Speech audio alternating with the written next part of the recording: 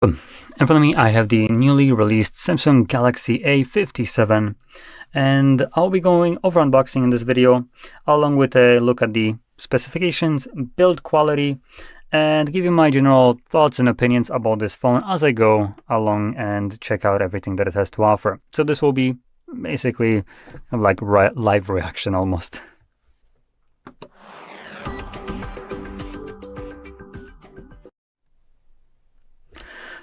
Anyway, let's just get straight into this. Now, this is the little bit more premium version that Samsung offers in their A lineup.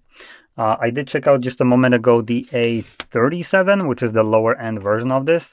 And for the price, I kind of felt a little bit underwhelmed by this. And I already did check out specifications of it on paper. And yeah, they seem to be also underwhelming. But anyway, popping out the phone right here. Just peel this off, yoink, and here it is. And let's boot it up quickly. There we go. So, other than that, in here we get our charging cable and paperwork. I'm not even going to bother taking that out. It's not like any one of us care about this. And there's literally nothing else in there. So, taking a look at the phone, build-wise, it's actually pretty nice. Nothing bad to say about it. I do generally like the build design of Samsung devices, so this one is a little bit on the thinner side. It has rounded corners, obviously, and also has a little bit of a raised area where you have the volume rockers and the power button. Now, in terms of the display, which you'll be most likely looking at for the majority of the time, we're looking at a 6.7 inches in size, which is a Super AMOLED Plus display, whatever that's supposed to be. And one thing that you might notice right away is the bezels, specifically the bottom. They're a little bit bigger for what you might expect from a phone that costs $500, or a little bit over that. So this phone has 88.8% screen to body ratio. Now, it's not bad by no means, but let's just say the S25 lineup from last year has an over 90%, and that looks pretty damn good. This one, in terms of comparing it to their own products, is falling a little bit behind. And the reason I brought that device into picture is because you can buy it secondhand or from stores that are just trying to get rid of this stock of S25s. This wasn't the greatest, for roughly about the same price. At release day, I bought mine for a little over 3,000 PLN. While this device costs like 2,000. So I paid about, what was it? At current exchange rate, I don't know, $250 to $300 more. And, you know, at that time it would have been more like whatever. But yeah, it's not that big of a difference now. I've seen these phones now sell for about the same price as this one is. So, like I said, this one kind of seems a little bit of an underwhelming device when it competes with itself and the flagship version of a phone from last year. Now, other than the display, or a little bit more to the display, let's actually add. So 120 Hz refresh rate, HDR10 Plus certified only, and a peak brightness of 1900 nits.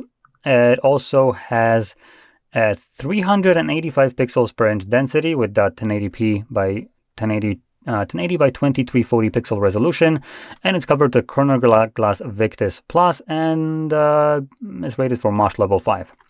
So, display wise, it's fine. Nothing super like awesome right here, but it's also what you expect from a phone. It checks all the boxes for the display. It's going to be nice, vibrant display considering it's an AMOLED display, has a high refresh rate, HDR10 Plus support, and a decent brightness. So yeah, nothing you know bad about the display, but also nothing great for the price. Okay, now if we move on to the cameras at the back, we have what looks to be a triple camera setup. So the main sensor being 50 megapixel f1.8 wide sensor. Then we got a 12 megapixel f2.2, 123-degree ultra wide, and a 5 megapixel macro f2.4. Now with those cameras, you can do 4K 30, unfortunately, and 1080p gets you to 60. While at the front, we got a 12 megapixel and the hole punch camera, hole punch right here.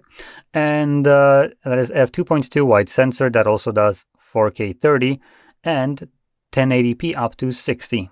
So just like the back, 1080, 60. So camera-wise, in terms of recording, you can get 60, but only at 1080p, unfortunately. And if we now take a look at the build quality of this device, we have aluminum frame, so that's pretty nice. We have Gorilla Glass Victus Plus back, and also, like I mentioned, front. So build-wise here, it's going to be pretty durable device. Additionally, there's nothing extra here, so we have just our little antennas, our speaker for, I think this is noise cancellation, volume rockers and power button. At the bottom we have our SIM tray, and yes, that is just a SIM tray, no expandable storage, unfortunately. Our speakers, charging port, and that's about it. Now, if I now move on to the internals of the device, we're looking at 5000 mAh battery, which is the same one as the A37, so that's no difference there at a higher price. We have 45 watts charging speed, which is actually pretty nice. So if you compare it to something like the S25 right here, this has 4000 mAh battery, so much smaller battery, or much, like 25% smaller. And it also can be charged at a measly 25 watts opposed to the 45. So that is nearly double the charging speed, which that is going to be pretty nice and make a difference here. The device comes with 8 gigabytes of RAM and goes up to 12 gigs depending on which option you go for.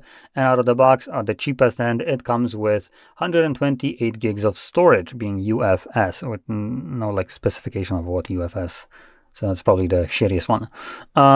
No expendable storage, and at about 500 plus US dollars, you get only 128 gigs with 8 gigs of RAM. That is a little bit underwhelming, but you could get it all the way up to half a terabyte with 12 gigs of RAM. But keep in mind that will run you much more. So it's really up to you how much storage you need. But I do want to point out, I'll be talking about another device that would compete with this device pretty easily at the same, or actually, I'm just going to give you a comparison later on to another phone.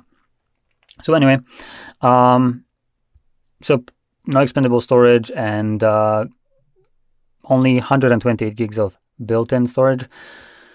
Now, another thing that is a little bit of a L right here from Samsung is the processor. Now, Samsung has this weird kink, at least for Europeans, to just fuck us in the ass by giving us the Dimensity processors, even in the S lineups of devices, like the S26 and 26 Plus. For some reason, it just pisses me off because these processors are way shittier. And here it is again. So Samsung here be making their own dogshit processors, calling this one Exynos 1680, and they're making them themselves. It's their own processor for their devices. And then they have the audacity to charge you an exorbitant amount of money for a device that is running probably their displays, as Samsung I think makes their own processor, and probably also their own memory, as they also produce that as well. So they literally produce majority of the components themselves, and then they have the balls to charge you $530 US dollars for this. Are you fucking kidding me here? Go screw yourself, Samsung. And the reason I'm being so negative about this is because phones like this exist. Now, this is the Poco X8 Pro. It's not even the Pro Max that would be costing the same amount as this one. This already here costing less by $100, as it costs about 400 USD. This already is faster than what we have right here. And there is a higher end version of this device that costs as much as this one, and that just completely takes a steaming pile of shit all over this, as this phone deserves to. Because if a lower end version of the phone that I have right here can already outperform this, and not by a like couple percentage, we're talking about it's already gapping it. There is no reason for this phone to exist. There's no reason to buy it, really. Other than to be stuck in the Samsung ecosystem. If you're into smart things and stuff like that, automations on your phone, you could potentially maybe want to get this device. But if you don't, if you're not stuck in the ecosystem, by all means, continue not to be stuck in it. It's going to be better for your wallet. And just to give you a comparison right here, there we go. To give you a comparison, what we get right here, in terms of just straight up performance numbers, these will be pulled from nanoreview.net, which they did a couple different benchmarks through different ways. So I'm not even going to be comparing this processor that is in here. I'm going to be comparing the processor that is lower end than what's here. The Dimensity the Dimensity 8500 instead of the Ultra that is here. Ultra is going to be even faster. I don't think it's going to be faster by much. It's just usually an overclocked version of what's here. So percentage-wise, it would be probably only like a couple percentages more. But it doesn't matter because the lower-end processor is already just running circles around the Exynos. So if we look at N2 11 benchmarks from, like I said, nanoreview.net, we are looking at 55% increase over the Samsung right here. And to give you an actual score, we're looking at Exynos getting 1,390,000. I'm rounding it down. I'm going to give you the hundreds. Like I'm just going to give you the hundreds of thousands. So the Dimensity on the other hand side gets 2,153,000, almost 54,000 score. So this is already insane. Now if we continue on, Geekbench 6, that's where it continues. So single core, 24% lead for the lower end version of what's in here, and a 51% lead in a multi-core performance. So again, numbers, Exynos 1,389, 1,721. Multi-core 4,453, 6,716. Now, these are more kind of mid differences right here. So GPU performance, which will be more important for gaming, that's where we're looking at a little bit of a increase in performance. So Exynos gets a measly 7,922, while this one gets a 70% lead, putting it at 13,461 score. And again, that's Geekbench 6. And yeah, that basically speaks for itself. You get just generally 50% faster device in literally everything for $100 less. And that's not where it ends in terms of benefits right here, because if we look at the battery and charging speeds, this device has a 6,500 milliamp hour battery over the 5,000. It charges at 100 watts opposed to the 45. It comes with a display that supports Dolby Vision, 3,500 nits of peak brightness, and has a much faster pull rate for your touch inputs, meaning the display reacts much faster to any kind of touch actions. So again, that would be specifically great for gaming. So it's better in basically every way. And one more thing, in terms of storage, you get 256 with 12 gigabytes of, oh, sorry, not this one. Where the hell do I have it? No, I freaking lost it. There we go. Okay, there we go. We get 256 and 8 gigabytes of RAM and up to half a terabyte with 12. So I think this is about the same kind of base entry. Yep, that's about the, nope, never mind. It gets double the storage out of the box, costing less. That's fantastic. And also the storage that is being used is UFS 4.1, so that's pretty good.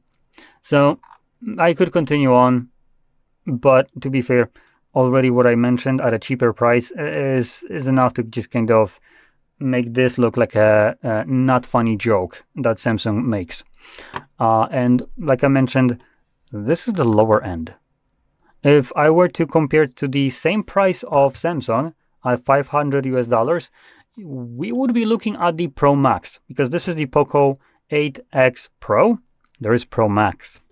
Naming scheme, not the best, but let me just kind of give you a little bit of a percentages there, or percentages.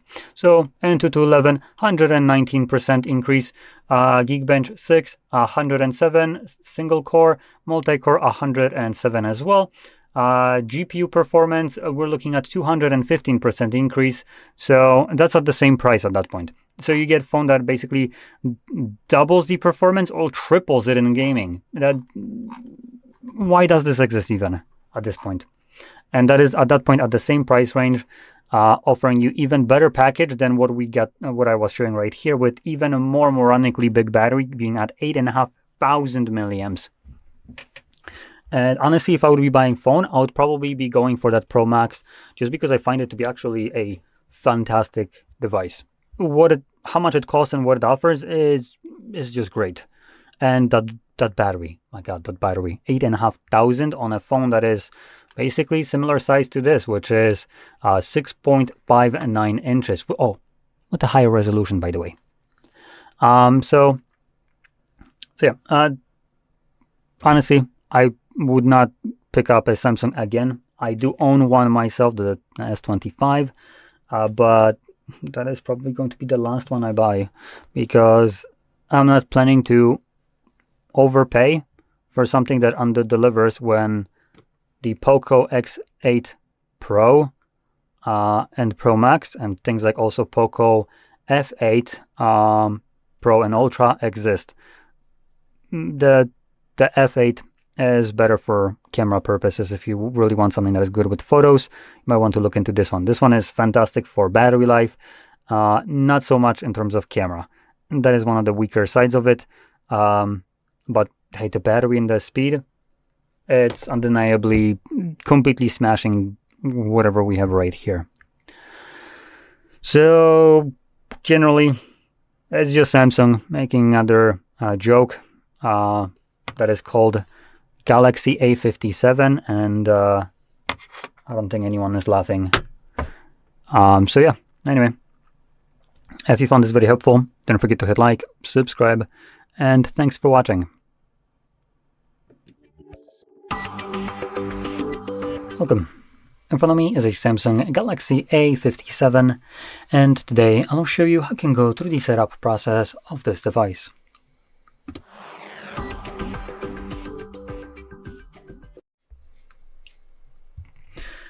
So, when you boot it up for the very first time, you should be presented with the same screen you can see on my end, which is just a lot of different languages with an icon for, well, emergency call and also accessibility. So let's start off with accessibility, as this could be very helpful to some of you watching this video. In here we have things like TalkBack, which basically just gives you completely different usability of this device, where everything that is being selected is being read to you, and you kind of swipe up or down on your screen to select next option, which is always being read out to you. You double tap it to confirm it. We also have other ones just to make the screen a little bit easier to see, so you don't need to rely on everything on the phone being read to you. So instead, you could use something like color inversion, high contrast keyboards, screen zoom, font size, magnifications, speak keyboard input out loud, and under more vision enhancements, we have a lot of other things like high contrast fonts, high contrast keyboards, highlight buttons, Relumino outline. I don't even know what that is. Color inversion, color correction, color filter, reduce animation, though that doesn't really help much, reduce transparency and blur, and then we have again magnification, cursor thickness. I think this is for desktop mode only, pointer size and color, font size, screen zoom, speak keyboard inputs a lot. So some of them are repeating in here. So you can utilize any of them or most of them at the same time, and find whatever works best for you. From there, we can go back in here and click on this button, which just cycles through, I think, all kinds of different welcoming messages. And in here, find your desired language. Now, English is already set by default for me, so that's what I'm going to stick with. But you know what? If it says UK, I'm automatically going to change it because, Jesus, I would never want to be considered part of UK. Next, we have connect to mobile network. Now we can check this on for some reason or ignore it. Now you do connect to mobile network by having a SIM card, which I think I already do. So maybe typically you would see an insert SIM in here instead of what you are seeing right now. But I'm just going to click on next, which presents me for your review. And we have the end user license agreement along with some sending diagnostic data, which is optional. So under no circumstances should you select this. This device is already overpriced. So sending any kind of data for Samsung to monetize is out of the question. You should not be doing this. You're not getting paid for this. You already paid more than you should have for this device. So your data stays as you are. And in case that Samsung decides to completely ignore this and steal this data, if it's ever proven and there is any kind of class action lawsuit, if you disagreed to this, you're good. You can actually get some money back from this. So anyway, you can additionally click on this arrow right here for the user agreement and read what you are actually agreeing to. But I'm not even going to bother with that. Now you get also next on this page right here, easy setup with another device. So let's bring up other device, which is not going to show up right here. Okay. How about if I click? Okay, so I would need to scan this QR code. Now I can scan any kind of QR code by easily just hovering over it. And well, if you use the selfie camera, not selfie camera instead, and click on it, and it would use the Samsung kind of application for this or redirect you to it. Now this could potentially be helpful as it moves over all your accounts to this device. So you don't need to sign in to them. You just need to confirm like the number matching potentially or the screen like that was used on the device, which makes it super fast and easy. Now here we have the Wi-Fi connection page. If this phone is completely brand new for you, straight out of the box, you will not be able to skip this page. Samsung forces you to connect to it because this is not your setup, it's Samsung's setup. You're gonna set it up the way they want you to. But because I already did set it up once, I can actually skip it now. And by skipping, it gives me this quick message right here that I won't be able to add eSIM to my device as it does actually require internet connection. I won't be able to connect to the internet. Wow, no network prevents me from having network. Who would have thought? Next, install software updates and use device protection feature. Now, the eSIM is fine as a message right here. It's correct and it's useful. Connect to internet is just stupid, kind of water wet kind of message. Install software updates, that's also fine. Use device protection features, now that's a lie, and I'm going to prove that in a second.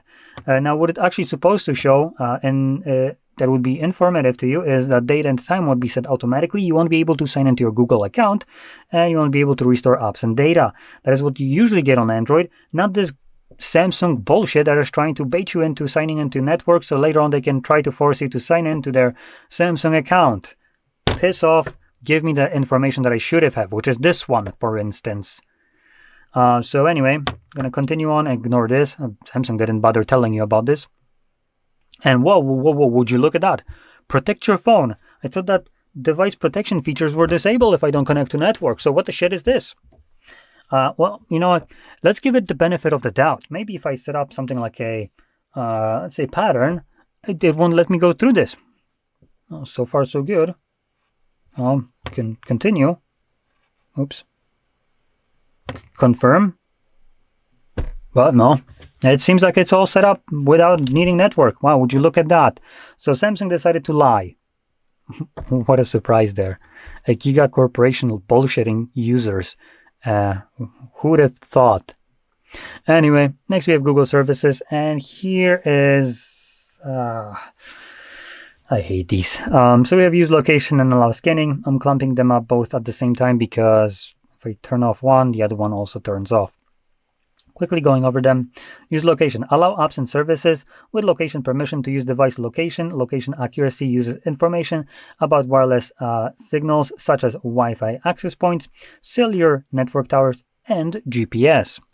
So great. Now, if you turn this off, it doesn't mean that you're no longer connecting to Wi-Fi, GPS, and other things to be located. No. It just means that the applications that wanted it can supposedly no longer use this. But we already know that this is also not going to work because these applications go behind your back to do this. I mean, let's just take a look at Facebook. On every point along the way, they will break any kind of law and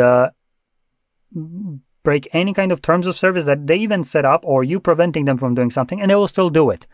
Just you won't know about this because now they need to do it in secret. So this basically means nothing, because applications can go behind your back even though you deliberately told them not to, and still gain this information, even though you're technically blocking them, and it doesn't protect the phone from connecting to them and sharing your location anyway. So that's great. Now next is allow scanning. Allows apps and services to scan for Wi-Fi networks and nearby devices at any time, even when Wi-Fi or Bluetooth is off. Now, there's two things. Number one, it goes back to the applications completely disregarding what you select right here and still doing it behind your back, completely illegally, I shall add. That's number one. And number two, it also implies that your Wi-Fi and Bluetooth are never actually off even when you turn them off, as it implies literally that applications can use it when it's off.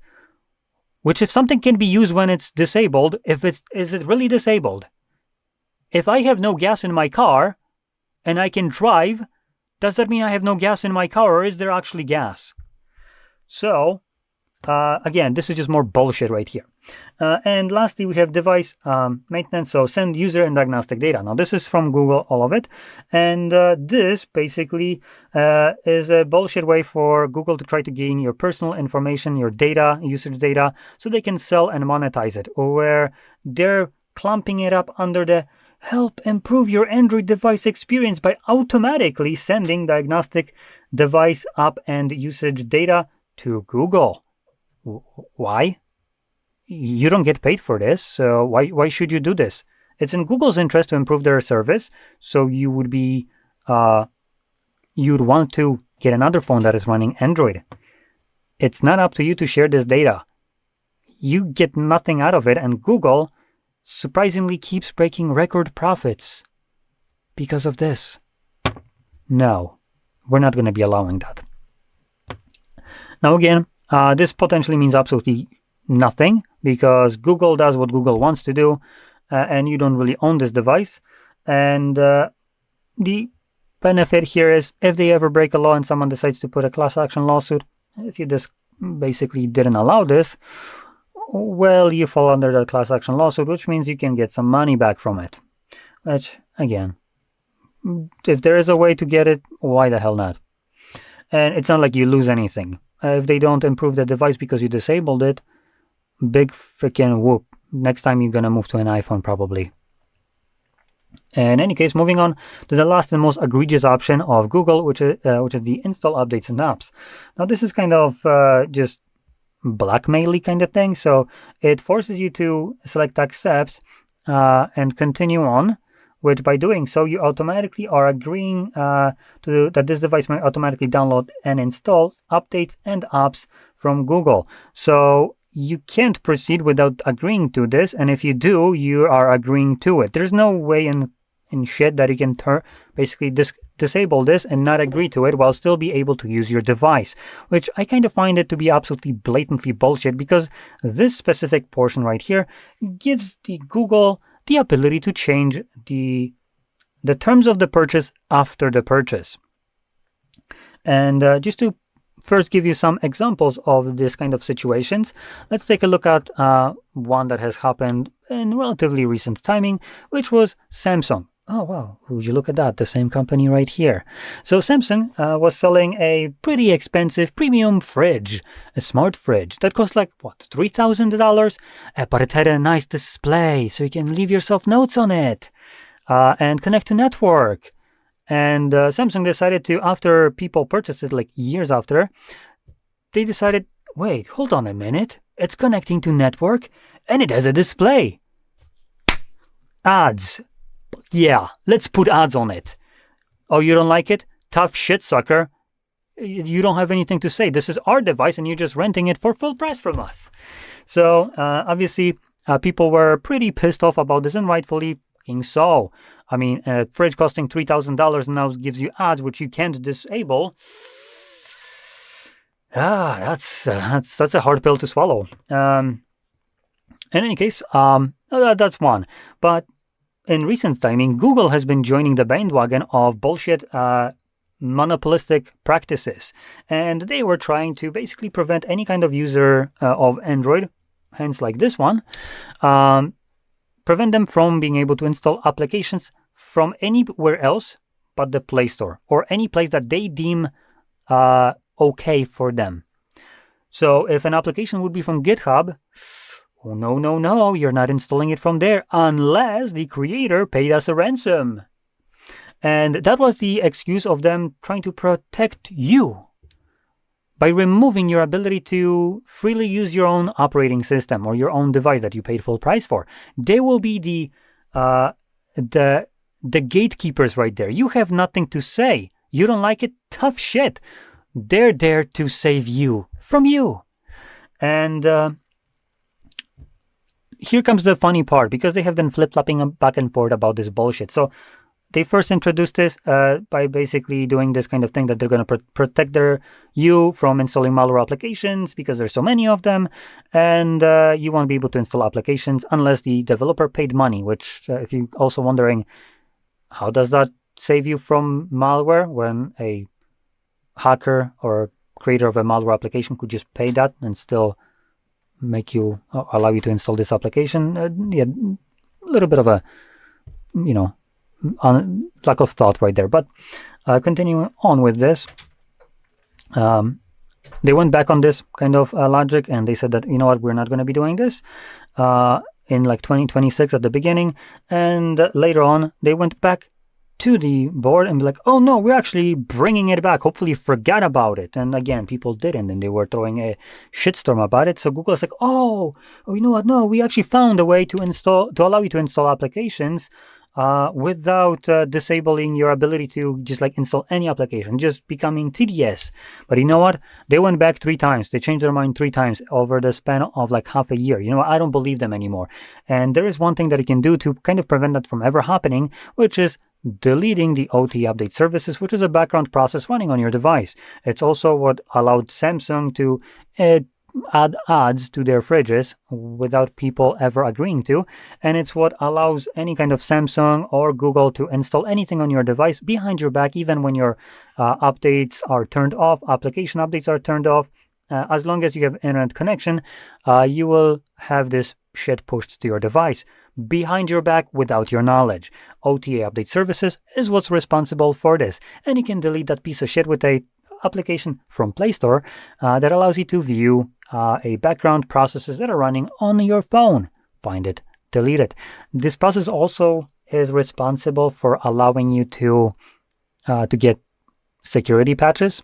So if there's any kind of vulnerability, this gets patched. But honestly, a company being able to change how my device functions, even when I wouldn't want that, after the purchase, I consider that to be a little bit of a bigger vulnerability to my device. So I will be deleting this piece of shit on my own Samsung. Anyway, let's move on. Now, next we have Samsung services, which, funny enough, the first one, ad blocker. Auto blocker.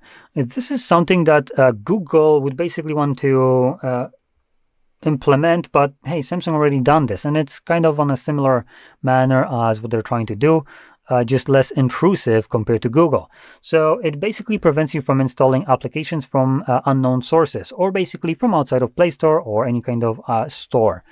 So if it's coming from the internet, you usually have to enable unknown sources like you do on every Android, which is still present here, but this is a secondary level of this kind of BS, which doesn't show up. Unlike unknown sources, which redirects you to the location where you can turn this off, this does not. This doesn't let you know like, oh, you know what? Turn this off, and yeah, you can just like click here and to redirect you to this setting so you can quickly disable it. No, you need to find it yourself. Now, in the message right here, it tells you that it blocks apps from unverified sources, or basically from anywhere other than normal stores. So it's as though your Windows computer would be blocking you from installing any kind of application if it didn't come from Play Store, or sorry, Microsoft Store, which seems kind of unacceptable. Hence, this is too. In any case, next thing is blocks commands by USB cable. Now, if you used ever like AliExpress cheap cables that you can buy, they sometimes have a chip in them. Basically, when you plug it in to charge it, it will load some bullshit script on your device that will basically be hacking your device in all kinds of different ways. This actually is a pretty good thing right here, but I don't know about you, but I have never used a cheap AliExpress cables. I surely don't find a random cable laying on a bus and then start using it just because I found it. So this is just kind of more like a skill issue, I would say. And next, blocks malware images from messaging apps. Again, if you're opening up a image that has some kind of malware from who the hell knows, or from whoever sent you this, it just sounds like a skill issue. I never got a malware image through a messaging application, and that is also what the messaging application should be dealing with itself. They're responsible for this. Lastly, we have black non-official software updates. Again, if you're installing your updates from a freaking link where you are looking for GTA unofficial 6 launch, that sounds like a skill issue, and there is no help for you. So generally, I like to turn this off because the only thing that I find useful right here that I would consider to be useful is the USB commands, which to me never happen unless I was the one actually putting those commands in. But everything else is just annoying crap that never occurs specifically to me. And the thing that I do utilize most often, which is the unverified sourced apps, is the one that pisses me off the most. So that thing goes right away to be off. Now we have some other things like customization services and personalized data intelligence. Yeah, let's turn that off. That just sounds like more data gathering. So bye-bye it goes, and we can move on. Choose your display mode, or choose the theme, more like, which is light and dark mode. I'm gonna stick with the light one.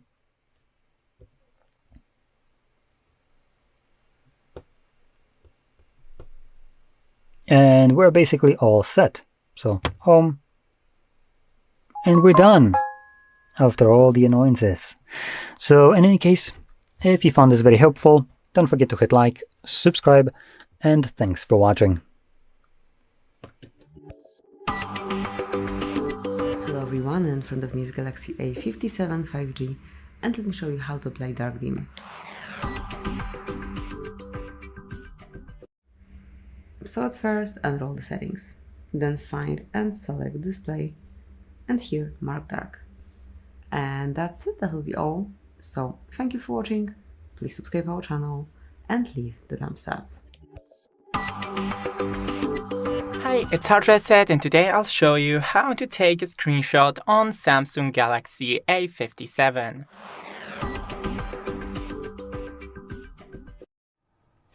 Actually, to do that, just click the power on and off button and volume down button simultaneously. And that's it. Thanks for watching. Don't forget to leave a like and see you in the next one. Hi, it's HardReset, and today I'll show you how to change home screen grid size on Samsung Galaxy A57.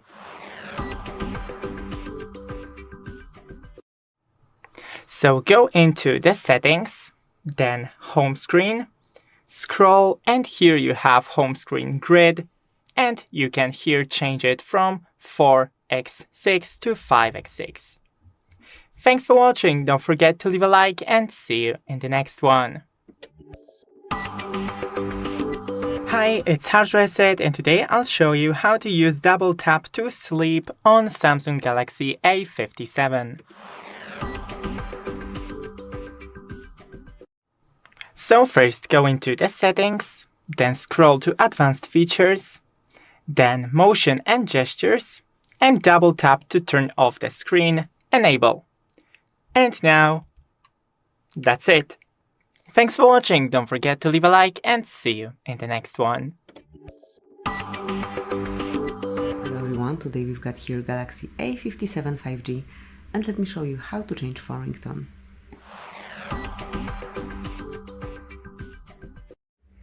So first of all, open the settings, then find and select sound and vibration, and here click on ringtone. Now choose the tune that you want to apply, go back, and as you can see, it is already set.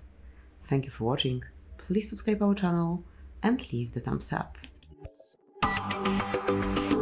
Good morning guys, in front of me is Galaxy A57 5G, and let me show you how to close all background apps.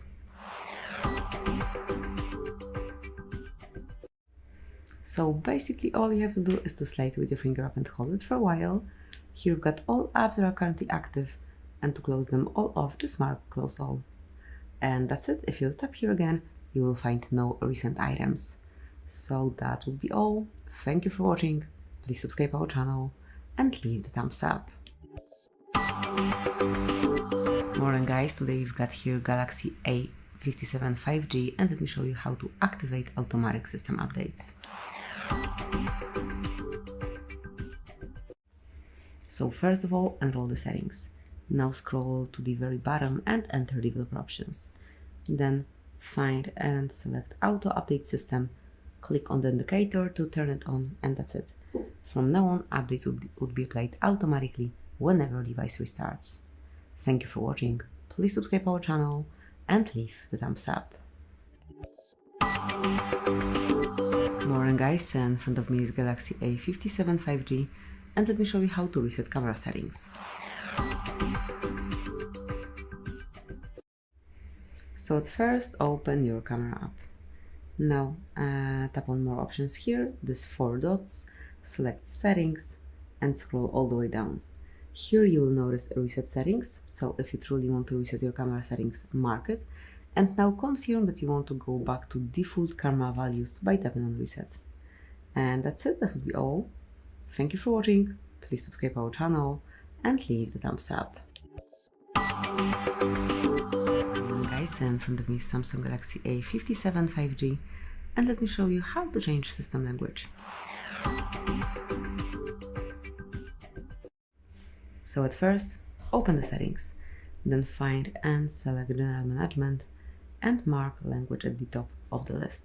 Select Add Language to customize it, pick the one that you want to use your device, and choose the region as well. Now click on Set as Default, and that's it. As you can see, within a couple of seconds it will be applied. So thank you for watching, please subscribe our channel and leave the thumbs up.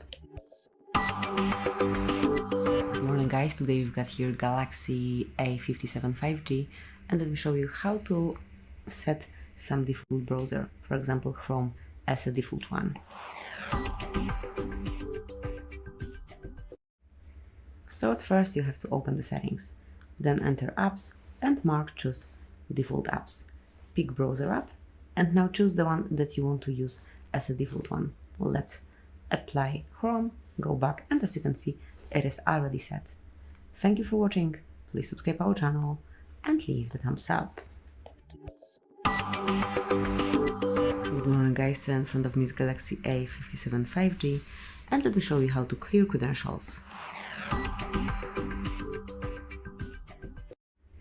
So first of all, enroll the settings, then find and select security and privacy, scroll a bit and enroll more security settings.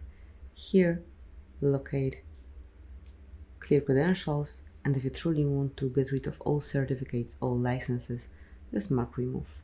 Draw your unlock pattern then, and that's it, that will be all. Thank you for watching, please subscribe our channel and leave the thumbs up. Guys, in front of me is Galaxy A57 5G, and let me show you how to change video resolution. So at first, open your camera app. Now switch to video panel, and in the right upper corner you will notice the icon for quality, which is now it's full HD, but if you will tap again and change for HD, you will see another size here, but this is it. This is how you can switch the video quality and then just start recording in selected one. Thank you for watching, please subscribe our channel and leave the thumbs up. guys, today we've got here Samsung Galaxy A57 5G, and let me show you how to activate charging sounds. So start with opening the settings, then obviously locate sounds and vibration and go to system sound.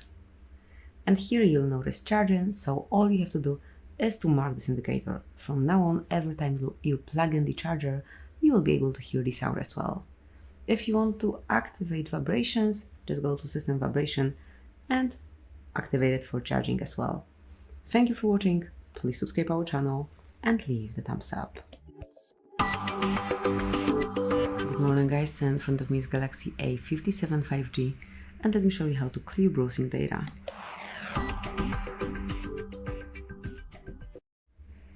So at first open the browser that you are using, now mark more icon and select delete browsing data. Now go to more options, customize it fully, so just mark those info that you want to get rid of, then choose the time range. As you can see, you can remove history from 15 minutes, hour, day, 7 days, 4 weeks, or even all time, however you prefer. Mark the data and that's it.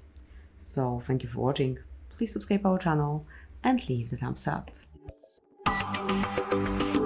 Good morning guys, in front of me is Galaxy A57 5G, and let me show you how to locate serial number assigned to this phone. So you've got two options, two methods. The first one is to open your phone dialer and enter *#06#. And here you've got serial number at the very bottom of this device information list. Tap on OK to exit, and you can also locate it via settings. So at first enroll the settings, go to about phone, and here you've got your serial number. So this is it. It's super quick and easy operation. Thank you for watching, please subscribe our channel and leave the thumbs up. Hi guys, in front of me is Samsung Galaxy A57 5G, and let me show you how to remove Google account from this device.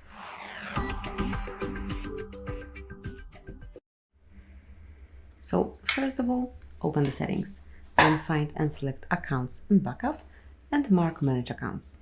Choose the account that you want to get rid of, select remove account, and now mark remove to confirm it. Tap on OK. Use your fingerprint if you have one, if not, use the pattern. And that's it. As you can see, it is no longer connected with this device. So that's it. Thank you for watching. Please subscribe our channel and leave the thumbs up. Good morning guys, today we've got here Galaxy A57 5G, and let me show you how to activate keyboard clicks. So at first, enroll the settings, then find and select sounds and vibration, and here go to system sound. Now select touch interactions, mark it, and from now on you will be able to hear it. If you want to activate keypad as well, activate the second option here, and let me show you, it's active as well. Thank you for watching, please subscribe our channel and leave the thumbs up. Good morning guys, today we've got here Galaxy A57 5G, and let me show you how to reset app preferences.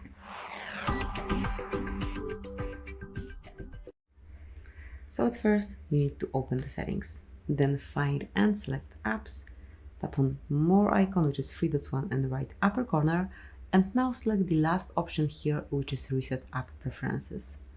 And if you truly want to get rid of all preferences for disabled apps, disabled app notifications, default applications for actions, background data restriction for apps, or any other permission restrictions, just mark reset. And that's it, that will be all. Thank you for watching, please subscribe our channel and leave the thumbs up. Hi guys, in front of me is Galaxy A57 5G, and let me show you how to allow unknown sources. So first of all, enroll the settings, then find and select security and privacy, go a bit lower and mark more security settings. Here you will notice install unknown apps, just click to open, and now you can smoothly activate particular source by using this indicator right next to its icon. So just activate whichever you want and then install unknown apps via those activated here. Thank you for watching. Please subscribe our channel and leave the thumbs up. Good morning guys, in front of me is Samsung Galaxy A57 5G, and let me show you how to change date and time on this device. So at first, open the settings, then go to General Management and pick date and time. Here you have to switch off automatic date and time, so just click on the indicator to turn it off and mark both date and time. Tap on done and that's it. Then whenever you want to go back to automatic setup, all you have to do is to mark this indicator again. So that would be all. As you can see, it's super quick and easy operation. Thank you for watching. Please subscribe our channel and leave the thumbs up. In front of me is Samsung Galaxy A57, and today I would like to show you how you can turn on or turn off fast charging. All you need to do is open Settings and scroll to hit Battery. Then scroll again, but this time to click on Charging Settings. Now tap on this switch next to fast charging to either switch it off or turn it on. Thanks so much for watching. If you enjoyed this video, leave a like, comment and subscribe. Bye! Good morning guys, in front of me is Galaxy A57 5G, and let me show you how to locate IMEI number assigned to this phone.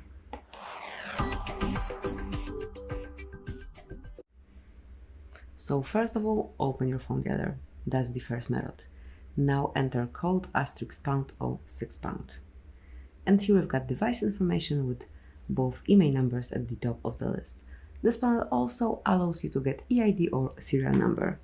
Tap on OK to exit, and now you can also locate it via settings. So let's enroll the settings, go to About Phone, and here we've got both IMEI numbers. So that's it, that will be all. Thank you for watching. Please subscribe our channel and leave the thumbs up. Good morning guys, today we've got here Samsung Galaxy A57 5G, and let me show you how to activate and use camera timer.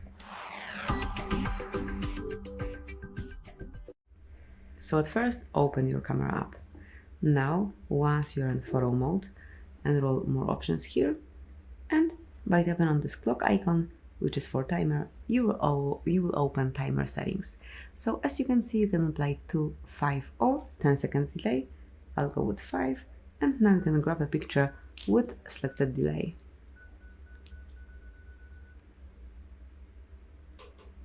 And that's it, that will be all. So thank you for watching, please subscribe our channel and leave the thumbs up. In front of me is Samsung Galaxy A57, and today I would like to show you how you can resize icons. First of all, hold your display and tap on Settings at the bottom right corner. Now, operate this slider under App Size to adjust it, and when you're finished, go back. As you can see, after a few seconds, size of my icons has changed. Thanks so much for watching. If you enjoyed this video, leave a like, comment and subscribe. Bye! In front of me is Samsung Galaxy A57, and today I would like to show you how you can rename it. First of all, go into Settings and scroll all the way down to tap on About Phone. Now click on Rename under Current Device Name and type in whatever you wish, like Sunny. When you're finished, hit Done. As you can see, after a few seconds, name of my device has changed. Thanks so much for watching. If you enjoyed this video, leave a like, comment and subscribe. Bye! Good morning guys, in front of me is Samsung Galaxy A57 5G, and let me show you how to change keyboard language.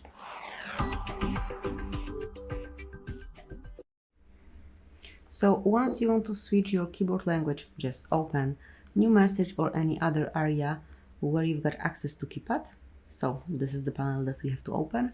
Mark Settings, select Languages and Types, and go to Manage Input Languages. Choose the one that you want to apply. You can switch off the unwanted one. Let's go back, and as you can see, one more time, as you can see, it is already set. So that would be all. This is it. Thank you for watching. Please subscribe our channel and leave the thumbs up. Hello guys, in front of me is Galaxy A57 5G, and let me show you how to check total screen time. So at first, enroll the settings. Then from main settings list, select digital well-being and parental controls, and here you've got kind of basic data. Mark the middle of the screen, and here you've got bit more knowledge, so you can smoothly check it day by day.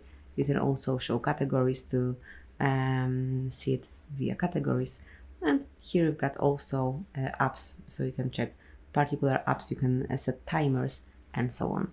So that's it. This is how you can keep an eye on time spent on screen, on time spent on particular apps. Thank you for watching. Please subscribe our channel and leave the thumbs up. Hi, it's HardReset, and today I'll show you how to enable 5G on Samsung Galaxy A57.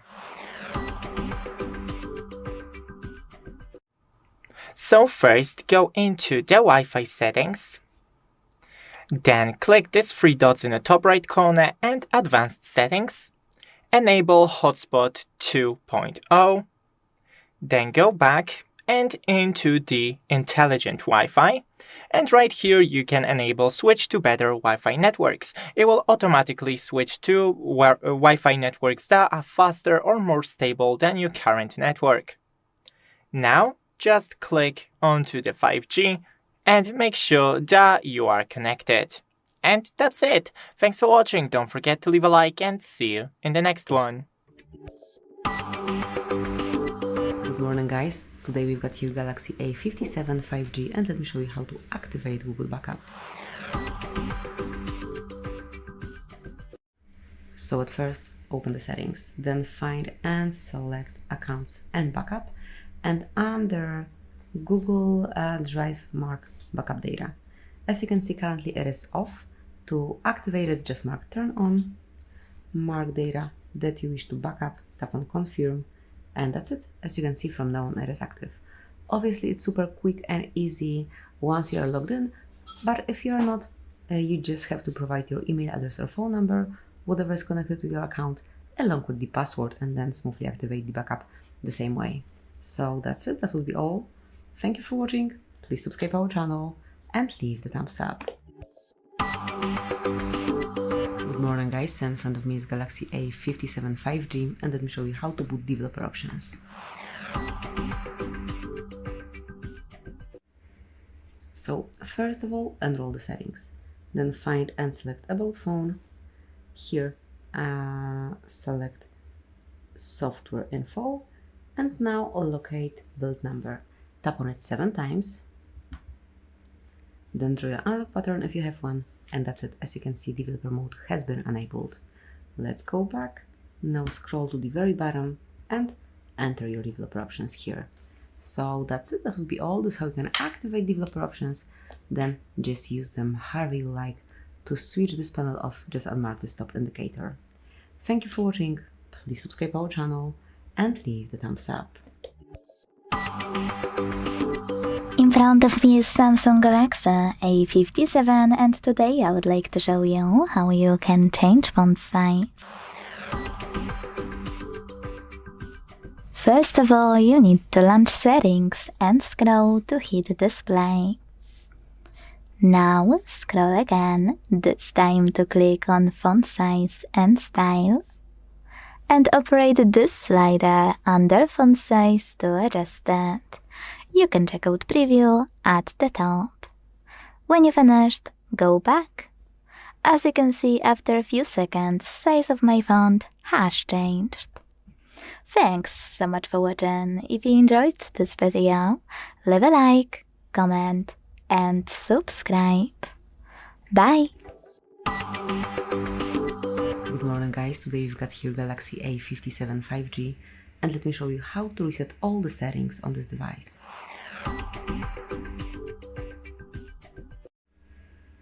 So if you wish to reset everything from this device, not data but all the settings, just enroll the settings, go to General Management and pick Reset Options. From Reset panel, select Reset All Settings, and then if you truly want to reset all the settings except those for security, language, accounts, personal data, and those settings for downloaded apps, just mark Reset Settings. Draw an unlock pattern to confirm, tap on Reset, and just wait till it's done. But basically that's it on your end. Thank you for watching, please subscribe our channel, and leave the thumbs up. Hi, it's HardReset and today I'll show you how to enable Wi-Fi developer options on Samsung A57. Firstly, scroll from the top and here on Wi-Fi click and hold, then Details. In the top right corner you have 3 dots, click on it and Intelligent Wi-Fi. Now on the very bottom you have Intelligent Wi-Fi 8.5.0. Click a couple of times till you see Labs has already been turned on. Then here you have Connectivity Labs. Open, scroll down to Wi-Fi developer options, and here you go. Thanks for watching, don't forget to leave a like and see you in the next one. Morning guys, in front of me is Galaxy A57 5G and let me show you how to activate Emoji suggestion. So at first let's open the settings, then find and select General Management and here go to Keyboard. Now select default one, it's a Samsung keyboard and in our case, so let's open Samsung keyboard and here you've got Suggest Emojis. So click here to activate it and from now on, let me show you, it would be active. As you can see, the emoji suggestions would be displayed right after you mark particular word. So that's it, that will be all. Thank you for watching, please subscribe our channel and leave the thumbs up. Hello everyone, today we've got here Samsung Galaxy A57 5G and let me show you how to check for software updates.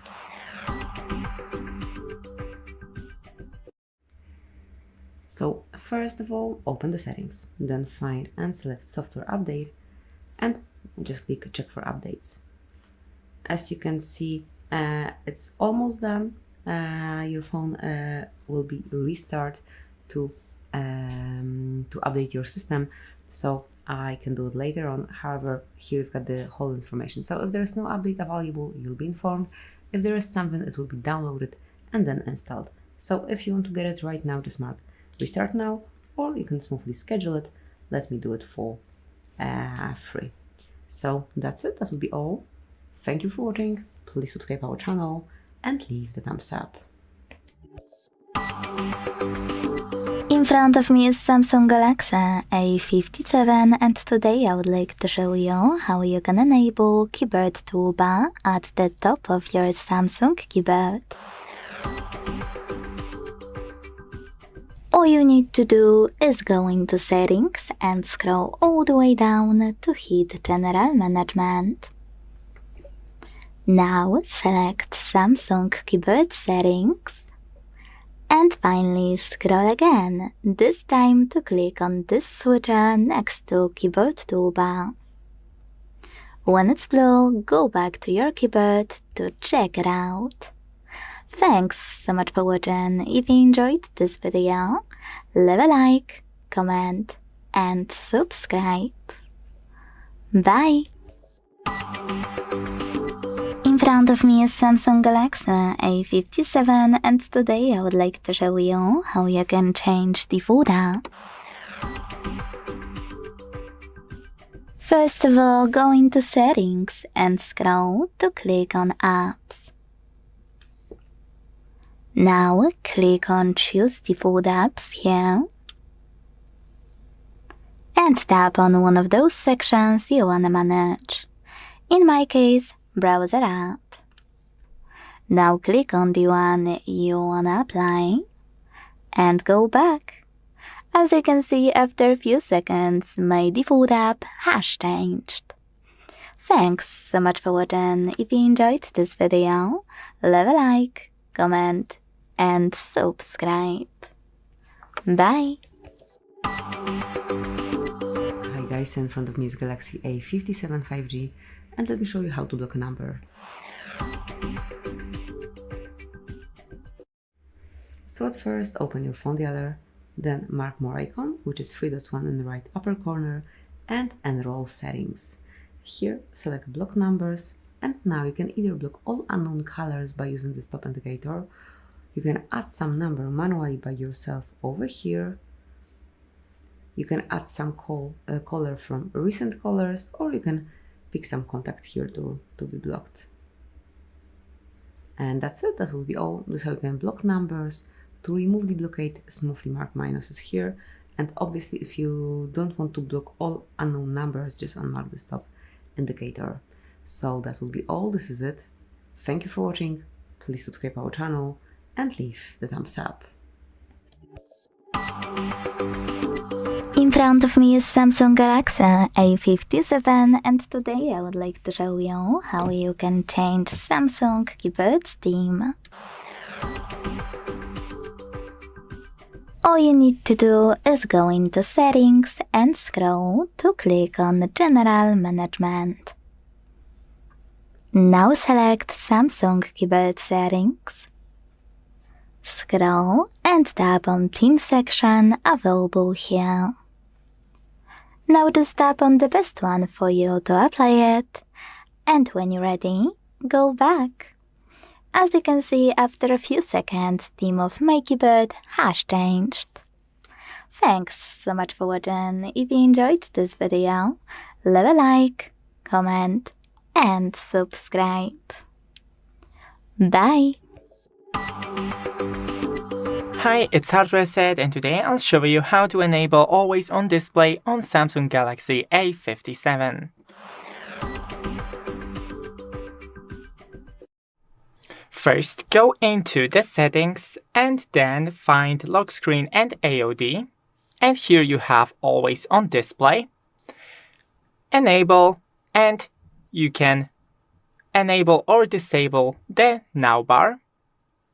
Here, when to show, tap to show Auto, show all the time unless your phone detects that it's in a dark place such as purse, pockets, or darkroom, or always, or even as scheduled or for new notifications.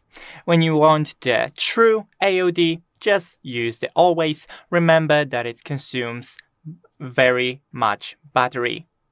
Thanks for watching, don't forget to leave a like and see you in the next one. In front of me is Samsung Galaxy A57, and today I would like to show you how you can delete the password from Passwords Manager. Firstly, open Settings and scroll to click on Google Services. Then choose All Services here. And scroll again, but this time to click on Autofill with Google. Now, after scoring one last time, hit the Google Password Manager and select the password you wanna get rid of. Enter your screen lock, hit the Delete button and confirm your choice in the pop-up.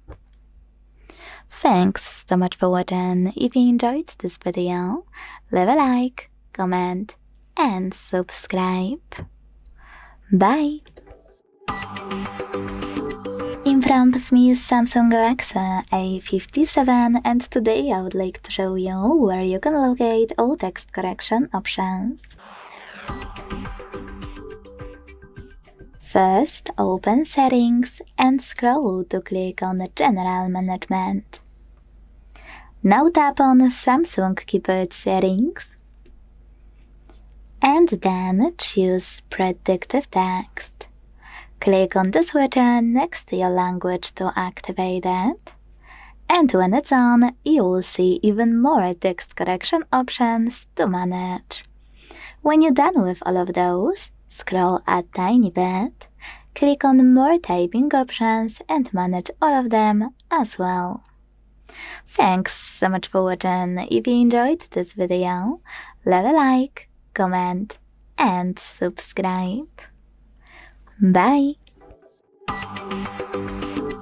In front of me is Samsung Galaxy A57, and today I would like to show you how you can change display refresh rate. First of all, go into Settings and scroll to tap on Display section available here.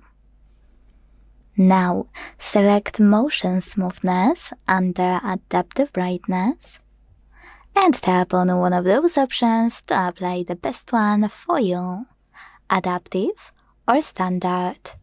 Make sure to tap on Apply button at the bottom to save your changes. So when I do that, as you can see, motion smoothness of my Samsung has changed. Thanks so much for watching. If you enjoyed this video, leave a like, comment, and subscribe.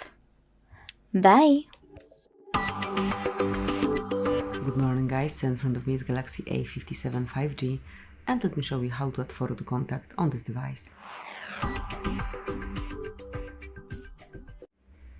So at first, open your phone the other, then go to contacts if you are not in this panel, pick the contact that you want to personalize, that you want to add this profile picture to, mark info, and select edit. Now choose picture. You can also create profile card, but it's working all the same. And now you can either pick one from your own photos, so just enroll your gallery and choose something. Then you can go with pictures, stickers, or create an avatar. You can also add some color smoothly. But let me pick, for example, a sticker. Let's go with this one with Fox. Tap on done and mark done to save it. So that's it. This will be all. Thank you for watching. Please subscribe our channel and leave the thumbs up. In front of me is Samsung Galaxy A57, and today I would like to show you how you can turn on or switch off location. All you need to do is go into Tap menu by swiping down from the top right corner of your screen and holding this line. Drag it down as well, and when you see a location shortcut, click on it. As you can see, mine is white, which means that location is on. To switch it off, tap on the same one until it's gray. Quick tip: you can also go into Settings and scroll to tap on Location here. Then use this switcher to turn it on or switch it off. Thanks so much for watching. If you enjoyed this video, leave a like, comment, and subscribe. Bye! In front of me is Samsung Galaxy A57, and today I would like to show you how you can turn on or switch off auto rotation. First of all, go into Tap menu by swiping down from the top right corner of your screen. Then, hold this line below your shortcuts and drag it down. Now it's time to look for Auto Rotate icon or Portrait one. As you can see, Auto Rotate is here, so when I click, it turns gray and it says Portrait. That means that auto rotation is off, but you can always turn it on by tapping on Portrait until it says Auto Rotate. Thanks so much for watching. If you enjoyed this video, leave a like, comment, and subscribe. Bye! Hello guys, today I'm going to show you how to set up the always on display in your Samsung device. Hello guys, Let's start. Settings, and here now scroll down to the lock screen and AOD. Over here. Now, here always display. Turn it on and stop it. As you can see here, we've got show no bar. We can disable or enable this. When to show. Always tap to show, although like show all the time unless your phone detects that it's in a dark place, such as phone, purse, pocket, or dark room. Here you have a scheduled and for your notifications. Apart from that, here we have some all about and contact us. If you want to customize it, you can download this separate application, which is called the Good Lock, and it's available in the Galaxy Store. Then install the application that is dedicated for AODs and lock screens, and you'll be good to go with the customization features. That's it, how it helps you, and goodbye. Hi, it's HardReset, and today I'll show you how to remap the side button on Samsung Galaxy A57.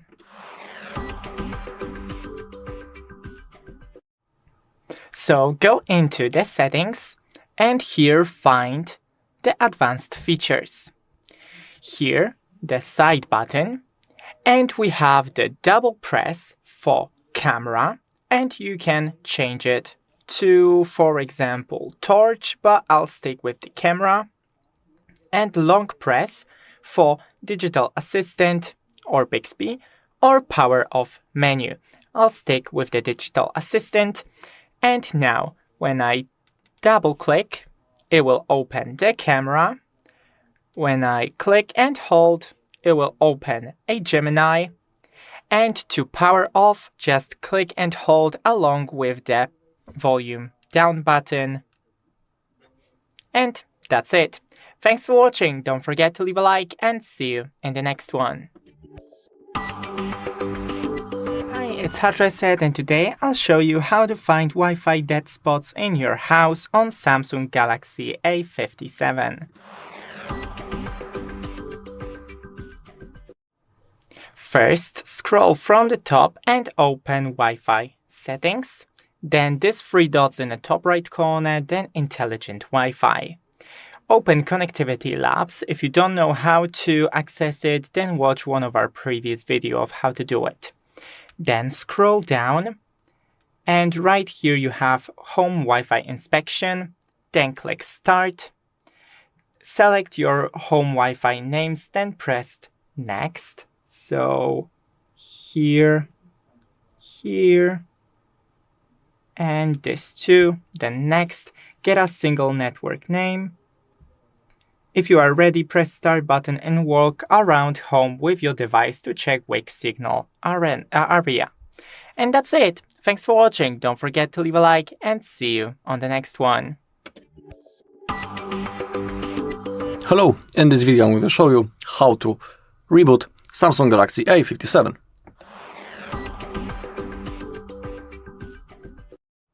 Okay, it is really easy. All we need to do is to launch the power menu, and we do it by holding the power key and volume down for around 1 second. So hold both buttons, and that's our power menu. To reboot our device, hit the green button, restart, and now to confirm, tap once again. Now our device will be turned off, and after a few seconds it will be automatically turned on again, and our device will be ready to use. Also, I will tell you that rebooting your device from time to time is good for your device's health, because let's say that our phone is laggy, that's the moment when you can perform a reboot and everything should start working properly. Also, the RAM gets freed up, so it can help with the performance, and that's the reason why it's good to perform that reboot from time to time. I think that once a week is completely enough. Alright, then that's all in this video. Thank you all for watching. If you found this video helpful, please leave a like, comment, and subscribe. Today we've got here Galaxy A57 5G, and let me show you how to perform a soft reset. So once your Samsung stuck for some unknown reason and you have no idea what's going on, the first thing you should do is to soft reset this phone. To do it, just tap on power button along with volume down button. Tap and hold.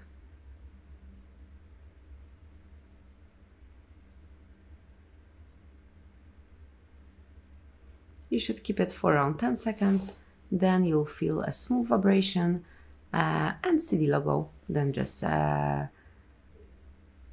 remove fingers from buttons and wait till your Samsung is rebooted. It should be done within 1 minute. Sometimes it may last around 2, but still that should be quite quickly activated again. As you can see now, you can smoothly use it again. So that's it, that will be all. Thank you for watching, please subscribe our channel and leave the thumbs up. In front of me is Samsung Galaxy A57 and today I would like to show you how you can turn on or turn off Suggest Text Corrections option. All you need is to go into Settings and scroll to click on General Management. This way you'll access Samsung Keyboard Settings and Predictive Text. Tap on it and enable it by clicking on the switcher next to your language. Now, when you go back, you will see all of those options appear. Click on Auto Spell Check and use this switcher next to your language to enable or disable it. When enabled, this option will underline misspelled words in red and suggest corrections. Thanks so much for watching. If you enjoyed this video, leave a like, comment, and subscribe. Bye! In front of me is Samsung Galaxy A57 and today I would like to show you how you can turn on or off Easy Mode. Firstly, go into Settings and scroll to hit Display. Now scroll again, this time to tap on Easy Mode section available here, and use gray switcher next to Easy Mode to activate it. Now you can adjust all of those options however you want to, like high contrast keyboard and touch and delay. And when you go back to home screen, you will see Easy Mode is on. If you want to disable it, go back to the same section in your settings and tap on the No Blue switcher. Thanks so much for watching. If you enjoyed this video, leave a like, comment, and subscribe. Bye! In front of me is Samsung Galaxy A57 and today I would like to show you how you can turn on or off auto brightness. First of all, go into Tab menu. To do that, swipe down from the top right corner of your screen. Then hold Brightness slider and use this switcher next to Adaptive Brightness to switch it on or turn it off. Save your changes by hitting Done on the right.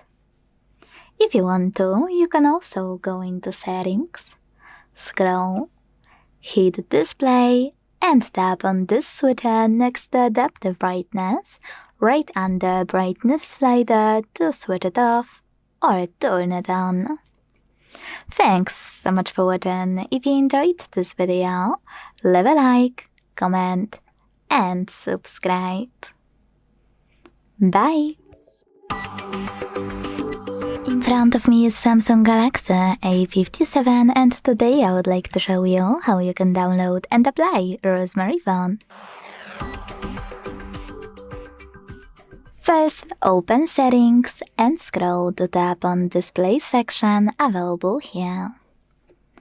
Now, scroll again, choose Font Size and Style. Tap on Font Style and following that, choose Download Fonts. Now you can click on a Rosemary one and hit Install button or tap on this button right next to it.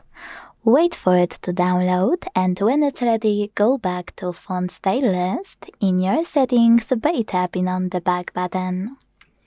Then tap on Rosemary on the list to apply it and enjoy it on your Samsung. Thanks so much for watching. If you enjoyed this video, leave a like, comment, and subscribe. Bye! Morning guys, in front of me is Samsung Galaxy A57 5G, and let me show you how to clear cache and speed up your device a bit.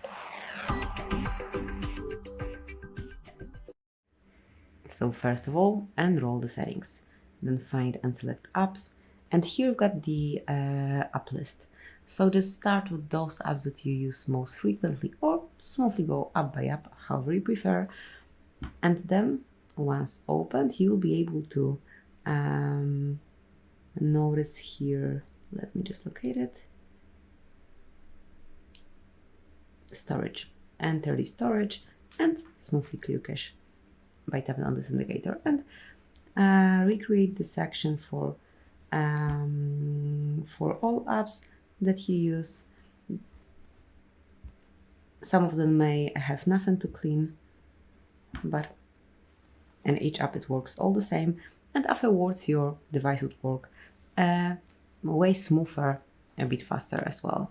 So that's it, that will be all. Thank you for watching, please subscribe our channel and leave the thumbs up. In front of me is Samsung Galaxy A57, and today I would like to show you how you can edit password in Passwords Manager. First of all, launch Settings and scroll to tap on Google Services. Now choose All Services here. Scroll one more time, and this time hit Autofill with Google section to continue. Scroll one more time, tap on Google Password Manager and click on any password you wanna edit. Enter your screen lock. Tap on Edit button and change whatever you want to.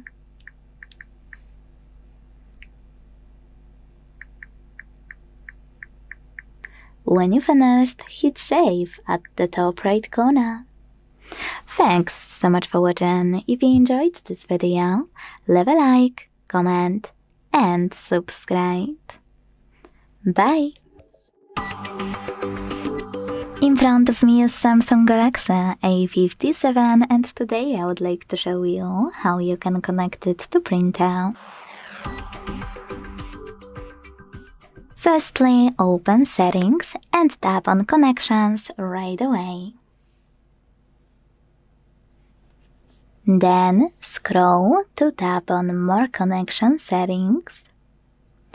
And finally, Printing. Now, click on Default Print Service on the left, or any other service you have and wanna use, and make sure this switcher is blue. Your device is now looking for a printer, and when it finds one, it will connect to it. If it doesn't seem to find it, click on those three dots at the top right corner, select Add Printer and tap on Add Printer by IP address to connect it manually.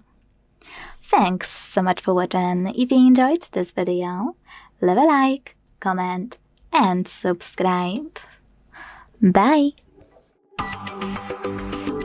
In front of me is Samsung Galaxy A57, and today I would like to show you how you can clean storage. Start by opening Play Store and downloading free app from Google developer called Files. This one. When it's ready, launch it and hit Continue in the pop-up. Then for it to work, tap on gray switcher next to Allow Permission. Now click on those three lines at the top left corner and select Clean at the top. Then hit Clean under Junk Files and Clear in the pop-up.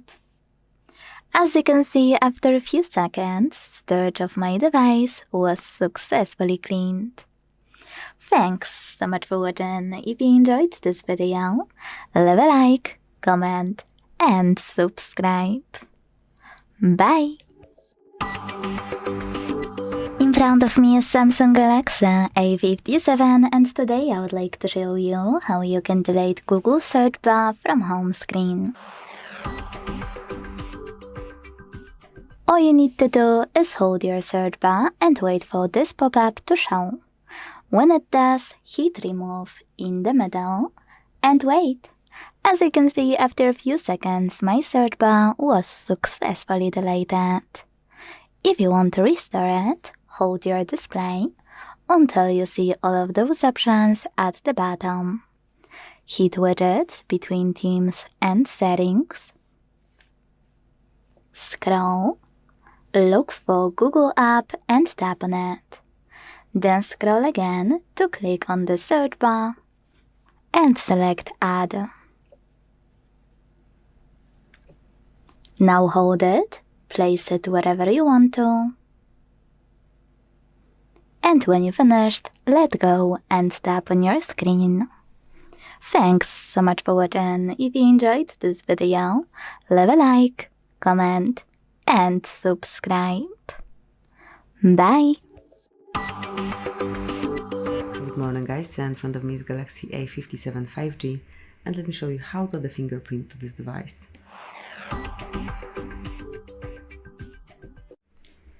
So at first open the settings, then find and select security and privacy, and here you'll notice lock screen. Just enroll. Enter your current one or create a new one if you don't have one yet, and now mark fingerprints. Tap on continue, tap on register, and as you can see your fingerprint sensor is located on your home screen, so smoothly keep tapping till it's fully added.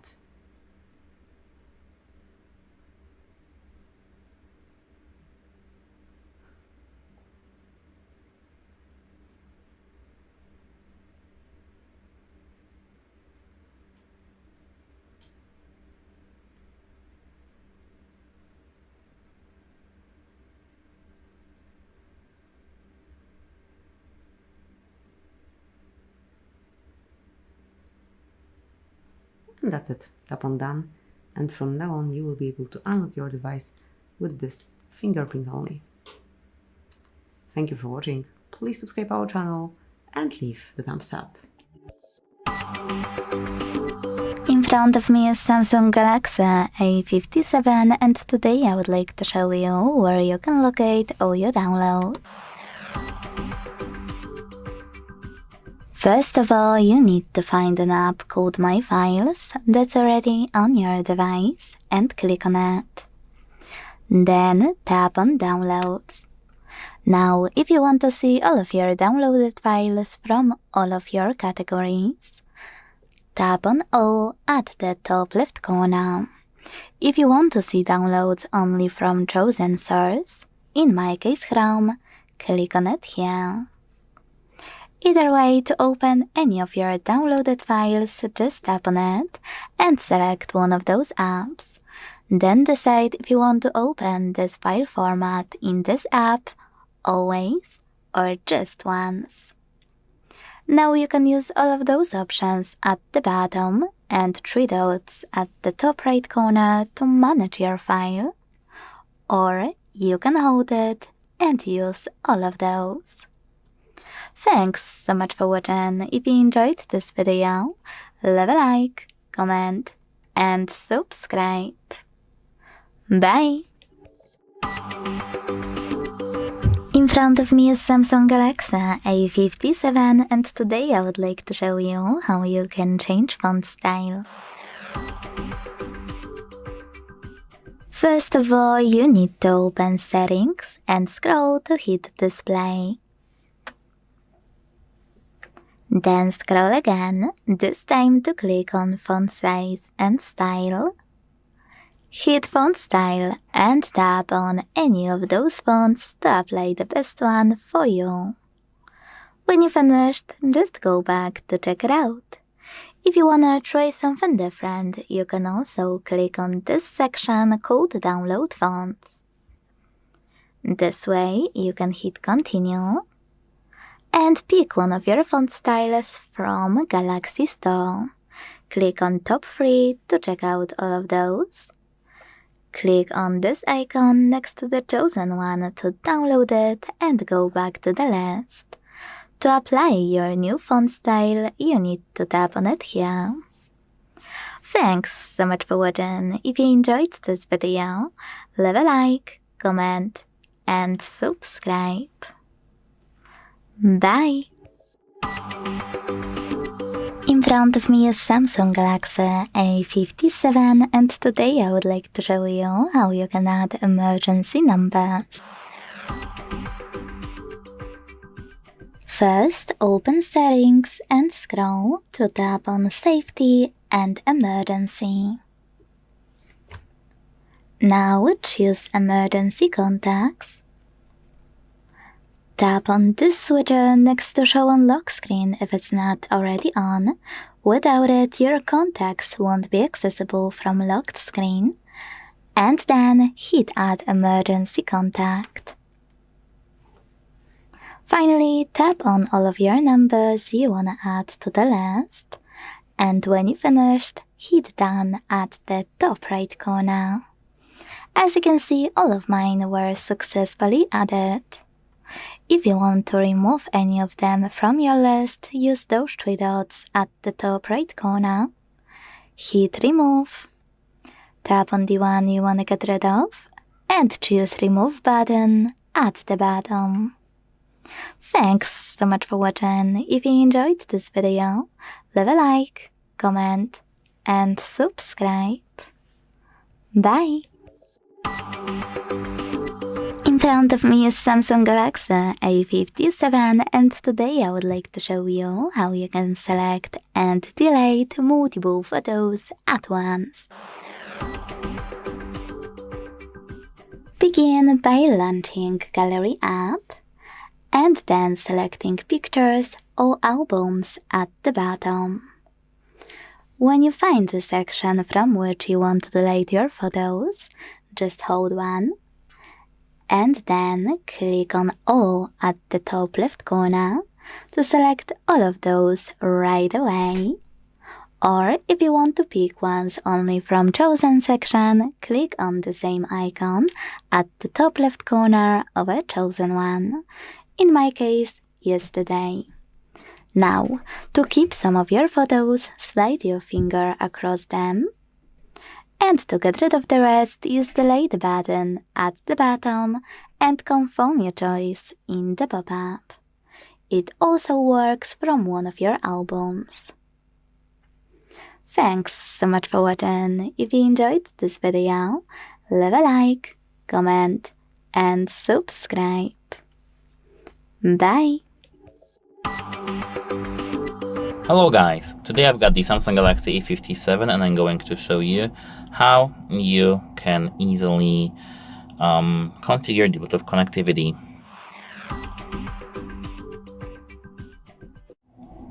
At first, open the settings and here go to the connections. Select Bluetooth. Here now, as you can see, our phone is now trying to find any device that's available. Open the pairing mode on your device. And now, wait a moment. To make the process of pair, you need to now here tap scanner once again if you didn't manage to do this at first time, and wait. As you can see, here are my AirPods, and here now to make a pair, you need to here tap pair. Logically, right? Here, gear icon. Here, as you can see, we have got the audio device type. Here I've got calls. When it's disabled, it can cause some bug and connectivity issues. Audio, which is actually rather normal. Rename because we can rename our headphones. Disconnect because we can disconnect from them even though they are turned on. And as you can see, apart from that, if we tap these 3 dots in the top right corner, we can see advanced settings. Here I've got sync with Samsung Cloud, music share, Bluetooth control history, or Bluetooth block pairing requests. That's it. Hope it helps you and goodbye. Hello guys, today I've got the Samsung Galaxy A57 and I'm going to show you how to configure the email accounts in your device. At first, open the settings. Now, here in the settings, you need to scroll down a little bit till you see the accounts and backup. Tap it, and as you can see, manage accounts. tap it also. As you can see, here we've got the personal and secure folder, but let me focus on personal.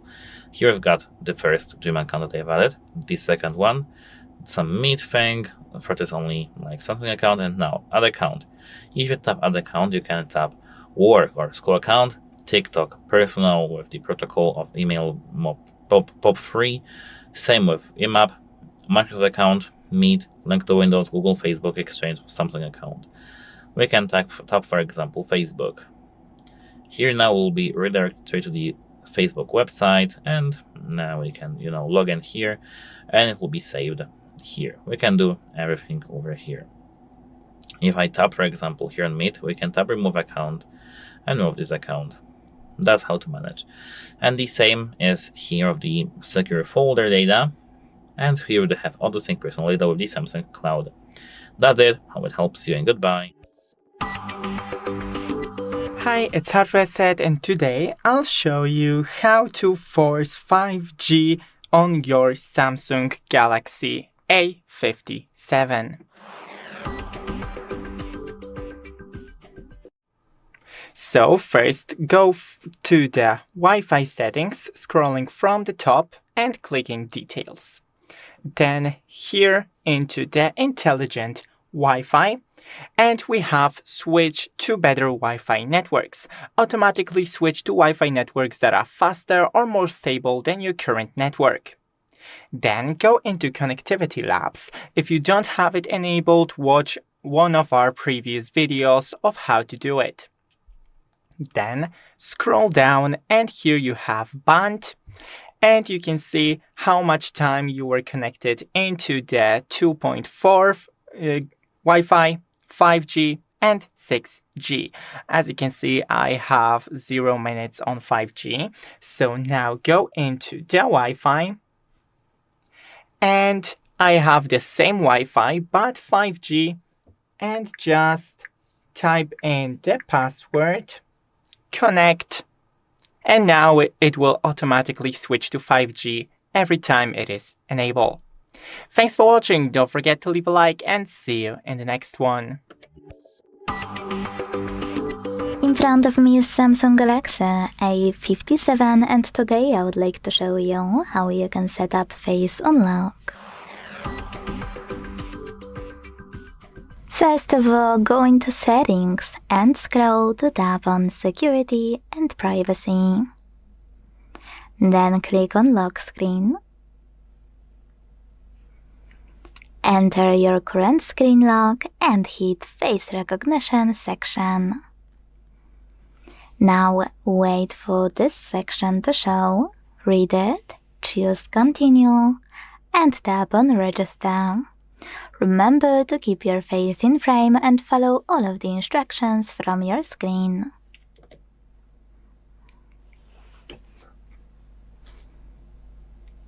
Now make sure this switch next to Face Unlock is blue. Go back and check out if it worked. So when I switch off my screen, turn it back on and look at it.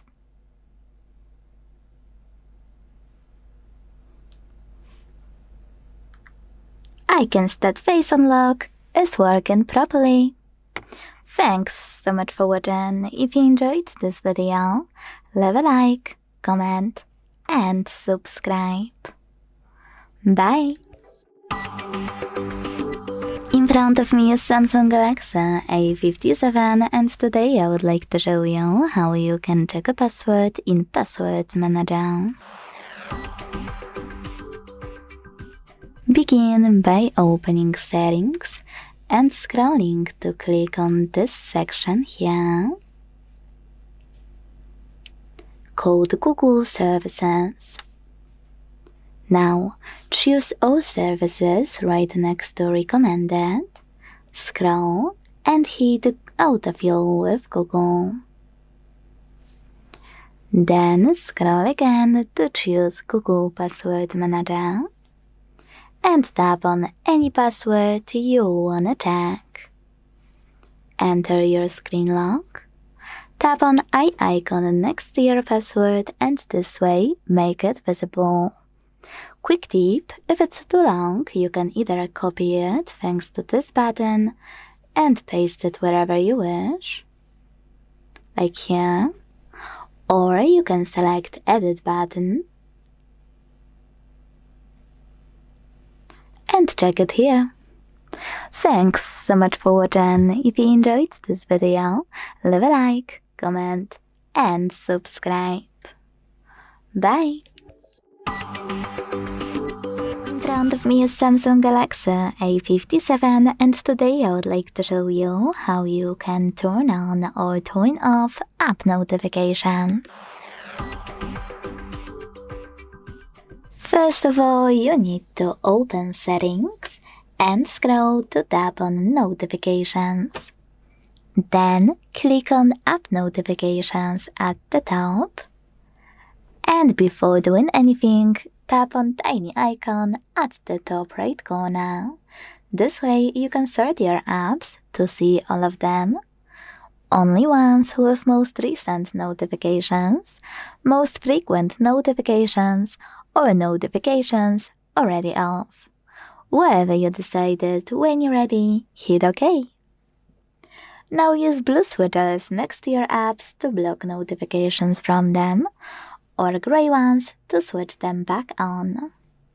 Quick tip, you can also tap on any app on the left, and not only switch off or on notifications thanks to this switcher, but also check out and manage all of those notification options for chosen app. Thanks so much for watching. If you enjoyed this video, leave a like, comment and subscribe. Bye! In front of me is Samsung Galaxy A57 and today I would like to show you how you can add photos to text message.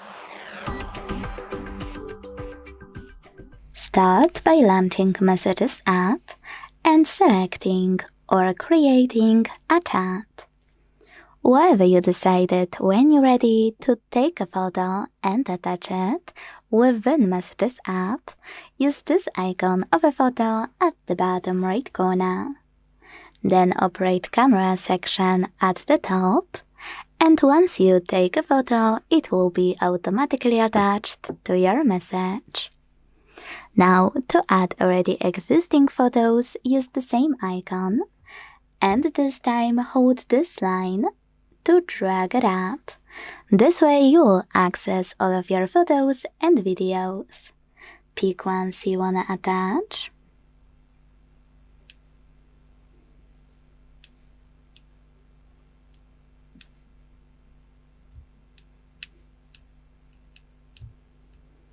And once you're done, hit Done at the bottom right corner. Then send them. Thanks so much for watching. If you enjoyed this video, leave a like, comment and subscribe. Bye! Good morning guys, in front of me is Samsung Galaxy A57 5G and let me show you how to change wallpaper. So at first, unroll the settings, then find and select Wallpaper and Style and mark Change Wallpapers. Now pick the picture that you want to cover your screen with.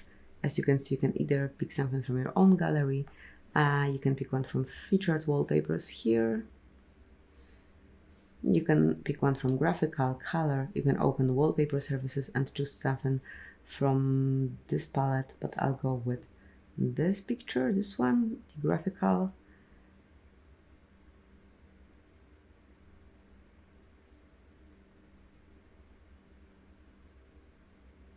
Wakey.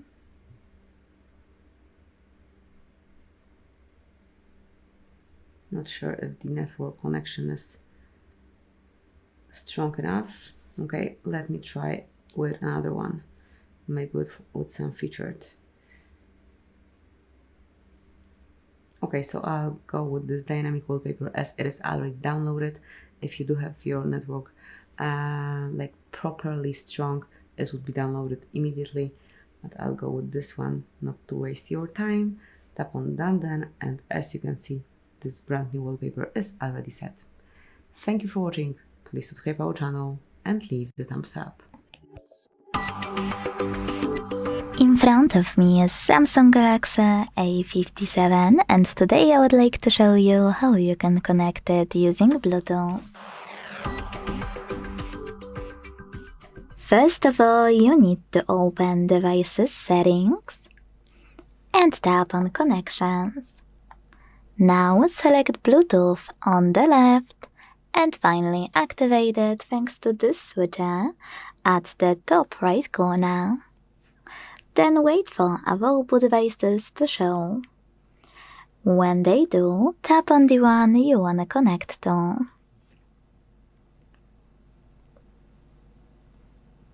Then hit pair in the pop-up and wait for the other device to accept your connection request or connect it manually on the second smartphone. As you can see, after a few seconds, my devices were successfully connected.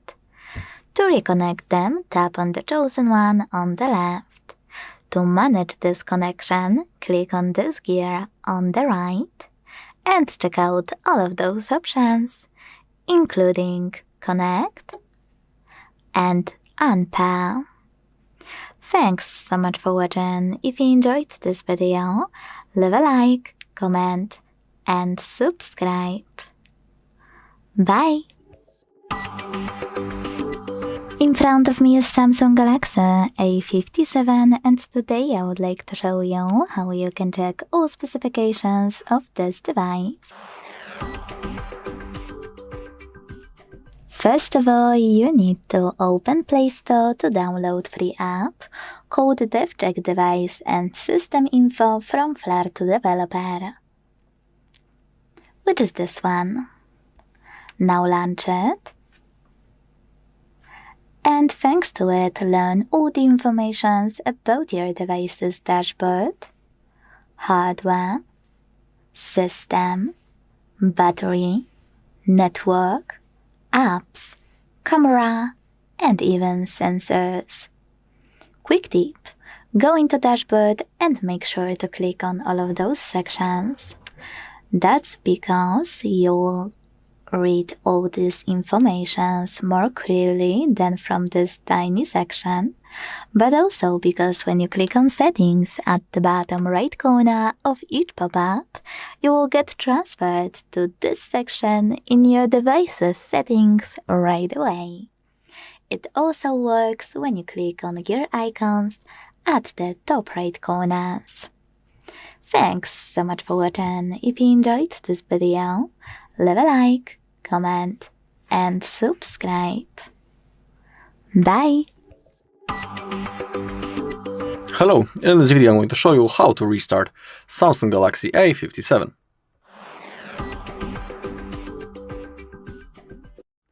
Okay, it is really easy. We have two methods how we can restart our device. Of course, I'll show you both methods. We can begin with the simple reboot, which is actually the recommended method. To do it, we gotta open up the power menu, and we do it by holding the power key and volume down for around 1 second. Just like that.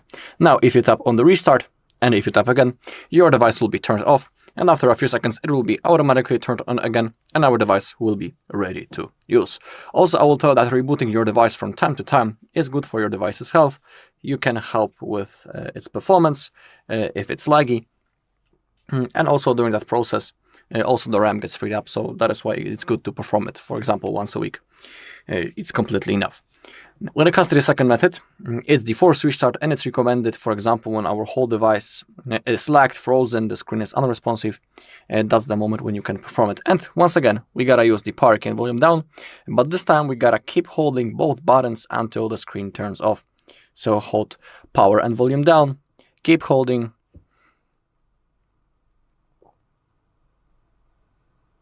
we can hold for a little bit longer. And when you see the Samsung logo, you can release both buttons, and now we just gotta wait until our phone turns on. Alright, and that's all in this video. Thank you all for watching. If you found this video helpful, please leave a like, comment, and subscribe. In front of me is Samsung Galaxy A57, and today I would like to show you how you can set up screen lock. Begin by opening Settings and scrolling to click on this section called Security and Privacy. Now tap on Lock Screen over here and decide which login method you wanna apply, PIN, password or pattern. Click on a chosen one and create it. If you made a mistake, hit retry at the bottom left corner and redo it. When you're ready and sure of your choice, hit continue at the bottom right one and repeat it to confirm it before hitting confirm. Now you can manage lock screen notifications by adjusting all of those options or clicking on this switcher at the top. Select Done and go back. So now let's check it out. When I switch off my screen, turn it back on and swipe up, icons that pattern is required. Thanks so much for watching. If you enjoyed this video, leave a like, comment and subscribe. Bye! In front of me is Samsung Galaxy A57 and today I would like to show you how you can change sleep time to never. First, go into Play Store to download free app called Caffeine Keep Screen On. It has to be from this developer. When your app is ready, launch it and hit OK in the Welcome pop-up. Now, hit Timeout to make sure Infinite is on and also to know where to change it to something else, if you, for example, will want 1 hour in the future. Now, go into Tab menu by swiping down from the top right corner of your screen. Tap on this pen at the top right corner and tap on Add Control. Now you need to click on Caffeine shortcut, place it wherever you wish to or expand it, and hit Done at the top right corner. Now tap on it. Use this switcher next to Allow Permission and go back. When you click on it this time, Infinite Sleep Time will be on. If you want to switch it off, tap on the same shortcut until it's gray. Thanks so much for watching. If you enjoyed this video, leave a like, comment and subscribe. Bye! Hi, it's HardReset and today I'll show you how to unlock connectivity labs on Samsung Galaxy A57.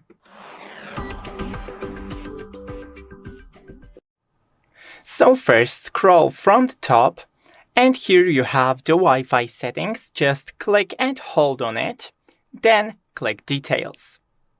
Now in the top right corner we have 3 dots right here. Click and open Intelligent Wi-Fi. Now on the very bottom we have Intelligent Wi-Fi 8.5.0.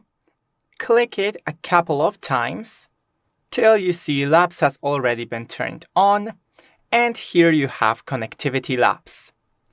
Open it, and here we have some amazing features. For example, daily average Wi-Fi used 9 hours 44 minutes less than yesterday. So here you have every statistic about your Wi-Fi. You have weekly report with time and usage, the band of the Wi-Fi, so 2.4 gigahertz, 5 and 6. Also the Wi-Fi standards, saved networks, home Wi-Fi inspection, auto reconnect to carrier Wi-Fi, and some more features. Also you here can reset all lab settings. That's it. Thanks for watching. Don't forget to leave a like and see you in the next one. In In front of me is Samsung Galaxy A57 and today I would like to show you how you can turn on and use one-handed mode. First of all, go into Settings and scroll all the way down. Now tap on Advanced Features. Select one-handed mode on the left. And use this switcher at the top right corner to activate it. Following that, tap on one of those options to decide which one you want to use to reduce display size with gesture or button. Wherever you decided, when you're ready, you need to follow all of those instructions below the chosen method to enter one-handed mode. So when I double tap the home button, one-handed mode is working properly. If you want to, you can hold this line at the top to move your screen, or tap on this icon on the left or on the right to move it. If you want to scale it, hold one of its top corners and drag it. To go back to standard size screen, tap on blurry area, and to disable one-handed mode completely, use the same no blue switcher. Thanks so much for watching. If you enjoyed this video, leave a like, comment, and subscribe. Bye! In front of me is Samsung Galaxy A57 and today I would like to show you how you can operate apps permissions. You need to open Settings and scroll to tap on Security and Privacy section. When you're done, scroll all the way down to tap on More Privacy Settings and finally Permission Manager. Now, pick one of your device's features you want to manage, like camera, and select an app under one of those categories. Allowed all the time, allowed only while in use, or not allowed. Let's go with Chrome from not allowed one. Now apply one of those options by clicking on the best one for you. In case of my camera, allow only while using the app, ask every time, or don't allow. I want to pick this one, so when I click and go back, Chrome just gained access to my camera while I'm using my browser. If you want to, you can also select any feature, tap on an app you want to manage instead, and then select See All Permissions here in underlined text. Then manage all of those only for chosen app the same way. Thanks so much for watching. If you enjoyed this video, leave a like, comment, and subscribe. Bye! In front of me is Samsung Galaxy A57 and today I would like to show you how you can clone apps. First of all, you need to open Settings and scroll to tap on Advanced Features. Now scroll down to click on Dual Messenger. And firstly, if you want to use separate contact list, click on it. Tap on this switcher at the top right corner to activate it and create your list. To do that, hit Select Contacts. Tap on Add at the top right corner and select all of them. Then hit Done at the top right corner and go back. If you decided you don't want to use it at some point, you will need to click on OK in Use Regular Contacts pop-up, while disabling it and while cloning an app. To clone an app, tap on the switcher next to one of the available ones. Hit Install and wait. If you never used it before, make sure to tap on Confirm. So when I go back to check it out, I can see that Facebook was successfully cloned. To delete this clone, you can either uninstall it like you would any other app, or you can tap on the same Now blue switcher and hit uninstall here. Thanks so much for watching. If you enjoyed this video, leave a like, comment, and subscribe. Bye! Hi, it's HardReset, and today I'll show you how to configure biometric security on Samsung Galaxy A57. So first go into the settings, then lock screen and AOD, lock screen and biometrics. Now draw your pattern or put in your PIN. And here you have fingerprint and face recognition. We'll start with face recognition. Now click continue and register. Now position your face in the frame. Now tilt your head upwards. Once again. And that's it. Now go into fingerprint, add fingerprint, register, and now tap your finger right here. Make sure to cover every angle of your fingertip. When you see the green line fully in the circle, then lift your finger and press once again till you make a full fingerprint to 100%, and one more, and fingerprint added. Now let's try, and it works. Thanks for watching, don't forget to leave a like and see you in the next one. Hi, it's HardReset, and today I'll show you how to configure security privacy settings on Galaxy A57.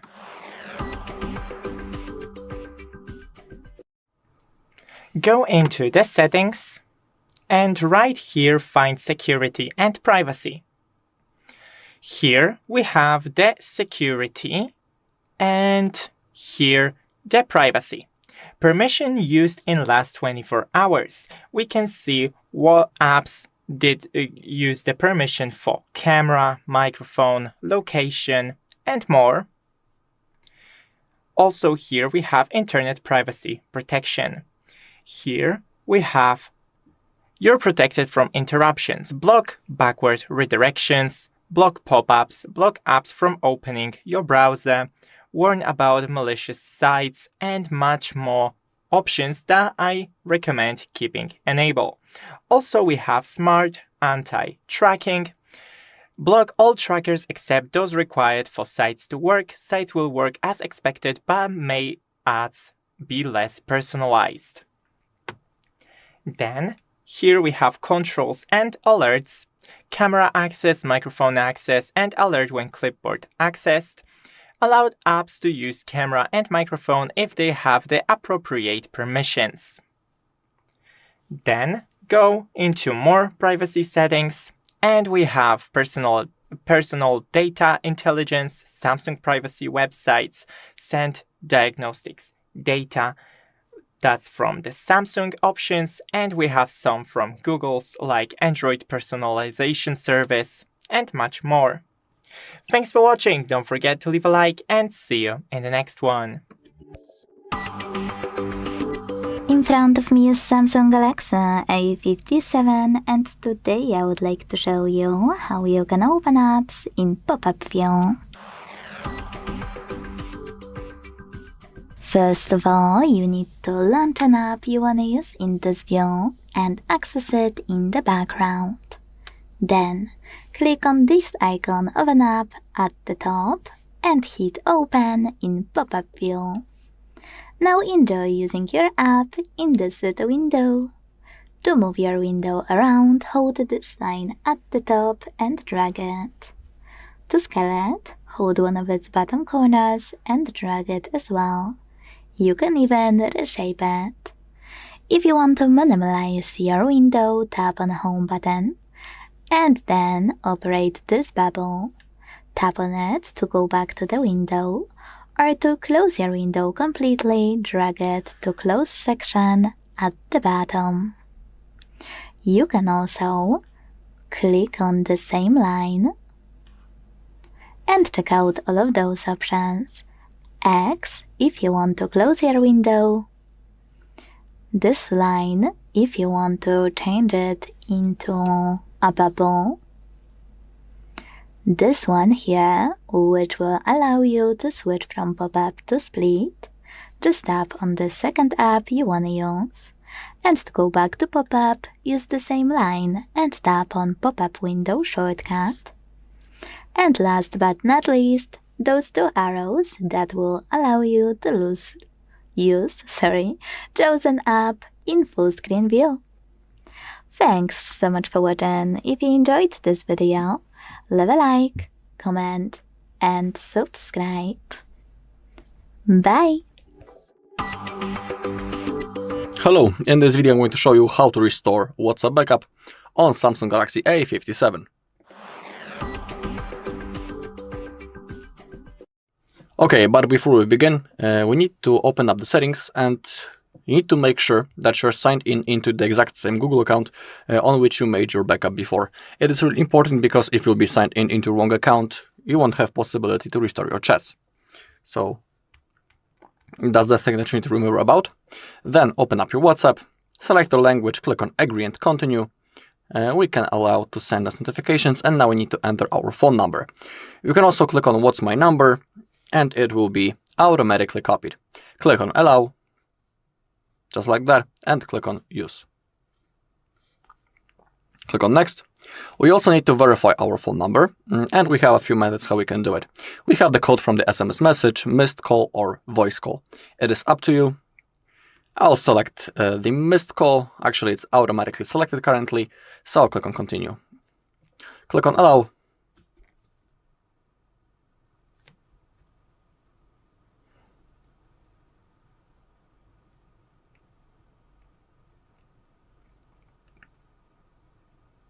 Okay, and it has been verified. Click on Continue, click on Allow for everything that pops out. And now select Restore from Backup. Click on Continue. It is important that you need to do it right now because if you click on Skip, you won't have possibility to do it later. So that is why it's so important to do right now. Okay, click on Next. Type your name and also change the profile photo if you're interested. Click on Next. And as you take a look, everything has been successfully restored, including videos, photos, and of course, normal messages.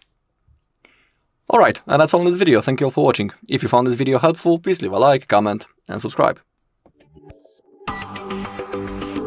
Hello guys, today I've got the Samsung Galaxy A57 and I'm going to show you how you can easily enable the dark mode scheduling in your device. So actually, almost every single thing can be, scheduled in your phone, and so as the dark mode. How to do so? At first, you need to open the settings in your device and scroll down to the display. Here, tap dark. But as you can see, if you tap dark, there are no schedule optimization settings, etc. Tap light and tap dark mode settings. Turn on as scheduled. Tap it, and here we've got sunset to sunrise, based on our location, based on the time that it's in the weather application, or we can set custom schedule. Set schedule, and so that I can show you this, it will be 11:34 if I will manage to click so before the time comes up. 34. Done. Now it's done, and now we can wait I think a few seconds to see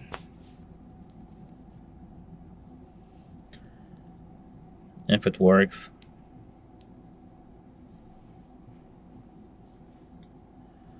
You can wait, we have so much time.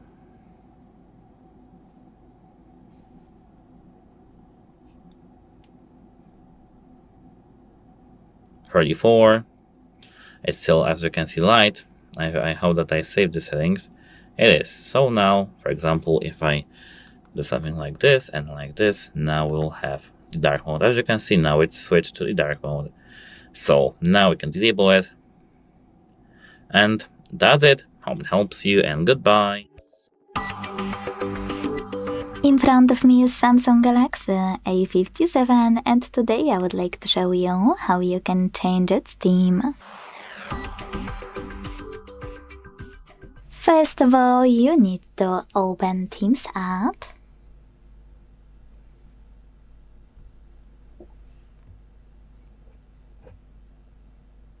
And then hit Themes at the bottom left corner. When you finish, pick one of those. Click on top. Select all to pick one of those options, or click on the search bar and type in whatever you wish. Wherever you decided, when you're ready, click on any theme you want.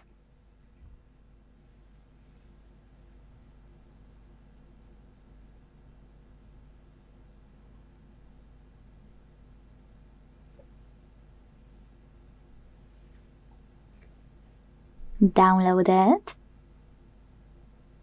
Hit apply. And wait.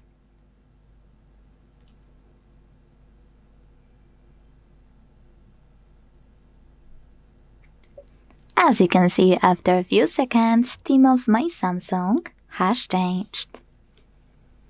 If you wanna, you can go back to your default theme by clicking on Themes app again.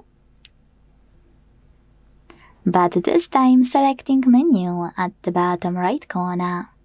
Here you can tap on My Stuff section at the top left one and tap on Themes category. In it, you will not only find all of your downloaded themes, but also your default one. After tapping on it, hit apply. Thanks so much for watching. If you enjoyed this video, leave a like, comment, and subscribe. Bye! In front of me is Samsung Galaxy A57, and today I would like to show you how you can switch on and use voice typing. You need to begin by launching your keyboard and tapping on the microphone at the bottom left corner. If it's not visible, click on the gear icon on your toolbar and scroll to select the voice section available here. Voice input. Now, apply one of those, Samsung or Google. Let's start with Samsung. When you tap on it, you can adjust all of those options and then go back to your keyboard to tap on No Visible Microphone. Make sure to tap on while using the app and then agree.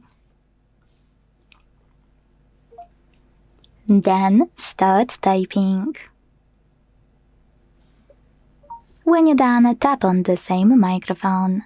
When it's blue, that means that voice typing is on. If you want to use Google One, which is personally my favorite, tap on it, go back and click on the same microphone. Start typing. And when you pause, it will automatically disable. You can manage it thanks to this button.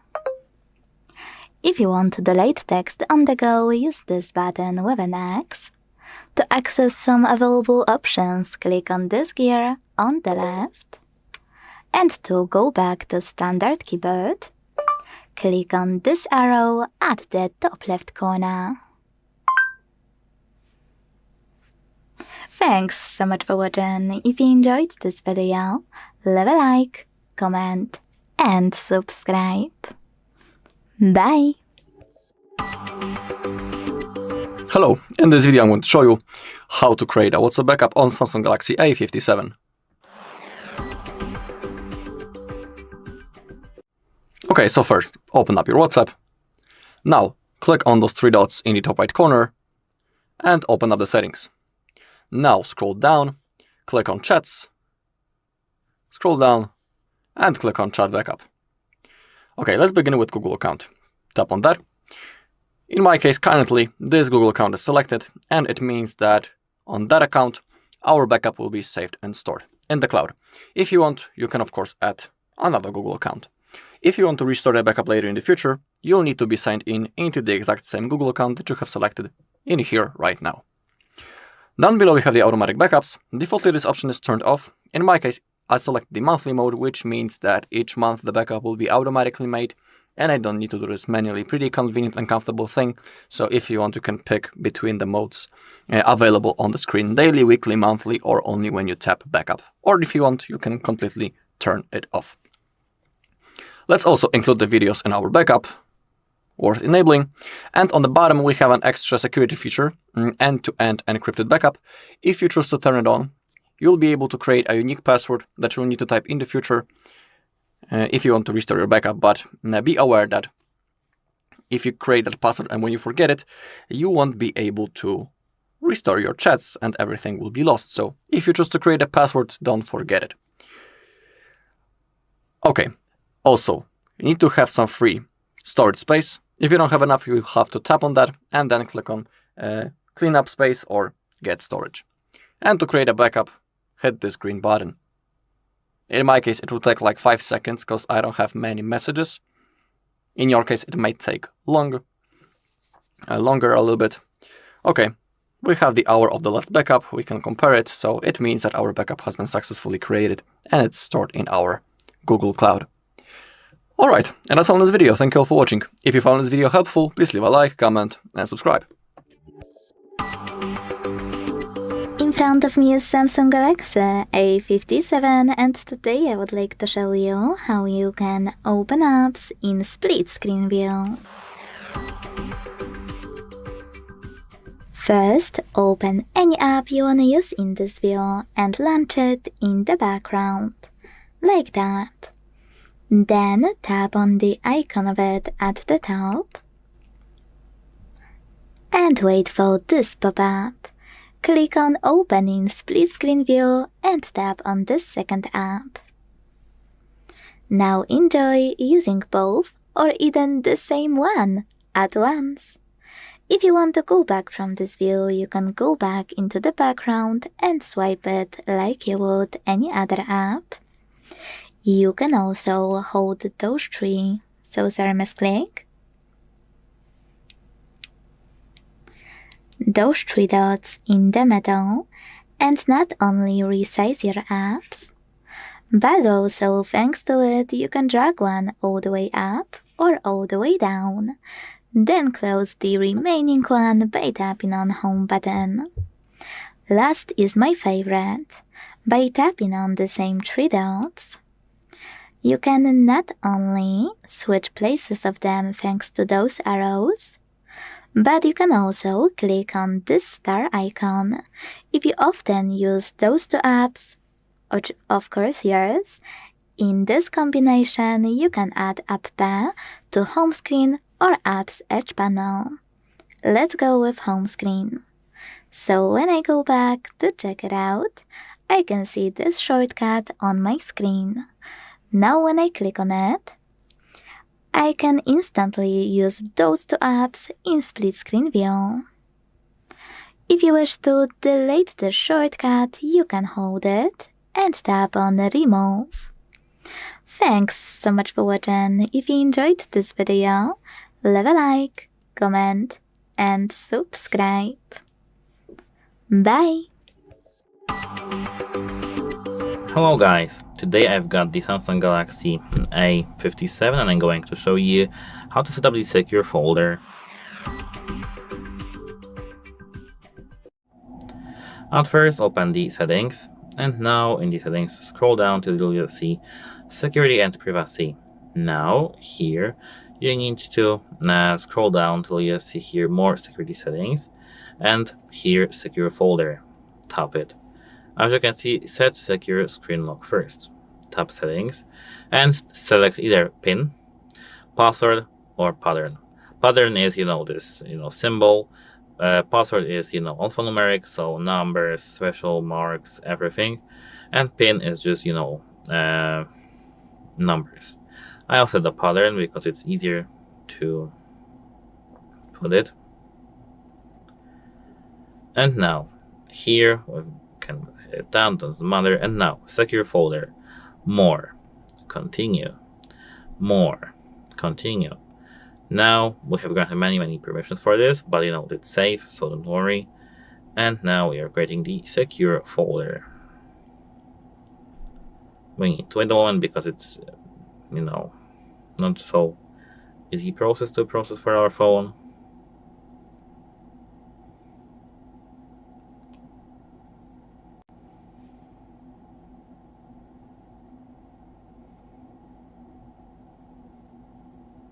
And now, here as you can see, secure folder lock and biometric. Select a lock type to protect your apps and private files.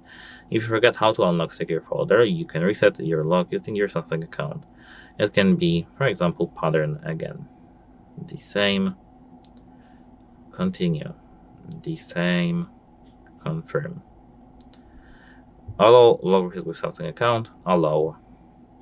Next, and here. Choose what happens when secure folder is locked. Close all apps while locked, or allow background activity while locked.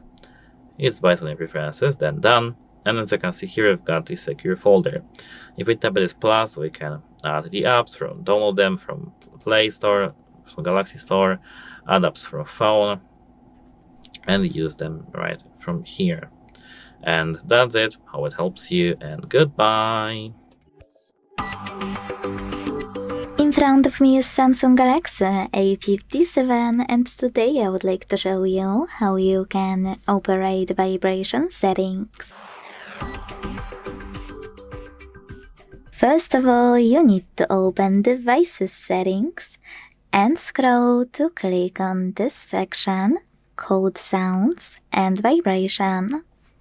Now, you can select Sound on the left and use this switcher next to Vibrate while ringing to enable or disable incoming calls vibrations. You can tap on Vibrate to mute your device fully, leaving only vibrations, or select Mute. This way you will get access to this option called Temporary Mute you can manage thanks to this switcher. If you decided to enable it, tap on Mute Phone and click on one of those options. After this amount of time, your smartphone will switch to the previous mode, and in this case, it can be Vibrate. When you finish with all of those, scroll to tap on Call and Notification Vibration sections. In both of them, you can tap on one of those patterns, adjust intensity of it, or disable vibrations by hitting silent.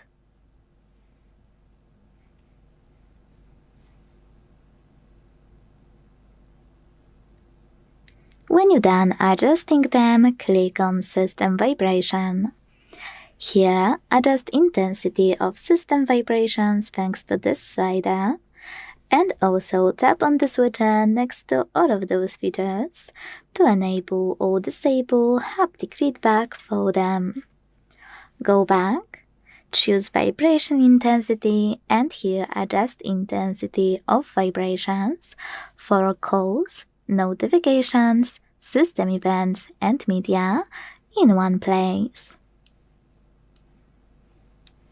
Then use this switcher next to vibration sound for incoming calls to turn it on or switch it off.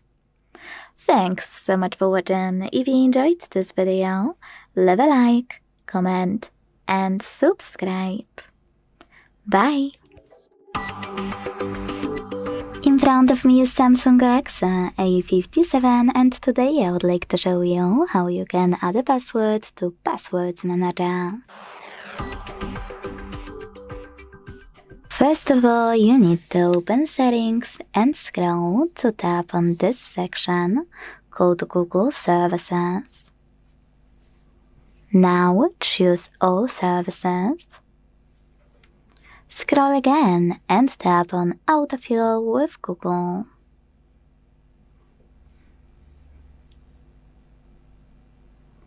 Now scroll one more time to choose Google Password Manager and click on Add Password. If you don't have it, that's because you never added one before and you need at least one to add them manually. So to fix it, hit Settings at the bottom right corner and make sure this switcher next to Offer to save passwords is blue. Then tap on the back button twice and leave Settings opened in the background. Now all you need is to log in into any website or any app that requires an account and wait for the pop-up to show.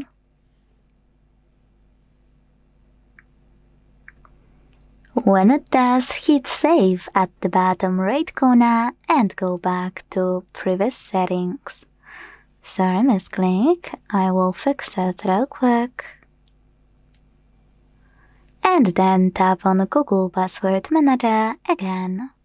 As you can see, my first password was successfully added, and with it, Add Password option appeared. So now we can click on it and add any other password. To do it now, enter any website at the top, or select App section and tap on the chosen one. Then enter your username, email or phone number, password, and even take some helpful notes. Once you're done, hit Save at the top right corner. Thanks so much for watching. If you enjoyed this video, leave a like, comment, and subscribe. Bye! Hello guys! Today I'm going to show you how to manage the files actually in your Samsung Galaxy A57. So how to actually master this file management navigation?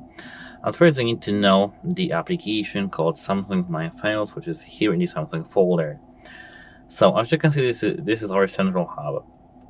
It has both photos, videos, here audio, and docs, documents, and of course here you've got installation files and downloads. Think of it as your phone's file explorer from Windows or from just your PC. Our Finder, of course, on MacBook. So, as you can see, we can just tap on each section over here to get navigated to all our videos or all our installation files or documents or images or audio. So that should be it for it. As you can see here, if you scroll down, we can see the external storage menus like Storage Share, Google Drive, and OneDrive. Here, although in the utilities we have, however, in the utilities we have our storage. We can get to this menu in two ways: Storage menu settings or just, of course, the file manager. But as you can see in the file manager, we can see the internal storage, the charts of it, like how many gigabytes does some file take or something like that. Here we've got recycle bin and use applications that we can delete, etc. So if we, for example, hold our finger on some file, any, we can tap move to move it to some other place, other folder in our phone. If we tap share, we can share it via quick share or to somebody on our phone. Copy, also copy to the same place or a different place. More, as you can see here, we're going to copy to clipboard, details, rename, auto favorites, open new window, open with or add to home screen, and of course delete. And what can I say else about our application is that here we can go to settings and manage all the things apart from the default ones. So, for example, all mobile data usage, show hidden system files, show cloud files in categories, edit home, and here we can edit our home view, select text and images.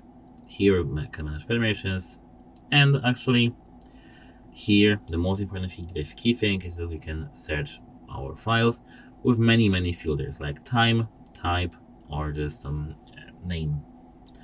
That's it. Hope it helps you, and goodbye. In front of me is Samsung Galaxy A57 and today I would like to show you how you can add audio or video file to text message. Begin by launching Messages app and selecting or creating a chat. Wherever you decided when you're ready to create voice memo within Messages app and add it right away, use this button at the bottom right corner. Then to record, tap on microphone 1 in the middle. Now, you can either tap on Restart to redo your message. You can tap on Middle button again, then listen to it here and decide if you want to restart it or attach it. Or you can tap on Attach instantly and listen to it here. Finally send it when you're ready. If you want to add already existing audio file, use this plus at the bottom left corner and select Files. Now you can click on one of those apps to look for your file, select Audio at the top, or tap on those 3 lines at the top left corner to check out all of those sources and look for your file. Once you find it, tap on it to add it.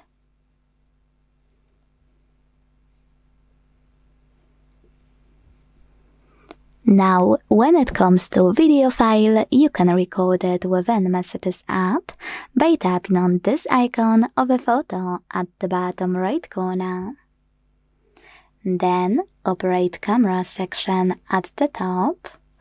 And once you finish recording, your video will be automatically attached to your message. So all you need is to send it. If you wish to send already existing video, tap on the same icon and this time hold this line. Drag it up to access all of your photos and videos. Click on video you wanna attach. Tap on Done at the bottom right corner and send it. Thanks so much for watching. If you enjoyed this video, leave a like, comment and subscribe. Bye! Hello guys, today I've got the Samsung Galaxy A57 and I'm going to show you how to set up the NFC payments. So at first you need to find the application on your phone, either Google Wallet or Samsung Wallet. I actually prefer the Samsung Wallet, so we'll begin with the Samsung Wallet. I'll just show you the Samsung Wallet. So it's right here. This is the wallet. Open it. Now we need to set it up. Here, get started with Samsung Wallet Poland. This is my region, of course, so we can tap get started over here. And here we need to tap continue. We can tap allow, but notifications are necessary. And now we need to verify ourselves. So I will just do this with my email address. This is this email.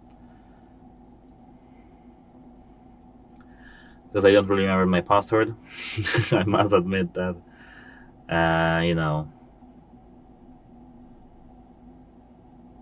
Wait a moment, where is this email? Okay, it's here. So let me tap to verify myself, and now we are here. So we need to allow for making the phone calls. And now here the verification method. We can use our fingerprint or our PIN instead. We can use a PIN, and now we need to enter the 4-digit PIN. As you can see, I wanted to show you this 1234 because PIN can't be 4 numbers in order, such as 1234 or 9876. So let me, for example, use 2580. 2580.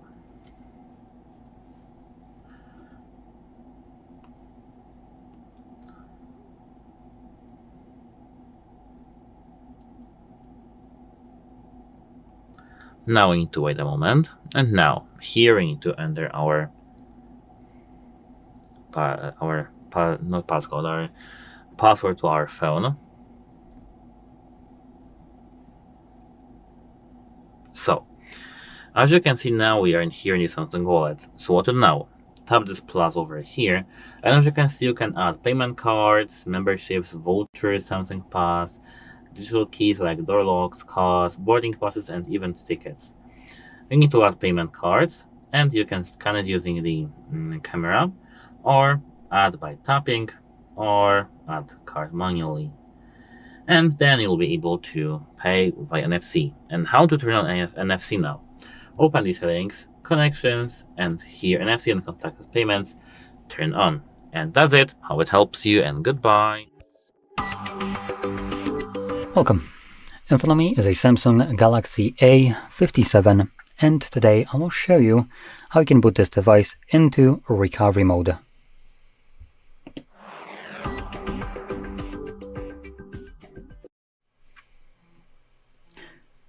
Now, I do want to quickly mention, before I waste your time, in recovery mode you can only reset your device. There is nothing else other than two different ways of leaving that mode, as Samsung has completely locked down their system. There is no bootloader, download mode, no nothing, and recovery mode has a factory reset only.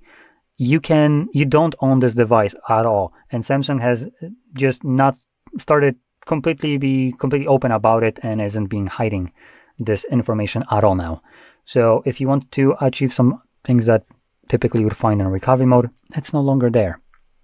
Now, in any case, to access recovery mode for people that are still interested in this, you'll need a cable, and you just want to actually have it handy at the moment. Next, on your device, just turn it off. So click on the power button right here, choose power off.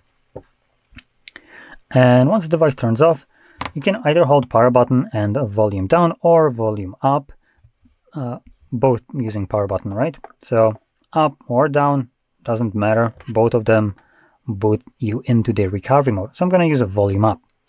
So power, volume up, plug it in. And when you have the Galaxy, you can let go of the power button. And in a moment, you should have the piss-poor, pitiful excuse of a recovery mode.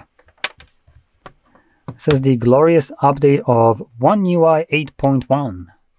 The 0.1 basically didn't add shit, it just removed it, which is very apparent right here, where we have reboot system now, wipe data, factory reset, and power off. It's nothing else.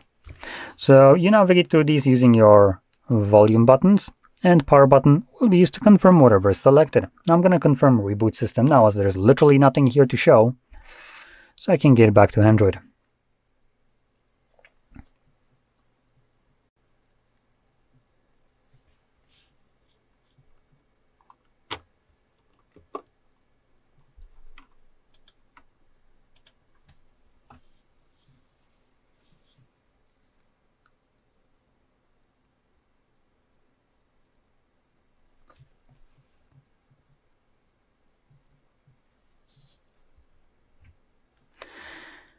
And as you can see, we're back in Android. So, if you found this very helpful, don't forget to hit like, subscribe, and thanks for watching. Hello guys, today we're going to go through the notification settings in your Samsung Galaxy A57.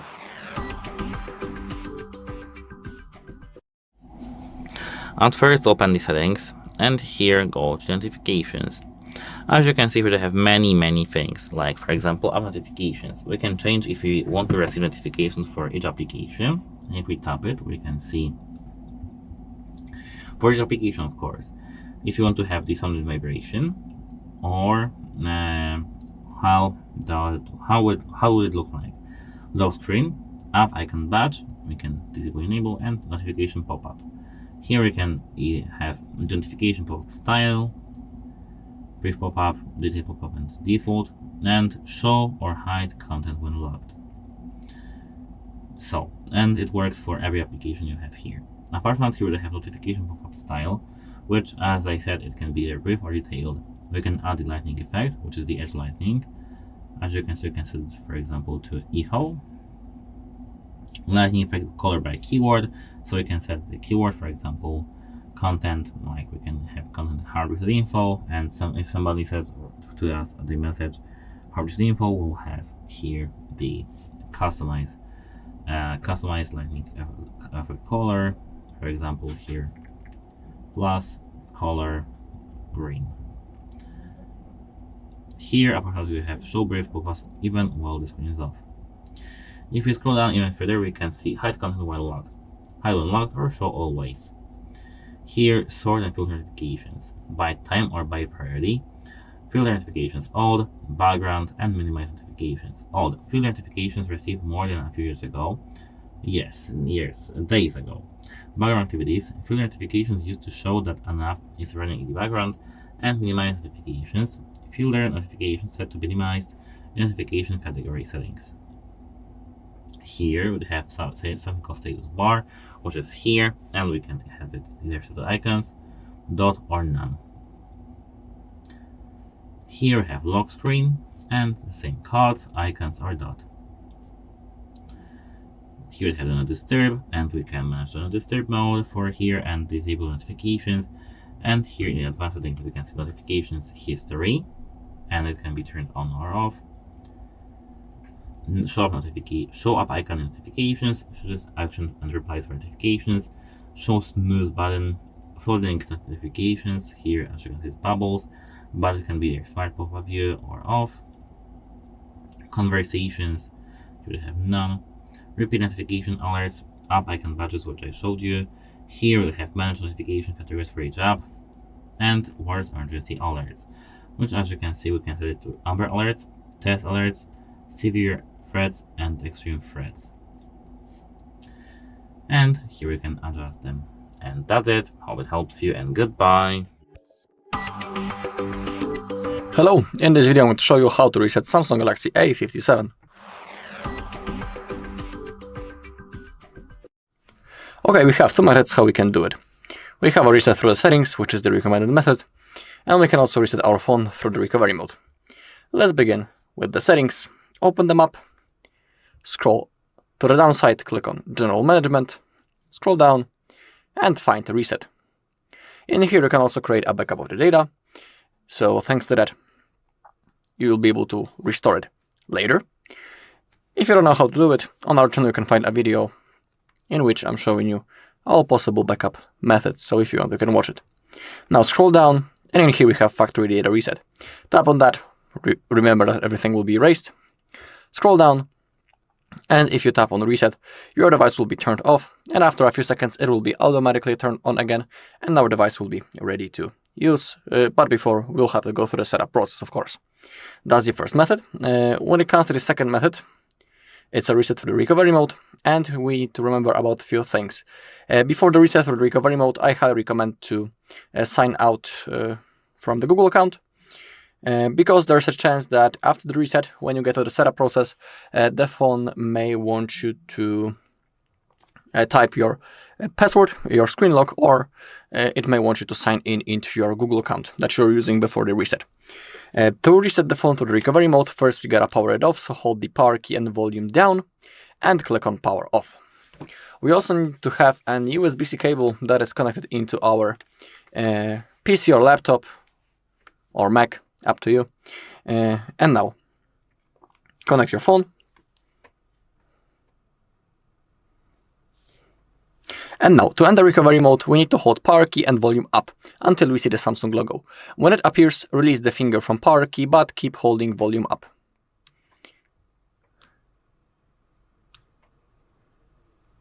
Keep holding. And now release the finger from power key, but keep holding volume up.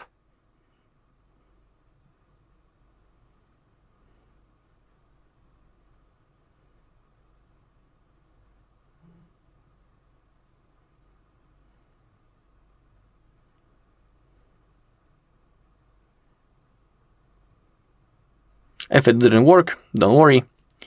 You can hold power and volume down, wait until the screen turns off, and then start holding power key and volume up.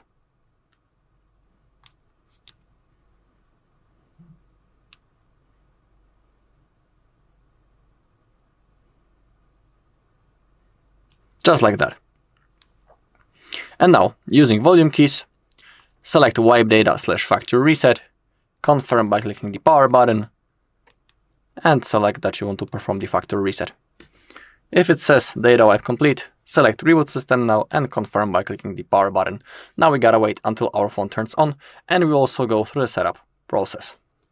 You can unplug the cable, and now wait until your phone turns on. Alright, that's all in this video. Thank you all for watching. If you found this video helpful, please leave a like, comment and subscribe.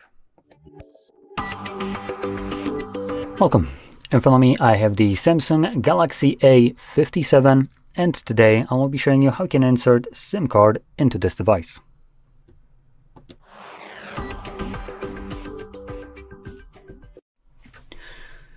Now, even though the video is labeled SIM and SD card potentially, I don't really have control over that, so I'll clarify that right now. There is no SD card support in this device.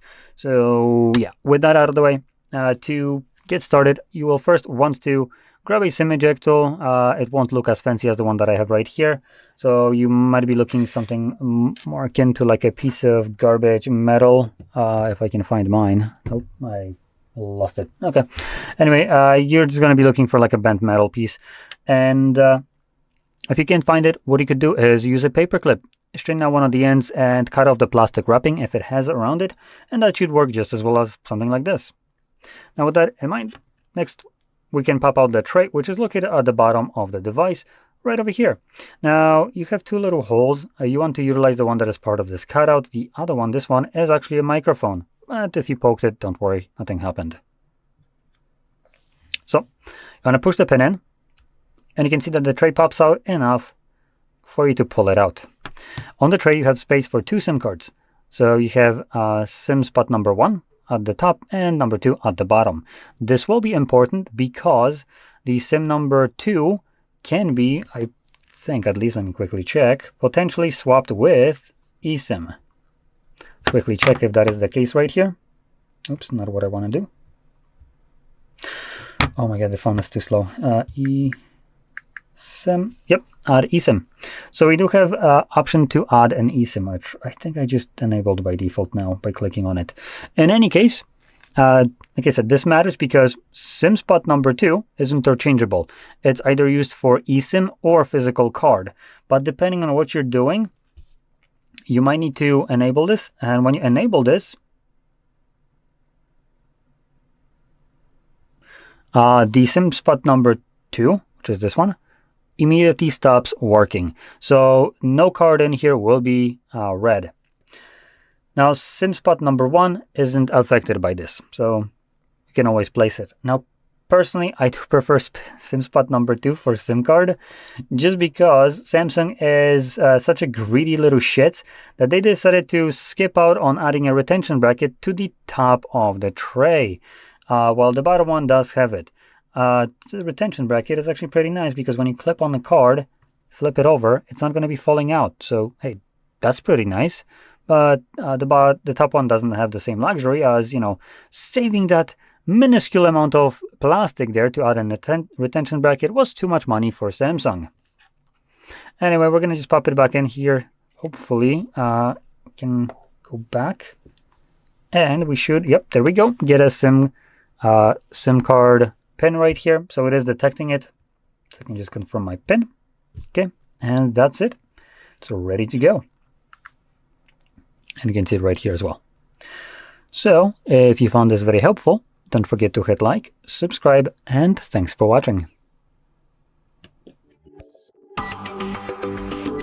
Hello, in this video I'm going to show you how to create a backup of your data on Samsung Galaxy A57. Okay, to create a backup, we gotta open up the settings, and we can begin with Samsung Cloud Backup. If you want to use this method, you need to be signed in into your Samsung account.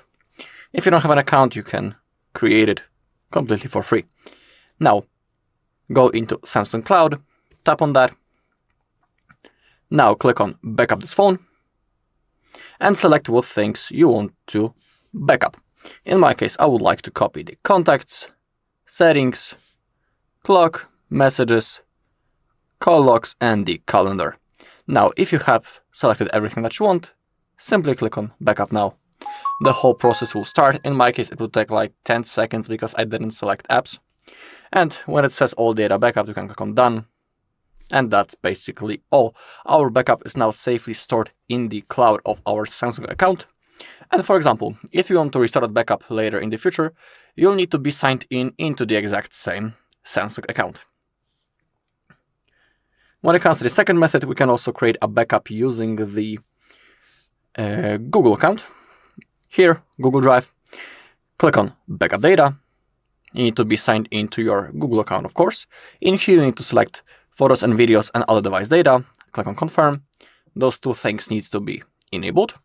If you click on Other Device Data, in here you can take a look into which Google account you're currently signed into. And just like with the Samsung account, if you want to restore the backup later in the future, you'll need to be signed in into the exact same Google account. To create a backup, hit this green button. Also need to confirm by drawing the screen lock, and the whole process will begin. Okay, in here, as you take a look, a small circle has appeared, and it's slowly fulfilling. When it disappears, it means that our backup has been successfully created. We'll also see a notification on the bottom of the screen. It might take a little bit, so I'm about to speed up the video.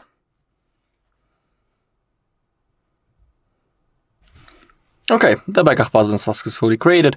We can see it on the other device data that it has been created 0 minutes ago. If you tap on that, you can also see what things has been backupped. Okay, let's go back, and we can also create a backup and copy it into our external storage drive. Click on More and Continue, More and Allow. Now you can insert an SD card or connect a USB storage device. I'm about to use the USB storage, so I gotta connect it.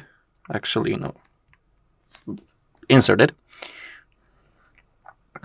Okay, I'll select backup to USB storage. It will scan for the data to backup. We gotta wait a little bit. And now in here you can select what things you want to copy. You can select everything. You can also see the estimated time. That will take about 17 minutes. You can also select just calls, contacts, and messages. And if you click on Custom, you'll be able to manually select what things you want to copy. I'll select only contacts and messages, then click on Next. To start the process, click on OK. It won't take long. In my case, of course. It depends on what you're copying.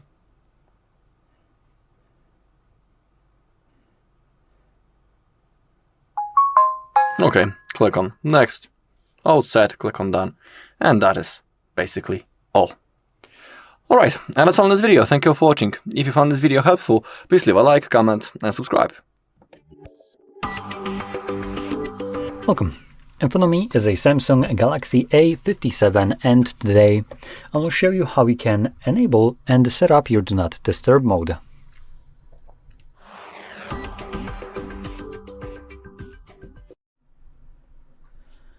So to get started, you'll want to swipe down from the top right side of your screen, which should bring down your toggles. Now this could potentially be changed by you, but by default there is a separation between toggles and notifications, so that's why you want to do it from the right side. Now once you have this pulled down, in this area I want to swipe down again, and this will extend the list of visible toggles, hopefully revealing the Do Not Disturb mode, which it definitely didn't do for me. So in this case, we will need to, actually no, we don't need to add it. It's actually added by default, but it's called not Do Not Disturb mode. It's called Modes. And it's missing from here. Let's actually see. Now, if we don't see this, we can definitely add it by clicking on Edit. I'm going to quickly see that.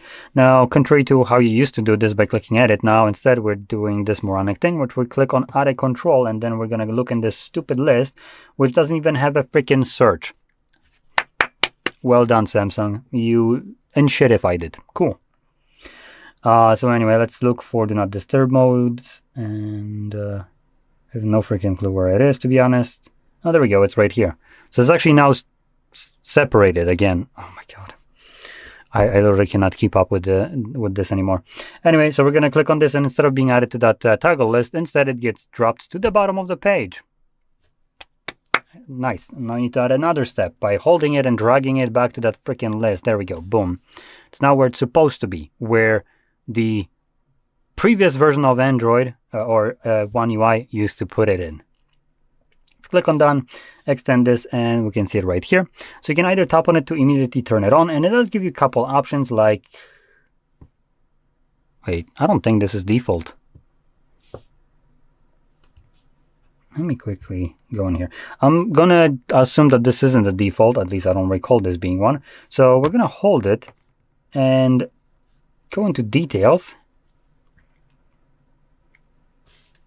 So typically in here, where it says for how long, until turn off would be selected by default.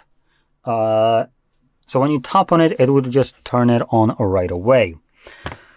So while you're in here, you can change it to whatever you want. You can select the option that I had right here, ask every time. Or for instance, you can also select it to a specific timer, meaning let's just select something like 4 hours. So after 4 hours, every time we tap on it, it will automatically turn it off, which is a pretty nice option. And I personally like this one more. Now, continuing further down, we have schedules right here. So we have one called Sleeping that is pre-made, starts at 10 p.m. ends at 7 a.m., runs every single day of the week. If you want to use it, edit it, you can click on it to edit. And you can toggle it on in here. And you can obviously create new ones and set different times for it and also have them run as well.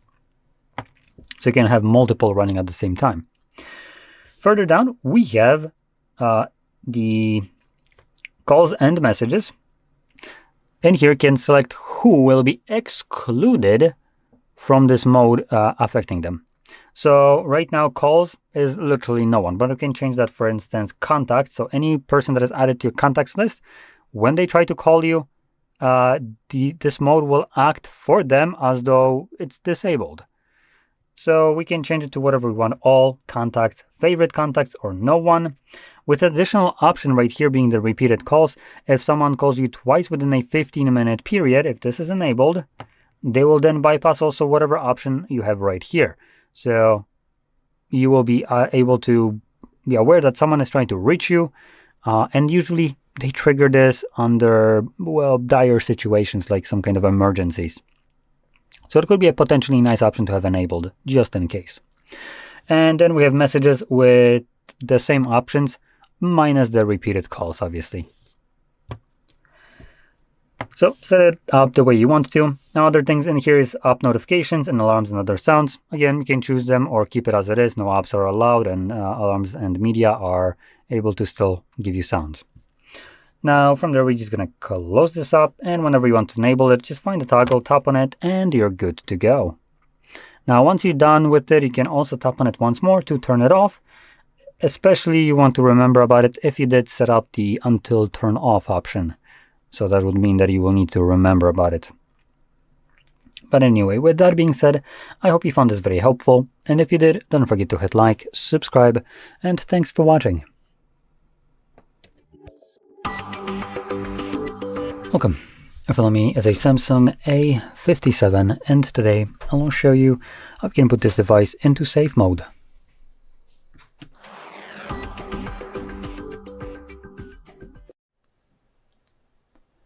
So, to get started, you will first want to swipe down from the top of your screen, and this will reveal the power button right here. Now, if you do have a divide between notifications and toggles, make sure you do it from the right side.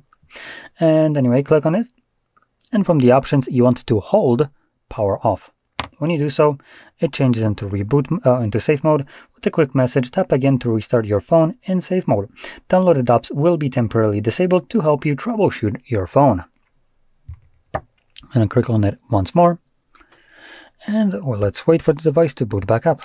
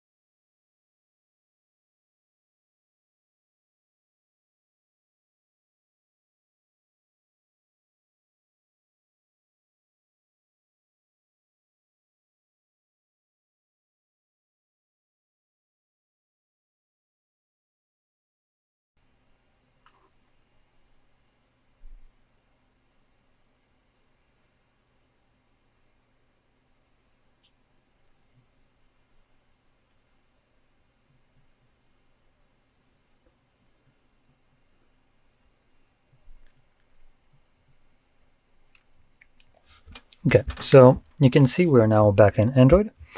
We do have this safe watermark right here, safe mode, to let us know that we're in the desired mode. And while we're in this mode, a lot of the applications that are on Samsung will not work. So these, for the most part, are primarily default applications, and you can see there is a heap of them that will not work, including ones that you would expect to not be affected, like camera, clock, calendar, calculator, and notes, and so on. So any application that is kind of grayed out like this one, or not grayed out, but like just dimmer compared to the other ones, will be the applications that will not work in this mode. And the applications that are affected by this are applications that have been not part of the default Android system. Now, reason why there is so many Samsung applications like clock, camera, and so on affected by this is because Samsung forces you to connect to network while you're going through the setup process. And while you do so, it then begins downloading these applications in the background while you're setting up your phone. Therefore, they are not part of the default apps that are part of Android system. They are ones that are downloaded afterwards. Now, the reason for applications being kind of turned off like so in this mode is if you ever create some kind of application, because let's say you're an app developer and that application is completely broken and prevents you from using the device correctly, you can boot it into safe mode, and from here you can troubleshoot it, can try to fix it or completely delete it or whatever, as this application cannot do anything in this mode. Now, when you're done troubleshooting your phone and you want to go back to the normal mode, swipe down from the top right side again, click on the power button once more, but this time around you're going to select restart.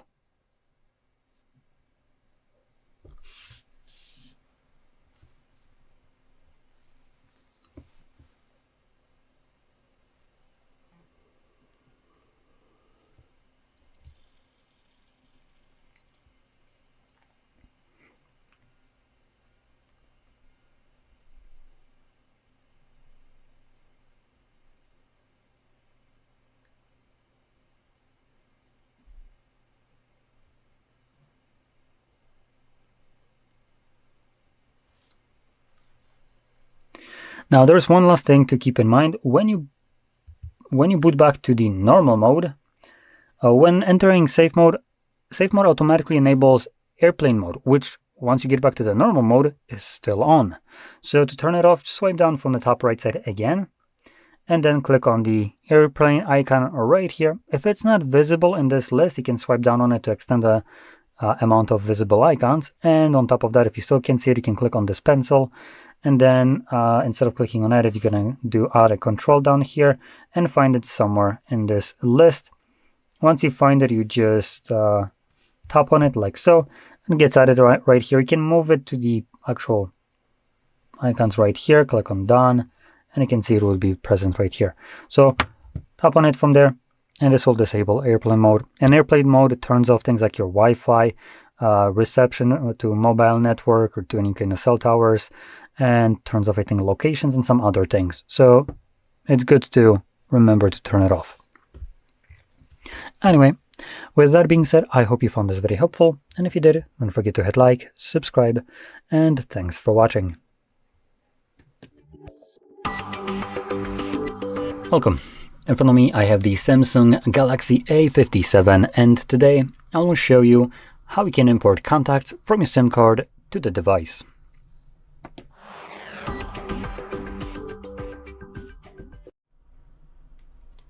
So to get started, you will want to open up your Contacts application. We have one right here. Now this one is actually from Samsung. Potentially you could also have one from Google, although I don't think I have it here, assuming you downloaded it yourself. But I'm going to be using the one from Samsung. And I will generally recommend to do that as well, as this one isn't as intrusive as the one from Google. Google really wants your data or data of your friends without them needing to consent to sharing that data, which I generally find a problem with it. So having one that isn't made by Google is a plus in my book. So in here, we just want to click on these three dots, and then we're going to select Settings. In settings, choose import contacts, and then you can, we do need to allow notifications for moronic reason. I don't know why Samsung requires you. If you don't, well, you ain't importing contacts. This is just a middle finger from Samsung to you in general, because there's no reason why contacts application should be ever even able or allowed to send you notifications. There's no reason for this application to send you notifications. So unfortunately, we do need to allow this, which I just generally have a problem with. Again, similar to like Google Contacts having some stupidity. Samsung isn't perfect either. But once we import contacts, we can remove that permission as well, which I will be showing actually at the end. From here, you can select where you want to import contacts from. For me, that will be the SIM card. This will automatically then show you all the contacts that are located on your SIM card, and we can quickly choose all of them by clicking right here on all. Now, if you don't want all contacts, you can click on them individually to uncheck certain ones that you don't want. I'm going to keep all, and then select Done. This will then give you the option where you want to import your contacts to, and we have two options, phone and Google. Now, the reason why I like Samsung contacts over Google one is because when you're choosing where to import contacts to, Samsung application here isn't trying to hide away the phone, so you only see Google or Samsung option, right? It's automatically showing you all the options, and you can choose freely whichever one you want. And it's not trying to, you know, manipulate you into going with Google. You can, if you want to, but you don't have to, and you're not kind of trying to be tricked into doing it, which is, in my opinion, the best kind of part of it. You're not being tricked into it. I will still be recommending to import your contacts to the phone instead of Google or Samsung account, as the contacts that you're importing are not necessarily your contacts. You don't own them, really. It's the contacts of your friends and family. And some of your friends or family might not want to have Google or Samsung access to all their information. And when you import some of these contacts, let's do that right now. Import. When we go into our contacts list to edit these contacts, let's see.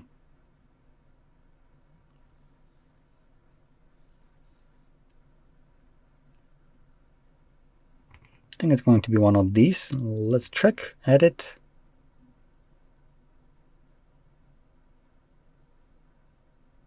That's not it. That's, I think, on the Google account. Now, it doesn't really matter. This is account or number or phone numbers balance in a way in terms of how much like funds it has. But in any case, we can select edit right here, and in whichever option you choose, either Google, Samsung, or the device, you'll have all these options. But when importing contacts to the cloud, which would be either Google or Samsung, either one of these companies, whichever one you chose, would have all the information that you'd fill up in here, which I personally do fill out some of these information on my devices.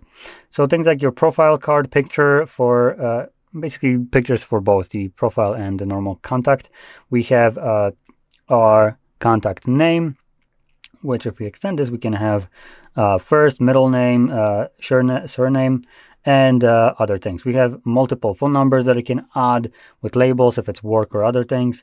We have email address, general address where they live as well, along with some other things like websites, relationship, notes, and so on. So there is a lot of personal information that you would be sharing with Google or Samsung without the person this actual information belongs to consenting to, which generally I find a problem because it's circumventing their consent by getting it from you. So that's why I constantly urge people to import contacts to the phone instead. And for people that are trying to use cloud backup because they want to have their contacts automatically appear on other devices for the ease of kind of import and whatever, what you could potentially do is basically download a application from Play Store that will allow you to create a backup of your contacts, ones that are like right here with all the filled out information, and it will create, if I remember correctly, a VCF file. That VCF file can be emailed to yourself, for instance, as an attachment, or just moved to a USB stick or anything else and moved to another device where you can just click on it to to get these contacts with all the other information, including photos, cover photos, birthdays, and everything else. So it kind of removes the need to have it cloud stored for this. So in any case, that basically sums up the video. So if you found this very helpful, don't forget to hit like, subscribe, and thanks for watching. Welcome. In front of me is a Samsung Galaxy A57, and today I will show you how you can enable your power saving mode on this device.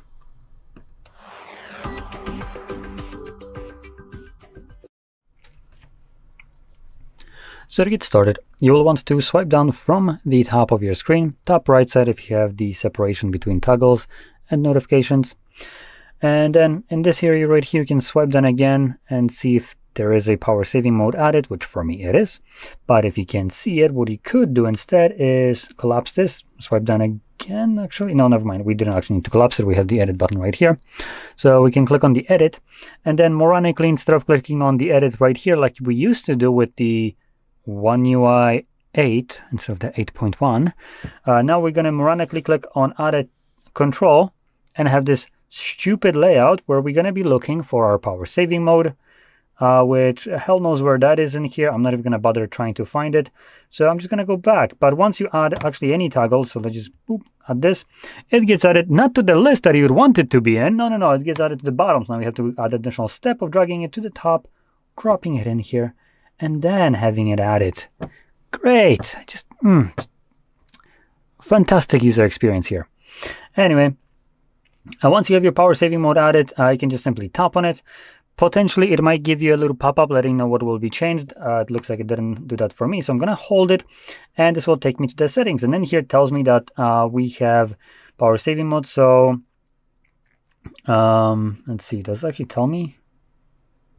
Oh, so we have this right here. So limits background network usage, syncing, and location checking. You can also add additional limits. Again, another moronic thing. You have power saving mode and then you call it standard. What the hell are we doing here? Now, if we go in here, you can see what kind of effects are being done. So we have CPU limited to 70%, turn off always on display, decrease brightness by 10%, motion smoothness set to 60, dark mode enabled, and screen timeout to 30 seconds. You can obviously disable any one of these that you don't want. I'm going to keep it as it is. And the second option right here is the maximum. Again, contrary to the name, this would refer to the maximum power saving mode, sort of like maximum performance. And this, you can see, removes things like your wallpaper right here. It basically completely kills off a bunch of applications. You can see browser, gallery, Chrome is terminated, photo applications terminated, and everything here other than the clock is as well. Now, I believe we can open it up. Yep, you can tap on it and it will allow you to unsuspend temporarily the application so you can use it. But other than that, that application is suspended and any other application are suspended as well.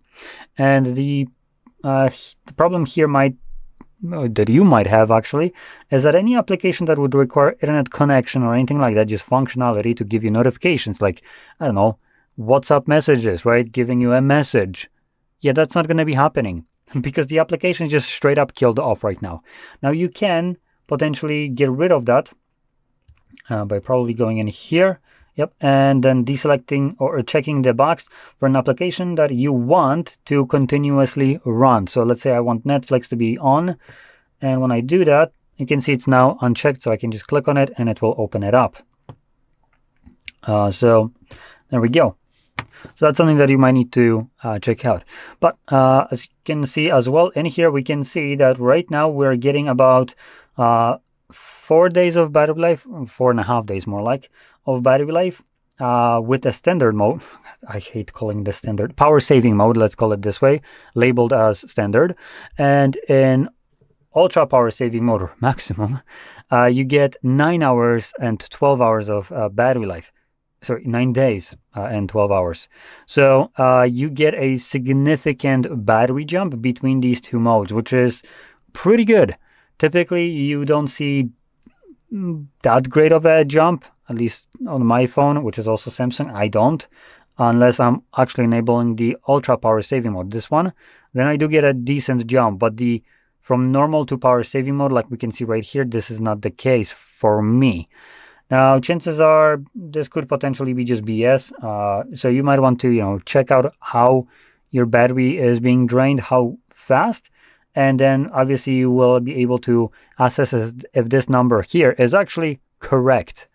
And one more thing to keep in mind, if I max out the brightness, let's just quickly do that.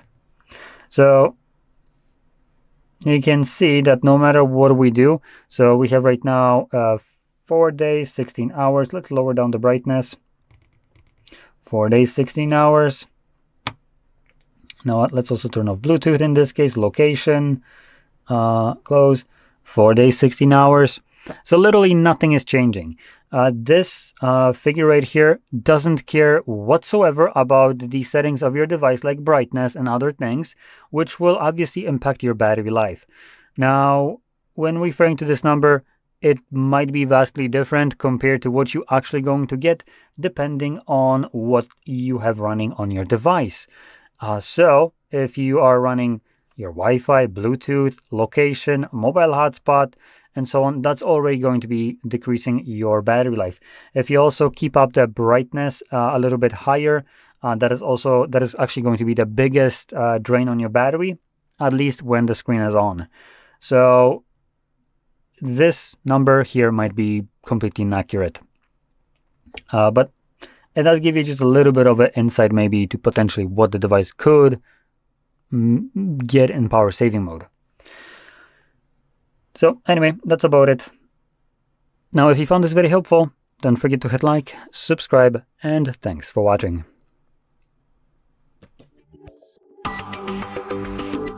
Welcome. In front of me is a Samsung Galaxy A57, and today I will show you how you can capture a screenshot on this device.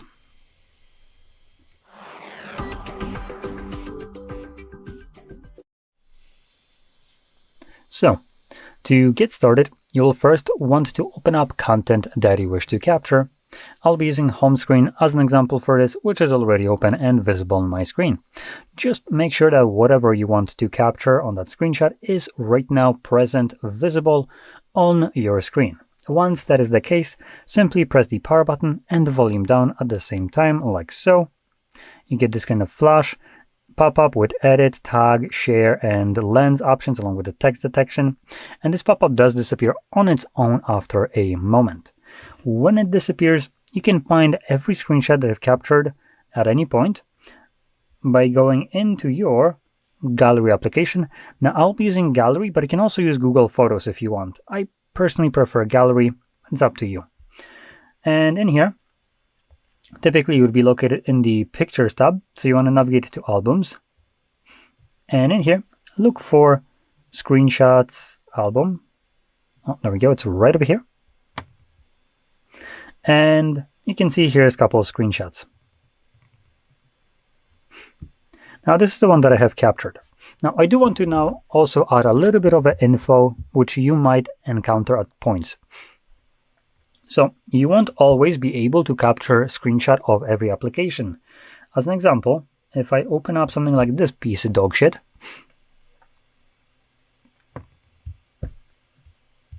and you literally have internet connection. What is your problem? Okay, let's look for other one then. I think I should have Netflix on here. I guess I don't.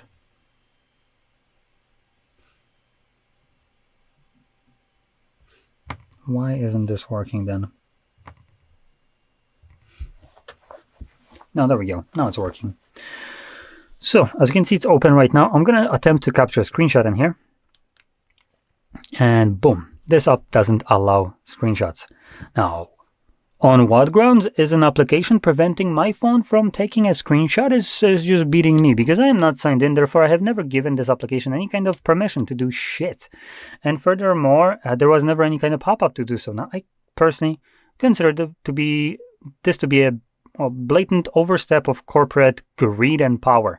What they're trying to do is basically use you as a tool to stop piracy, at least on your device. Now, why should you care? is my question. Why would you give a single fuck about this when you're the one paying usually? Because this isn't the only application. Things like Netflix, Hulu, and other crappy service places like this will do the same thing. So I don't think you should be responsible for this, especially when you're the one paying them. It's not your job. You're not getting paid for this. And the service is surely not free, like, I mean, this one is, but Netflix, for instance, is not. So what you can do instead, this will be more for screenshots, better when it comes on to, like, you know, TV shows and movies, so Netflix and other ones like that. So what you can do when you try to capture any kind of content like this is there's two things you can do. One, which I can willy-nilly just tell you what to do, because this is completely a legal application, which is this one, Streamio.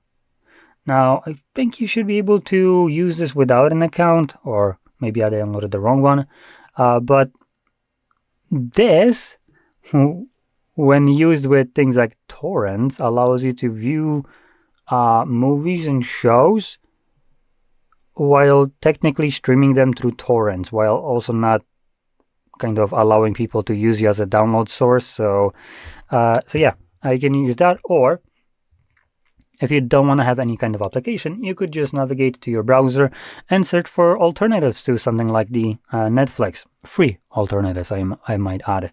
So I used to show a site called pstream.mov, but that application or site no longer functions. It's been taken down potentially because I was showing this, or it could have been just coincidence. No matter what, this app isn't no longer available.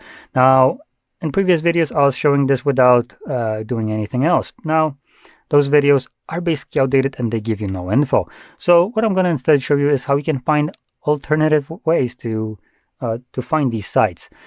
So even when one goes down, you can then look for another one. So you can do something like Netflix in here, or anything else, and then add alternatives. If you're using a paid platforms, maybe add free alternatives specifically.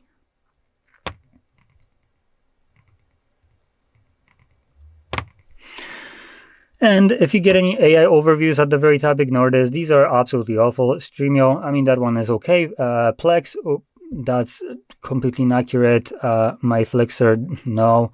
Whatever this garbage is, I also checked it out. It's awful. Most of them either require you to have your own content, an account, or subscription, which in no shape or form is even useful. But what Reddit usually offers is the useful things. So let's open it up, and hey, look at that. There's a list of places we can go to view this kind of content, which some of them are, well, all of them here are just alternatives to pstream that potentially still function. Now, depending on how you search for it, you will find different links to different sites, and all of them offer the same thing, movies and shows from every single platform. And because it's running to a browser, browser doesn't block screenshots. So you can do whatever you want, capture a screenshot and share it. And as a paying customers of something like Netflix, I believe you are in your damn goddamn right to capture any kind of screenshot that you please. You're paying for this. And sharing a screenshot is not piracy. And furthermore, even recording it up to a certain point is not piracy, as you do have this thing called fair use. So you should be fine. In any case, if you found this very helpful, don't forget to hit like, subscribe, and thanks for watching. Welcome. In front of me is a Samsung A57, and today I will show you how you can hard reset your device through recovery mode.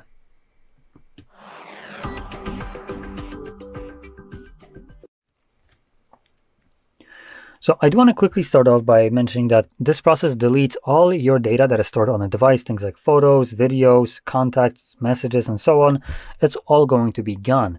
Now, typically I would be saying that you can do this kind of reset in order to get rid of a screen lock, if you have one that said that you don't know, but on Samsung's, I don't think this is the case. I'm going to try to do it and we'll see. But if I remember correctly, Samsung won't let me boot into recovery mode unless I turn it off through their own legit way that they want me to. If I do it through any kind of other way, it won't let me boot into recovery mode. At least that's how I remember it, but we'll see. Now, that being said, because all your data will be removed, if you can unlock your device, then you can also back up your data beforehand. If there is anything that you'd like to keep, photos, videos, contacts, messages, so on, do make a backup of it by just going to your, I mean, you can do it in a couple different ways, but go to settings, and in here we can go to accounts and backups and select backup data, and you have two different ways of backing up your device. So actually here we have the Google Drive backup, and we also have the Samsung one. You can utilize whichever one you want. I personally dislike Google specifically just because Google doesn't actually back up most of this data, and the one that it backs up is the like very low storage taking one, like messages, contacts, and so on. And it's also ones that they sell and make profit off of. So they sell off your personality to, or personal information to basically make, again, another record-breaking profit, but then they give you 15 gigabytes for photos and videos, which they also benefit. But when you want to back up the applications, only if they came from Play Store will you be able to. And if this application is no longer available in Play Store, you cannot restore it because they never backed it up. So that's a bit of a L for a backup. And Samsung one, potentially when you're creating a Samsung backup, I think it locks you into Samsung devices to be able to restore it. I could be wrong about this. I have never actually tested it out. But if you're planning to, just check it out beforehand. Now, what you could do instead is create migrate your device data to another device, either old or new one, depending on your circumstances. And depending on what device you have, you just use the application for it. So if you have old Samsung, or maybe you got a new Samsung, you could use Smart Switch, which is the application that Samsung offers, which is not available right here. So let me just kind of bear with me. I'm going to try to close every garbage on my phone. There we go. So you have Smart Switch like this one right here. You can open it up. It's a default Samsung application. And I could select that this is a new phone. Let's see, that this would be a new phone. And on this one, I would open up the same application once you have internet to download it. And I would select that this is an old device, and it would allow me to then connect these two phones together and then move over the data from this one to the new one. I can also do this with an old one, but keep in mind, if you have other brand of phone, maybe not Samsung, but let's say Xiaomi, you need to download the application of the phone that you're moving the data to. So if you, like I said, if it's Xiaomi, then you'd be downloading the Mi Mover on here and opening up Mi Mover that is already provided with the Xiaomi device on the device, and then the process is about the same. It's just a different name for an application from a different manufacturer, but it does the same exact thing. These manufacturers make their own version of these applications to help you move to their brand of devices and in between their brands, but not away from it.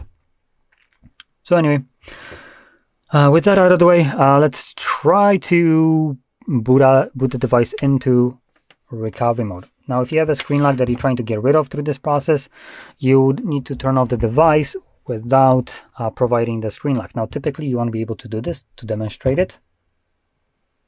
If I try to turn it off, it tells me to confirm my screen lock. So instead, what I'm going to do is hold power button and volume down, which forces the device to reboot. You want to grab a cable and plug it in. Connect it to your computer too. The phone will turn off, and once it starts booting up, gets Galaxy, let go of the power button. Now this should boot us into the recovery mode if it actually allows us to, but I don't think it will without actually providing the screen lock. Yep, it's booting up normally. So I'm going to unplug it. So instead we do need to just straight up turn it off normally by providing the piece of shit screen lock. Because God forbid Android would work like Android intended to work. No, it needs to work like Samsung wants it to. So once we turn it off in a legit way, instead of the actual power and volume down to forcibly reset the device, now we can actually boot it into this mode by holding power button, volume down, plug it in, and again let go of the power button. Come on. Once you have the Galaxy logo.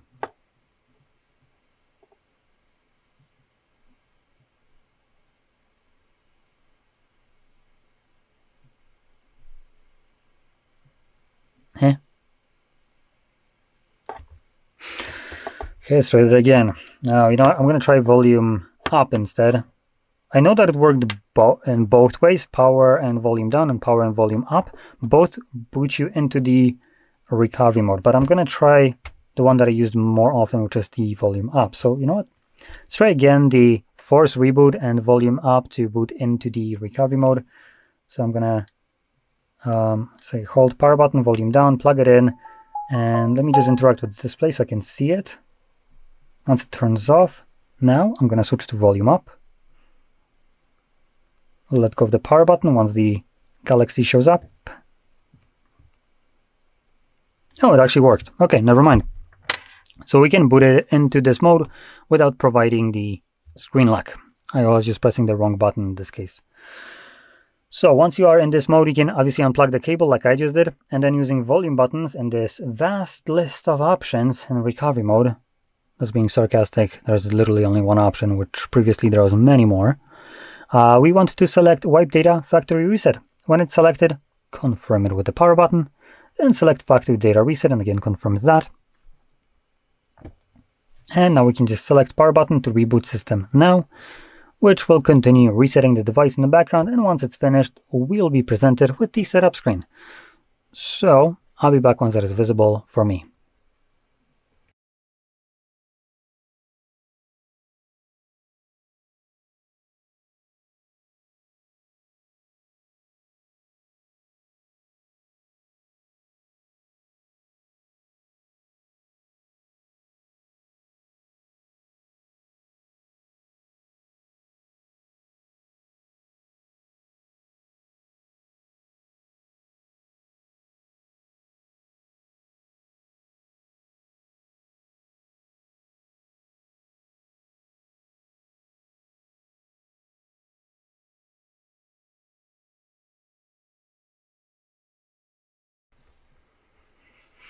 And as you can see, the reset is now finished, and you can set up your phone however you like.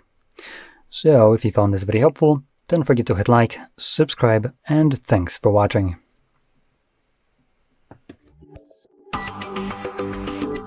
Welcome. In front of me I have the Samsung Galaxy A57, and today I will show you how you can hard reset this device through settings.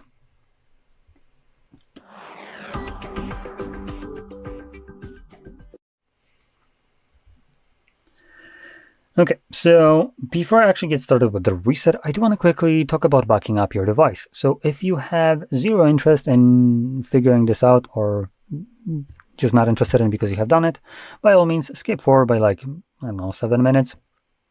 But if you do care and you want to back up your data, then, well, here it comes.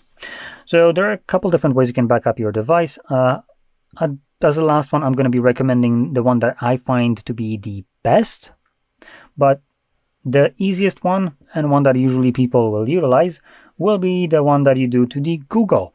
As if you open up any kind of Google application, like, there we go, Photos, you get typically this garbage. And if you give it a moment, it gets you this let's go, which is not let's go to your Photos app, it's let's go to back up your data so Google can just steal it. Now this is deliberately showing you this kind of bullshit so you by mistake agree to it, even though you don't want to, which I just genuinely believe in this way that's just theft of data. When something is deliberately designed to confuse you so you do something that you clearly don't want to do, this is not consensual. And I don't personally like it, but chances are, because of this bullshit, you probably agreed to it, just because you wanted to get to the freaking application. So apparently going back doesn't even get rid of this piece of shit. So, no notifications needed, piss off. So in here you can see whatever applications or photos you have typically would be synced, and this kind of logic persists between other Google applications that you might use. So when we go to our settings right here, and under general management, I believe it was, let me just quickly try to find the backup.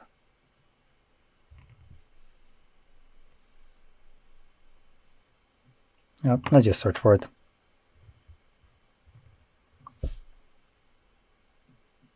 So it's accounts and backups, and we have backup data. Now this is to the Google.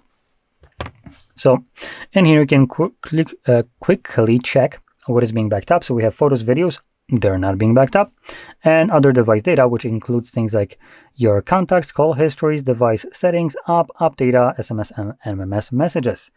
Now, the fact that this is called backup is a lie, because applications here are not being backed up. Google just kind of looks at what's on your phone, like for instance, what we have right here, and you can clearly see a bunch of applications. So we have things like Facebook, Spotify, Gallery. Now Google will look at them and be like, okay, cool. Now wait, hold on a moment. Did Gallery come from Play Store? No? Well, no, we're not backing it up. So in reality, it's not backing up applications that are from outside of Play Store, and that's kind of crappy in itself. And furthermore, applications that did come from Play Store that are supposedly backed up are not, because Google just kind of looks at it, and if the application, let's say Spotify, were generated from Play Store, it just kind of gives itself a little note in that backup that, hey, there was Spotify. Once restored, re-download that application from Play Store. So when you restore your data, it just attempts to download this application from Play Store. If an application is no longer available on Play Store, such as, for instance, Yuzu Emulator, well, then it's not restoring that application, even though this clearly states backup. Now, I might be stupid boomer, but I understand backup as a way of creating a copy of my data, my personal data that is stored on my phone, that I can later on restore, regardless if this piece of shit data is available anywhere else, on Play Store or wherever it originated from. This should not matter in a backup. So for this reason, I absolutely condemn this piece of shit right here, and I would recommend going through different ways. Now, we also have the option to back it up using the Samsung Cloud. Now, both of them are down to the cloud, which I generally dislike, but this is a Samsung. So it actually comes with its own application used for migrating data. And that application is called Smart Switch. And it's a fantastic app. Now you will need to use this application or add one depending on your other device. So you will need to use the application of the phone that you're moving the data towards. So if your other device that you're moving the data to is something like, let's say, Xiaomi, you will need to download Xiaomi's version of what Samsung has as a smart switch. And Xiaomi has an application called Mi Mover. So you download it on this device in this case and use that instead of smart switch. This application is used between Samsung devices. It's Samsung's own application, just like every other company, or not every, but most decent companies have their own application for this. And it's used to help you move to their brand and between their own devices, not away from them. That's why you need to always download the application of the phone that you're moving to. And here, this application will not give you crap that, applications came from not Play Store, that they're no longer available there or anything like that, or maybe your photos and videos like Google Cloud exceeded 15 gigabytes. It doesn't care for that. It allows you to move over everything fast, and it's pretty reliable. I generally recommend using this over any other method. So now with that out of the way, let's move to our settings, as our device at this point with this information should be backed up. And we can navigate all the way to the bottom to General Management. And in General Management, you want to select... Oh, wait, sorry, it's not in General Management. Oh, no, wait, there we go. Reset. So select Reset, and this gets you the option to Factory Data Reset at the very bottom. Click on it, and it will load all the info that will be removed by this process. So we have things like photos, videos, application, music, downloaded or settings, system app data, accounts, which are listed right here, and a bunch of applications that have their data or app data. Now we can completely ignore this as we have already done the backup, but if you haven't, you have the option to use Smart Switch right here to back up your data, which can also be done to a external storage, but I don't know if this won't tie you down to Samsung once you use it anyway to an external storage. So in any case, select Reset. If you have some kind of screen lock, you do need to confirm it, and on top of that, once you do that, if you have a Samsung account specifically, you will also need to sign out of it, which... Do I have it? I think I do, because it wants me to connect to network, and that's for for that specific bullshit reason. So here you go, stupid piece of crap. Present me with a sign out page, because apparently providing my screen lock wasn't enough of a confirmation that I am the damn owner of this device. And truth be told, I have no clue what the password here is, so I need to check this. Great.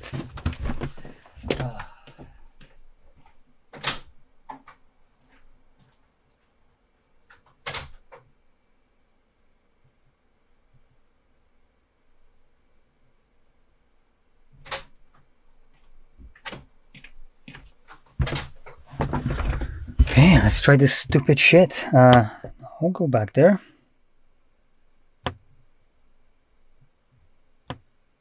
Let me just freaking sign up. There we go. So I'm gonna try to put it in with the hopes that it's correct. Oh, it's not. Fantastic. Wait, let me try it again.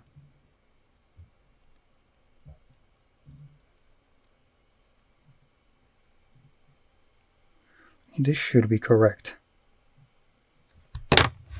Oh, for God's sakes.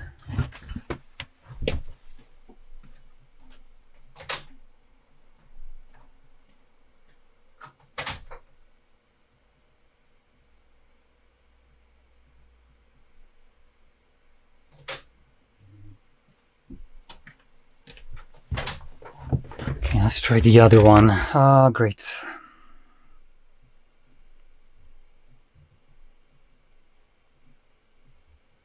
About this one. Okay, this one is correct. Okay, so once you type it in correctly, it never even gives you like, oh, congrats, you have actually guessed your password. It just automatically jumps to resetting, which should take about a minute, 2 minutes tops to finish up. So anyway, I'm just gonna let it run through and come back once it's finished.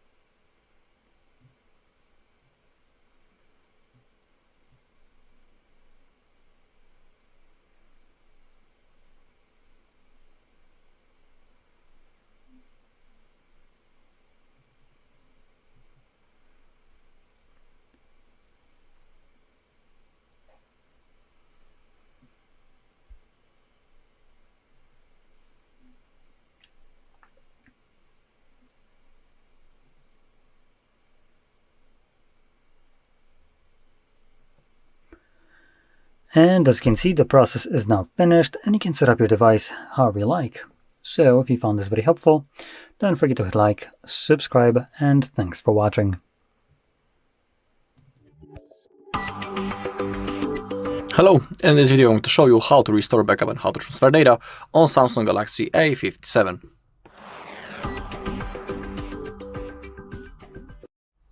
Okay, so first I'll show you how you can transfer the data from a previous device into your Samsung, then we'll restore the backup from the Google one, from Samsung Cloud, and from external storage drive. So let's begin. We are doing the setup process, we gotta select our language, and then click on Start. Click on Next, select that you agree, click on Next, and now we have the option that we are interested in, setup using another device. As you take a look on my old phone, an option for the setup automatically appeared. So let's click on Setup. If it doesn't appear, don't worry, all you need to do is to open up your camera app and then click on Galaxy or Android device and scan the QR code.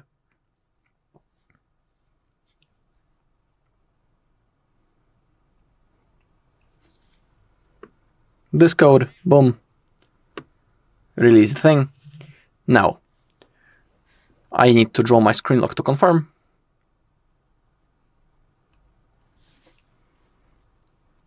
As you take a look, our Samsung is automatically connected to the Wi-Fi.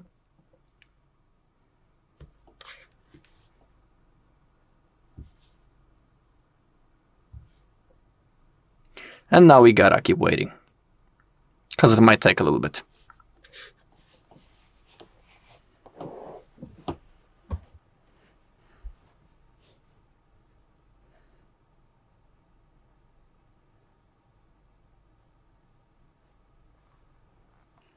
Okay, I need to draw my screen lock because I was factory resetting my device through recovery mode. That is why it appeared. In your case, it won't look like that, so don't worry.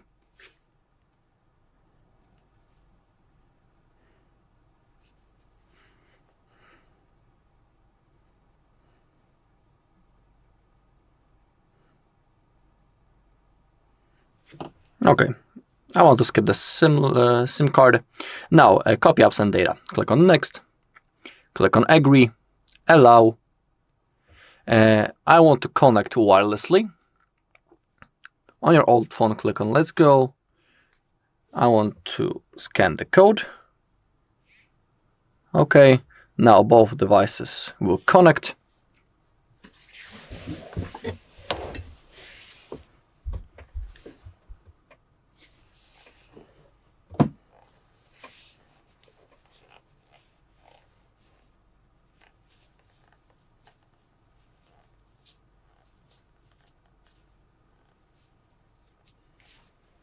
Okay, and now select what you want to copy. Transfer actually. Everything, just calls, contacts and messages, and if you click on custom, you'll be able to manually select what you want to transfer. I'll want only calls, contacts and messages, thanks to that. It won't take that long. And now we gotta keep waiting. Okay, and now we have the simple setup process. As you can see, it's already done. So you can set your screen lock in here. I'm about to skip everything actually in here. Scroll down, click on accept. In here we can turn on backup services. I'll agree to that. Now select your default browser and the search engine. I always pick Chrome as my default browser and Google as my search engine. Now you have the Gemini, click on next. In here it is up to you, do you want to turn it on or not. Basically you can turn on the function that will allow you to launch the Gemini by simply saying, hey Google, I don't want that, so click on no thanks.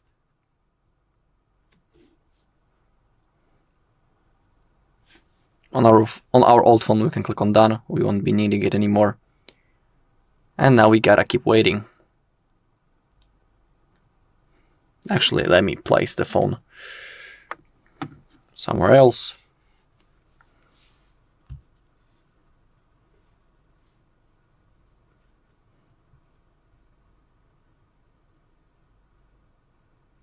Okay, and now we gotta wait.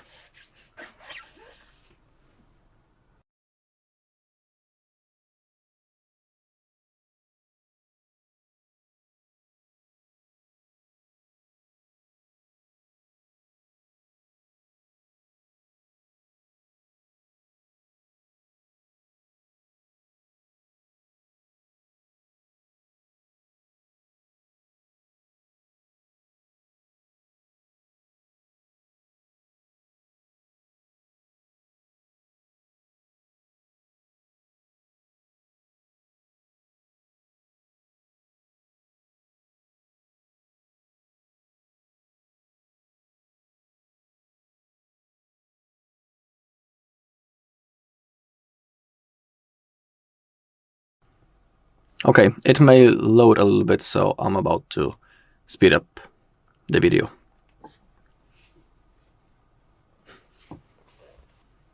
Okay, it has finally loaded. It took a little bit. In here you can sign in or create your Samsung account. I'm about to skip it. Everything is available later in the settings. Click that you agree. Select your display mode, light or dark. Click on next. And I think that's all when it comes to waiting. Finally. I don't want any of those recommended apps, so I think that I'll have to unselect them.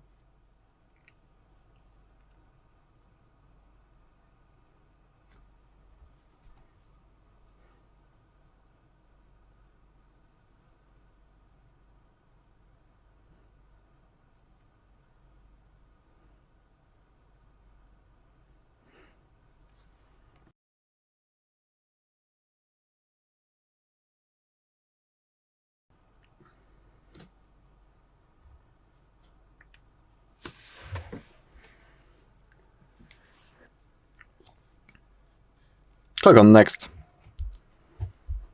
Okay. Click on home, and now we are ready to use our device. Also, don't disconnect from the Wi-Fi yet, because some of the things might still be installed.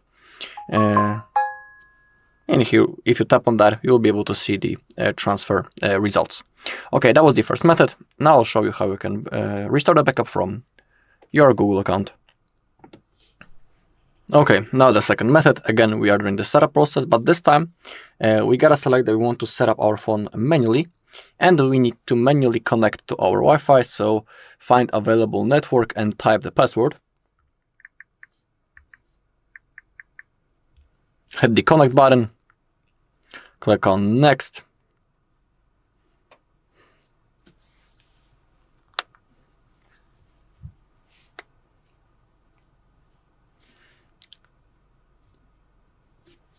Once again, we need to wait.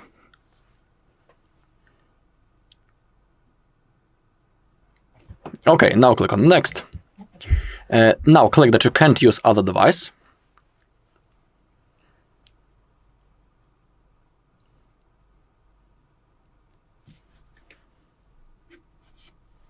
And now we need to sign in into the exact same Google account on which we made our backup before.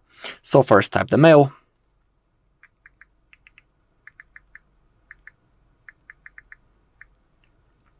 Click on next, and then we'll have the password, but I'll do it off camera.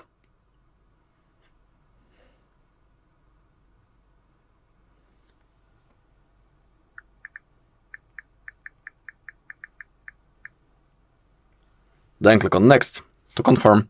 In my case, I have two-step verification, so I need to verify on my second phone. Okay. Click on next, click on agree.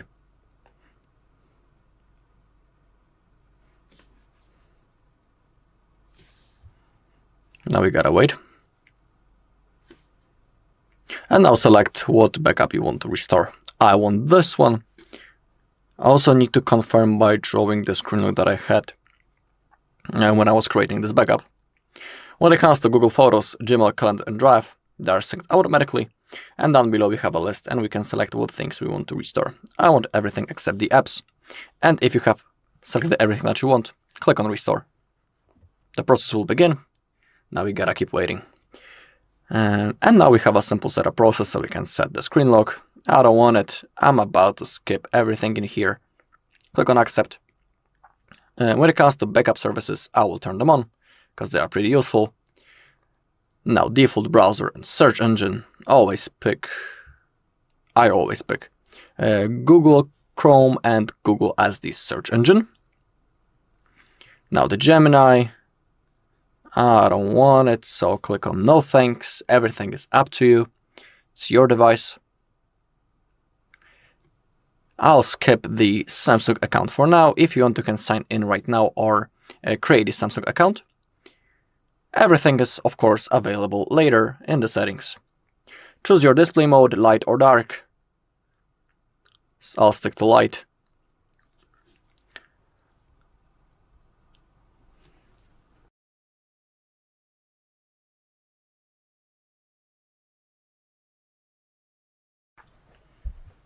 Click on next. And now we are all set up. Click on home. And just like in the previous method, don't disconnect from the Wi-Fi yet, because some of the things might still be synced or restored. Okay, that was the second method. Now I'll show you how you can restore the backup from your Samsung Cloud. Okay, to restore the backup from Samsung Cloud, you gotta be signed in into your Samsung account, of course, into the same Samsung account on which you made your backup before. And then open up the settings, tap on your account. Not that. Okay. Scroll down, go into Samsung Cloud.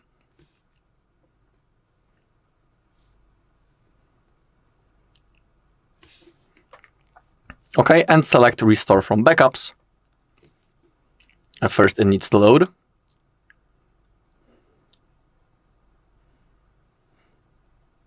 Okay, and select what backup you want to restore. I want this one. Select the things and hit the Restore button.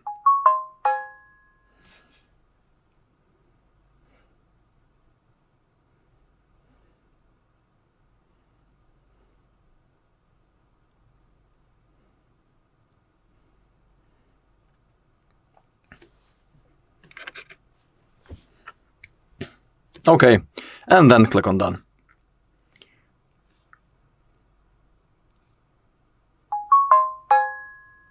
Oh, actually, it has been restored, my bad. Okay, and now let's restore the backup from external storage drive. To do it, go back, scroll down, click on Accounts and Backup, click on External Storage Transfer, More and Continue, More and Allow. Now insert your SD card or USB storage. Select Restore From. It will scan for the data right now.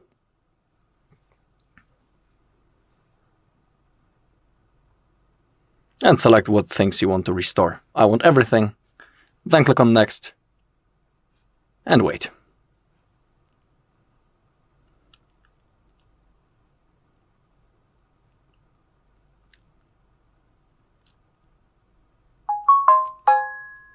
Click on Next and click on Done.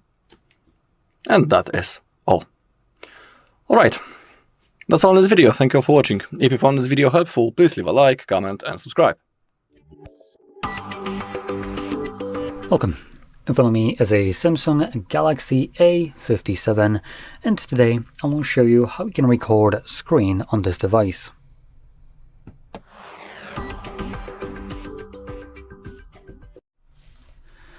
So, to get started, we will first want to swipe down from the top of our screen, and if you have the separation, make sure you do it from the right side. We just fix one thing. There we go, just a little bit more brightness, and here as well. So once you swipe down, you will find this area right here, and you want to swipe down again in this area. This will extend the list of visible toggles, hopefully revealing the screen recording toggle. Now, if this toggle isn't visible in here, you will be able to add it by clicking right here on this pencil. And then actually, idiotically, we're not going to be doing what we did before, which is clicking on Edit. As you can see, that doesn't do shit for us anymore. What instead we're going to be doing is clicking on the Add a Control and then finding the screen recording somewhere in this stupid list right here that literally has all the toggles with way too much space taken. So go figure which category it is. Though at least screen capturing is pretty easily found as it's right at the top. So once you see your screen recorder, all you would need to do is, let's just say this is it. Just tap on it, and then instead of having it added to the freaking list where it's supposed to be, we need to now grab it, drag it over to the top, and then drop it in this freaking list. Cool. Well done, Samsung. Additional steps were taken that didn't need to be taken. Just to take a little bit of a moment. Let me just get rid of some notifications. Here's my phone, which is also a Samsung. And look, if I go edit. I have them right here, and I can just whoop, drop it, and drag it. Cool. That was good design. This isn't. Anyway, we're going to click on Done now, and find the toggle again. And once you have it here, first time around, I recommend holding it. This will take you to the settings, and in here, under the screen recorder, you'll find some options. Like, for instance, audio recording, we have media and mic, and none. For some reason, Samsung doesn't consider the existence of people that would want to record only microphone. You can go screw yourself, apparently. So anyway, select whichever option you want. I do want to point out one thing. When using media and mic, for that, I would recommend maybe using some kind of earbuds, something along those lines, as typically what will happen is when the media, which is the sound that the phone would be making, is being recorded, it's going to be first recorded internally by the screen recorder. Then it's going to be played through the speakers, which could potentially be recorded second time by the microphone. So obviously you wouldn't want that. Next, we have video quality right here, and it's set to 1080p. I believe it might be set to medium by default. If it is, change it definitely to the high, and don't look at any other options. Next, we have the selfie size. You can enable selfie while you're recording, and this is the actual size that will appear on the screen that you can drag around and just place it wherever you want. So you can make it bigger, smaller if you want. It's up to you. And obviously you don't need to use this. It's a toggle that you can toggle on while recording. Next, we have show taps and touches. This will record a semi-transparent gray dot where your finger was pressing the display. I'm going to enable this just so you can see how that looks like. And other than that, there's not really anything else. There is no options for bitrate or anything like that. So we're just going to close this up. There's also nothing to save as it automatically gets applied. And now let's start recording by finding this toggle and tapping on it. And it gives us some of the options again, so we can record entire screen or partial, like a cropped version of it. And we have the sound options and top options right here, which I'm going to keep as they are, and then start recording. We'll get a 3-second countdown, which we can skip. So I'm also just going to move my finger right here, so it'll be visible later on. We can also do some things like this. There's the camera. We can also pause the recording. So while you're pausing, you can, I don't know, put in your password or something along those lines. And yeah. Now, once you are recording, you can open up most of the applications willy-nilly, no problem. But you'll occasionally encounter applications like, for instance, this piece of shit. You just enable Wi-Fi.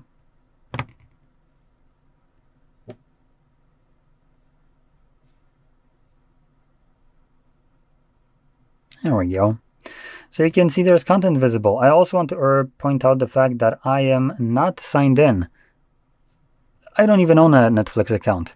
There was also nothing that would show up right here asking for any kind of permission. And just to even make this absolutely abundantly clear, I'm going to go in here, Up Info. We're going to go into, where is it? Storage, clear data, delete, clear cache as well. As you can see, it's been all cleared. So typically with that, you would get pop-ups for permissions and stuff like that. Clearly, there is nothing showing up right here. Anyway, once you're done recording, you can swipe up on this, click on the square to save it, and this will save your screen recording to your gallery application. Now we have both gallery and photos right here, but I generally like gallery more as it's not from Google.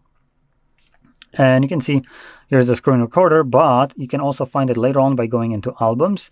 And in albums, you will be looking for the screen recorder album, in which you will find, well, just that. And here it's playing. Now, here's the touch inputs, by the way. So what you're about to experience in a moment will be a feature of Android that is designed for privacy and security of the user.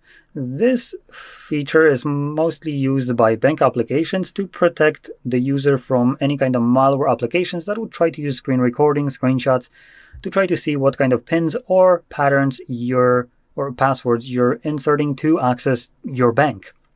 And for that purpose, it's being blocked. Now, the screen recording can be captured, but what you end up with is this. The moment the application opens. So nothing visible on it, not even the touch inputs. So this is done for privacy and security, like I mentioned, but you can also see this. Netflix isn't a bank application. Netflix is a, well, piece of shit streaming platform, which is now blocking my screen recorder without ever even asking me for permission. Shit, I didn't even install this application myself, nor do I own an account, so I couldn't ever agree to terms of service or use. Therefore, I did never allow this bullshit to be happening on my device. So, for that reason, because I find this to be a blatant overstep of corporate bullshit cuckery, I'm going to be showing you a workaround to this garbage, which has no place, no business doing anything on your device. Now, I do want to mention this could potentially be piracy, but if you're paying for the content, it's not. If you're not sharing it as well, it's definitely not. And furthermore, depending on what you're doing, if you want to capture a screenshot, with that, this feature also blocks, you are well in your legal right to do so. You're also in your legal right to capture videos of content that you'll be watching, as long as you're not distributing it. It's not piracy.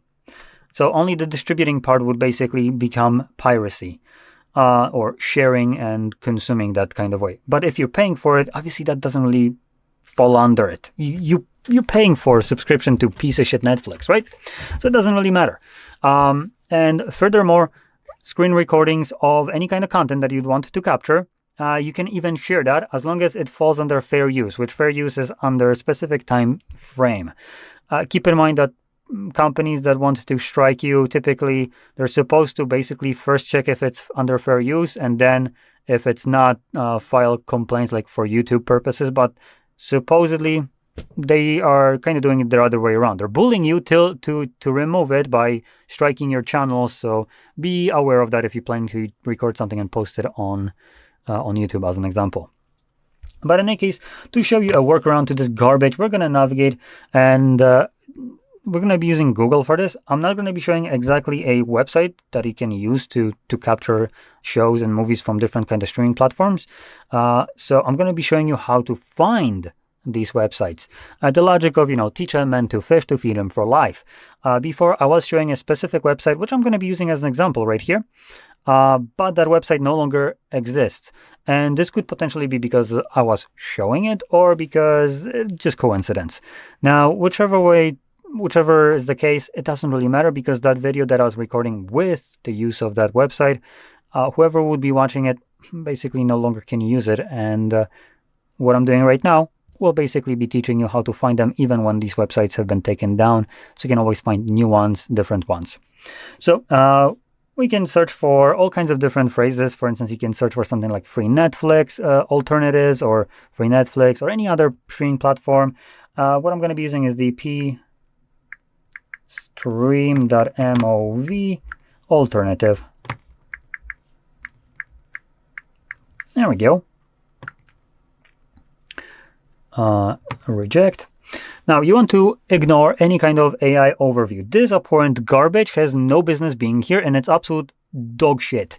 It's giving you some piece of shit recommendations like Donkey TO. Now, I tried this one specifically out of curiosity, what piece of shit it recommends. And hey, as an alternative to a free option that never required any accounts, any payments, or anything, it just worked through the browser, it's giving me recommendations of things that require accounts and subscriptions. How is that the equivalent to the same thing that was basically showing shows and movies for free without an account or needing any kind of bullshit? It also has the audacity to give things like Plex right here as a recommendation. Yeah, because finding content online is the same thing as self-hosting it. Yeah. Anyway, we're going to be always looking for Reddit. That's generally what you want to look for.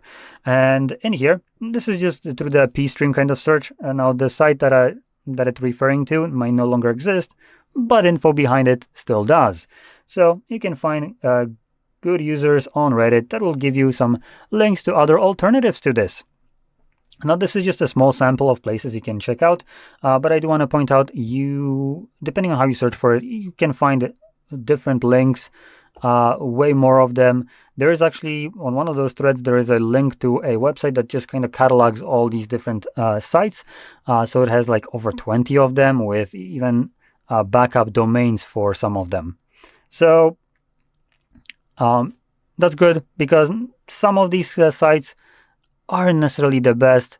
They're annoying with ads, some of them. And honestly, if you're trying to share a copyrighted content, like meaning on one of these sites is, and then you have the audacity to put ads, like, what are you doing? Just screw off. So find one that doesn't require you to basically be annoyed by ads and them having be open in a separate tab that you're automatically being taken to, because that is just going to drive you insane. There are better options, and just find one that works best for you. And because anything that you're going to find will be working through the browser, as you see in the screen recording, anything in the browser, right somewhere. Wait, that is a little bit too short. Oh, there we go. There's a browser. So I can see anything through the browser can be recorded, no problem. So you can do whatever you want. And like I said, because you would be paying for this content and the applications are trying to block you from doing so, you can just find alternatives to it. and it should be fine. And one more thing, for the bank applications which also block you, bank applications have a built-in options to, for instance, allow you to download confirmations of payments, which is typically what you would want to capture in there anyway. So you can just download a PDF file and then send it to someone as a confirmation. So banks block one way, but give you alternative ways to usually achieve what you're trying to. Netflix, on the other hand side, that does not really. So in any case, that's about it. So if you found this very helpful, don't forget to hit like, subscribe, and thanks for watching. Welcome. In front of me is a Samsung Galaxy A57, and today I will show you how you can enable and set up your portable hotspot.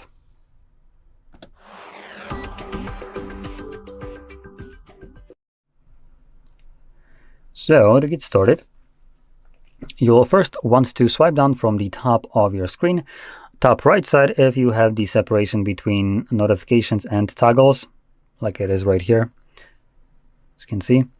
And in this area, we can swipe down again to extend the list of visible toggles. I do kind of want to say I did swipe from the right side and still get the notifications. Don't worry, that's just Samsung being Samsung. But in any case, once you swipe down, you would be looking for the hotspot toggle, and for me it is added right over here. But if you don't see it, you can add it by clicking on this pencil right here, and then moronically, instead of clicking on the edit like you used to, no, we're going to be selecting add a control like it's a freaking widget, and we're going to find it somewhere, whatever the hell it is in this moronically long list. Once you find it, you just tap on it, and instead of getting added to the toggles, no, it's going to get added to the bottom of the freaking list. So we're going to hold it again, and we're going to now add additional step of dragging it to that damn list where it's supposed to be from the beginning. Great. Well done, Samsung. You enshittified your own system. Awesome. In any case, now that our toggle will be added in here, first time around you want to hold this, as by holding it, it will take you quickly to the settings. Now, in the settings, you will find the password, which by default is randomly generated. I recommend just getting straight up, or getting rid of it straight up. So we're gonna just remove it and then set our own password. It will need to have at least 8 characters in length. That can be letters, numbers, both, doesn't really matter. I chose numbers for simplicity. And while we're in here, we can also talk about a couple additional things. So right at the top, we have the device's name. This is actually going to be the name of the hotspot that it will create, or more like a Wi-Fi network that you will be looking for. And name of the device just makes it super easy to find. Below, right here, we have compatibility and performance slider. So this allows us to choose between 2.4 and 5 gigahertz network, or potentially both. Oh no, never mind. I removed both for some reason. Which honestly, I think I like, considering Samsung is awful when it comes down to this. So we have 3 different options. We have 2.4, 5, and 6 gigahertz.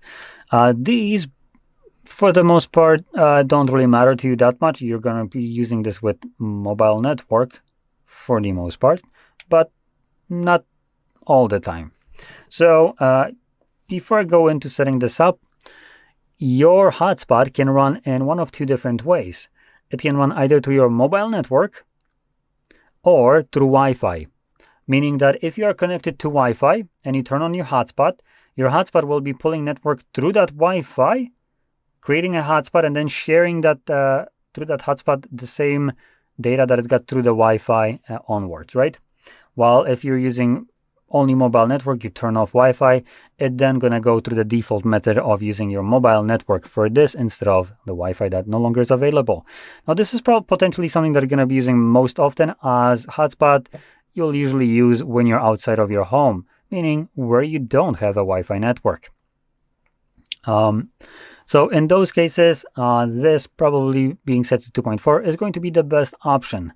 But if it is being passed through Wi-Fi, then potentially you can increase it and have a better experience. And to explain this slider is actually pretty good. It tells you that 2.4, or towards the left right here, we are getting more into the territory of compatibility, while the more to the right you go, the more performance you're getting. And with each one of these options right here, you get additional benefits. So as an example, some of those benefits would be when moving it to performance, you get faster internet, lower latencies, higher data bandwidth, more devices connected at the same time, and more open lane frequency on that 5 gigahertz or 6 gigahertz frequency, meaning that other signals that are at the same frequency won't interfere with yours as easily as they would, for instance, on 2.4. And again, if you switch to 6, again, that's even more improvements over the 5 and the 2.4. Now, the downside is, because you don't want to just crank it up to the highest number and call it a day, is that the more into performance you go, the more limited in devices you are.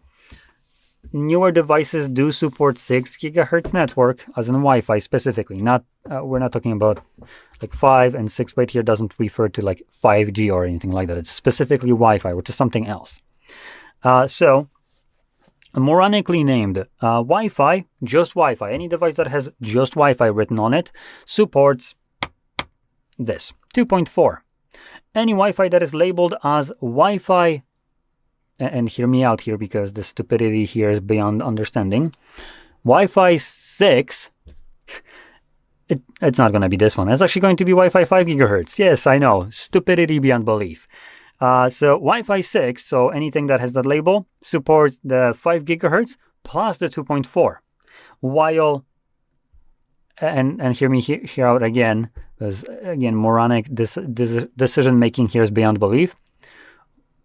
Wi-Fi 6E is the 6 gigahertz variant of it. And that one will obviously allow you to use the 6 gigahertz, 5, and 2.4, but only one at a time.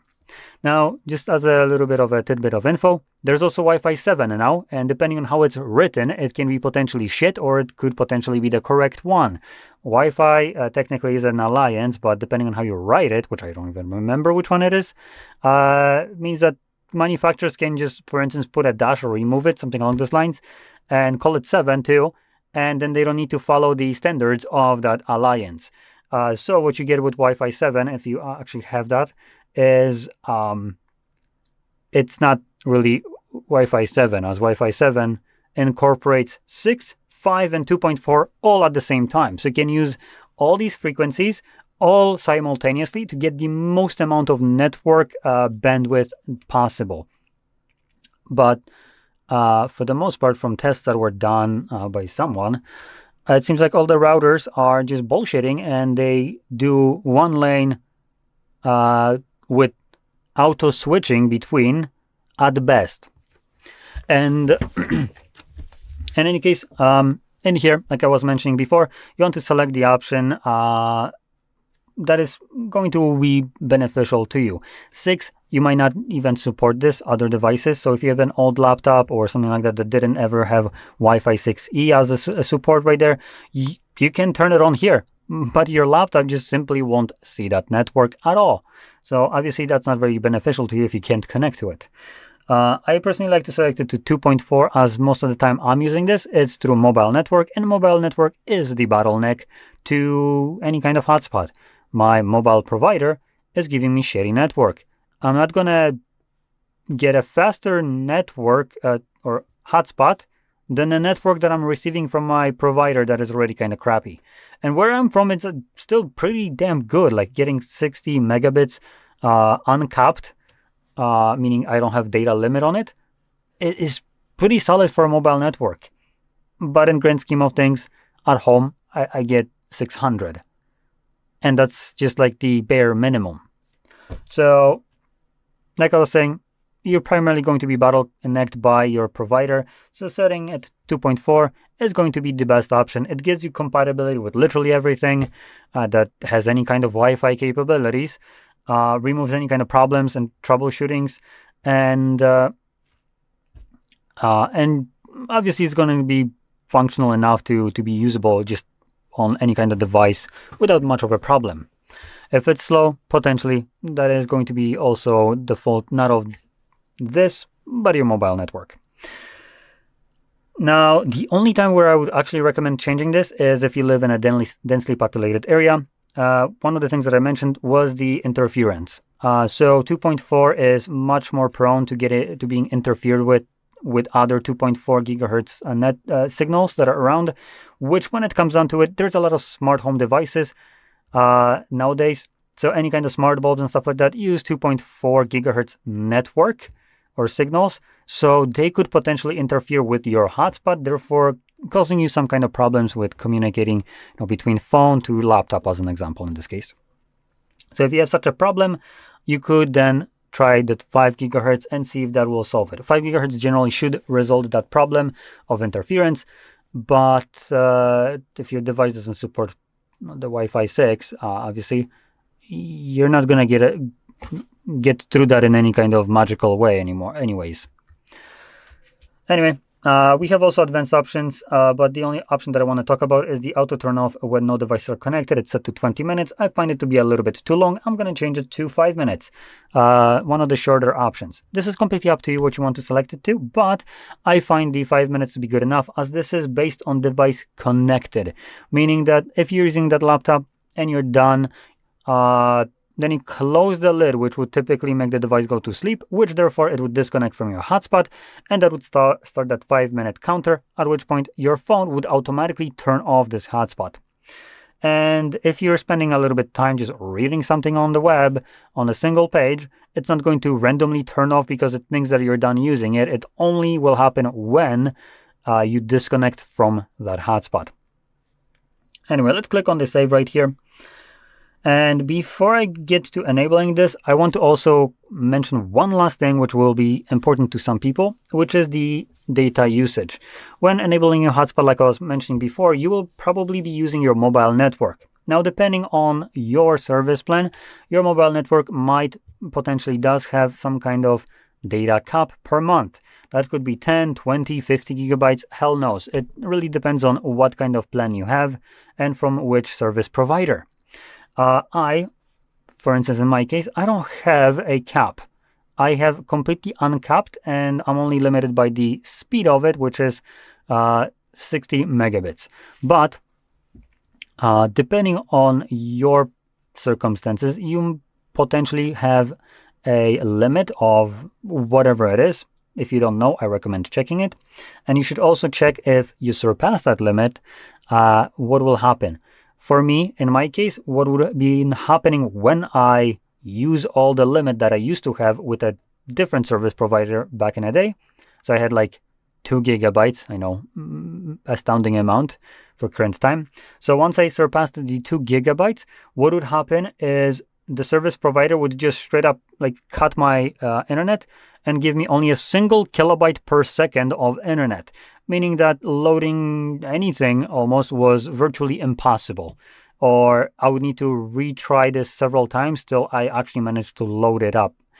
So for that purpose, if you have such a thing, when you're running your hotspot, it will use that network, your mobile network, and obviously also decrease your limit. So for this purpose, you might want to also set up some kind of data limit to your SIM. So we go into SIM management, SIM 2, I think, no, never mind, not here. Mobile data, no, where the hell is it? More SIM settings.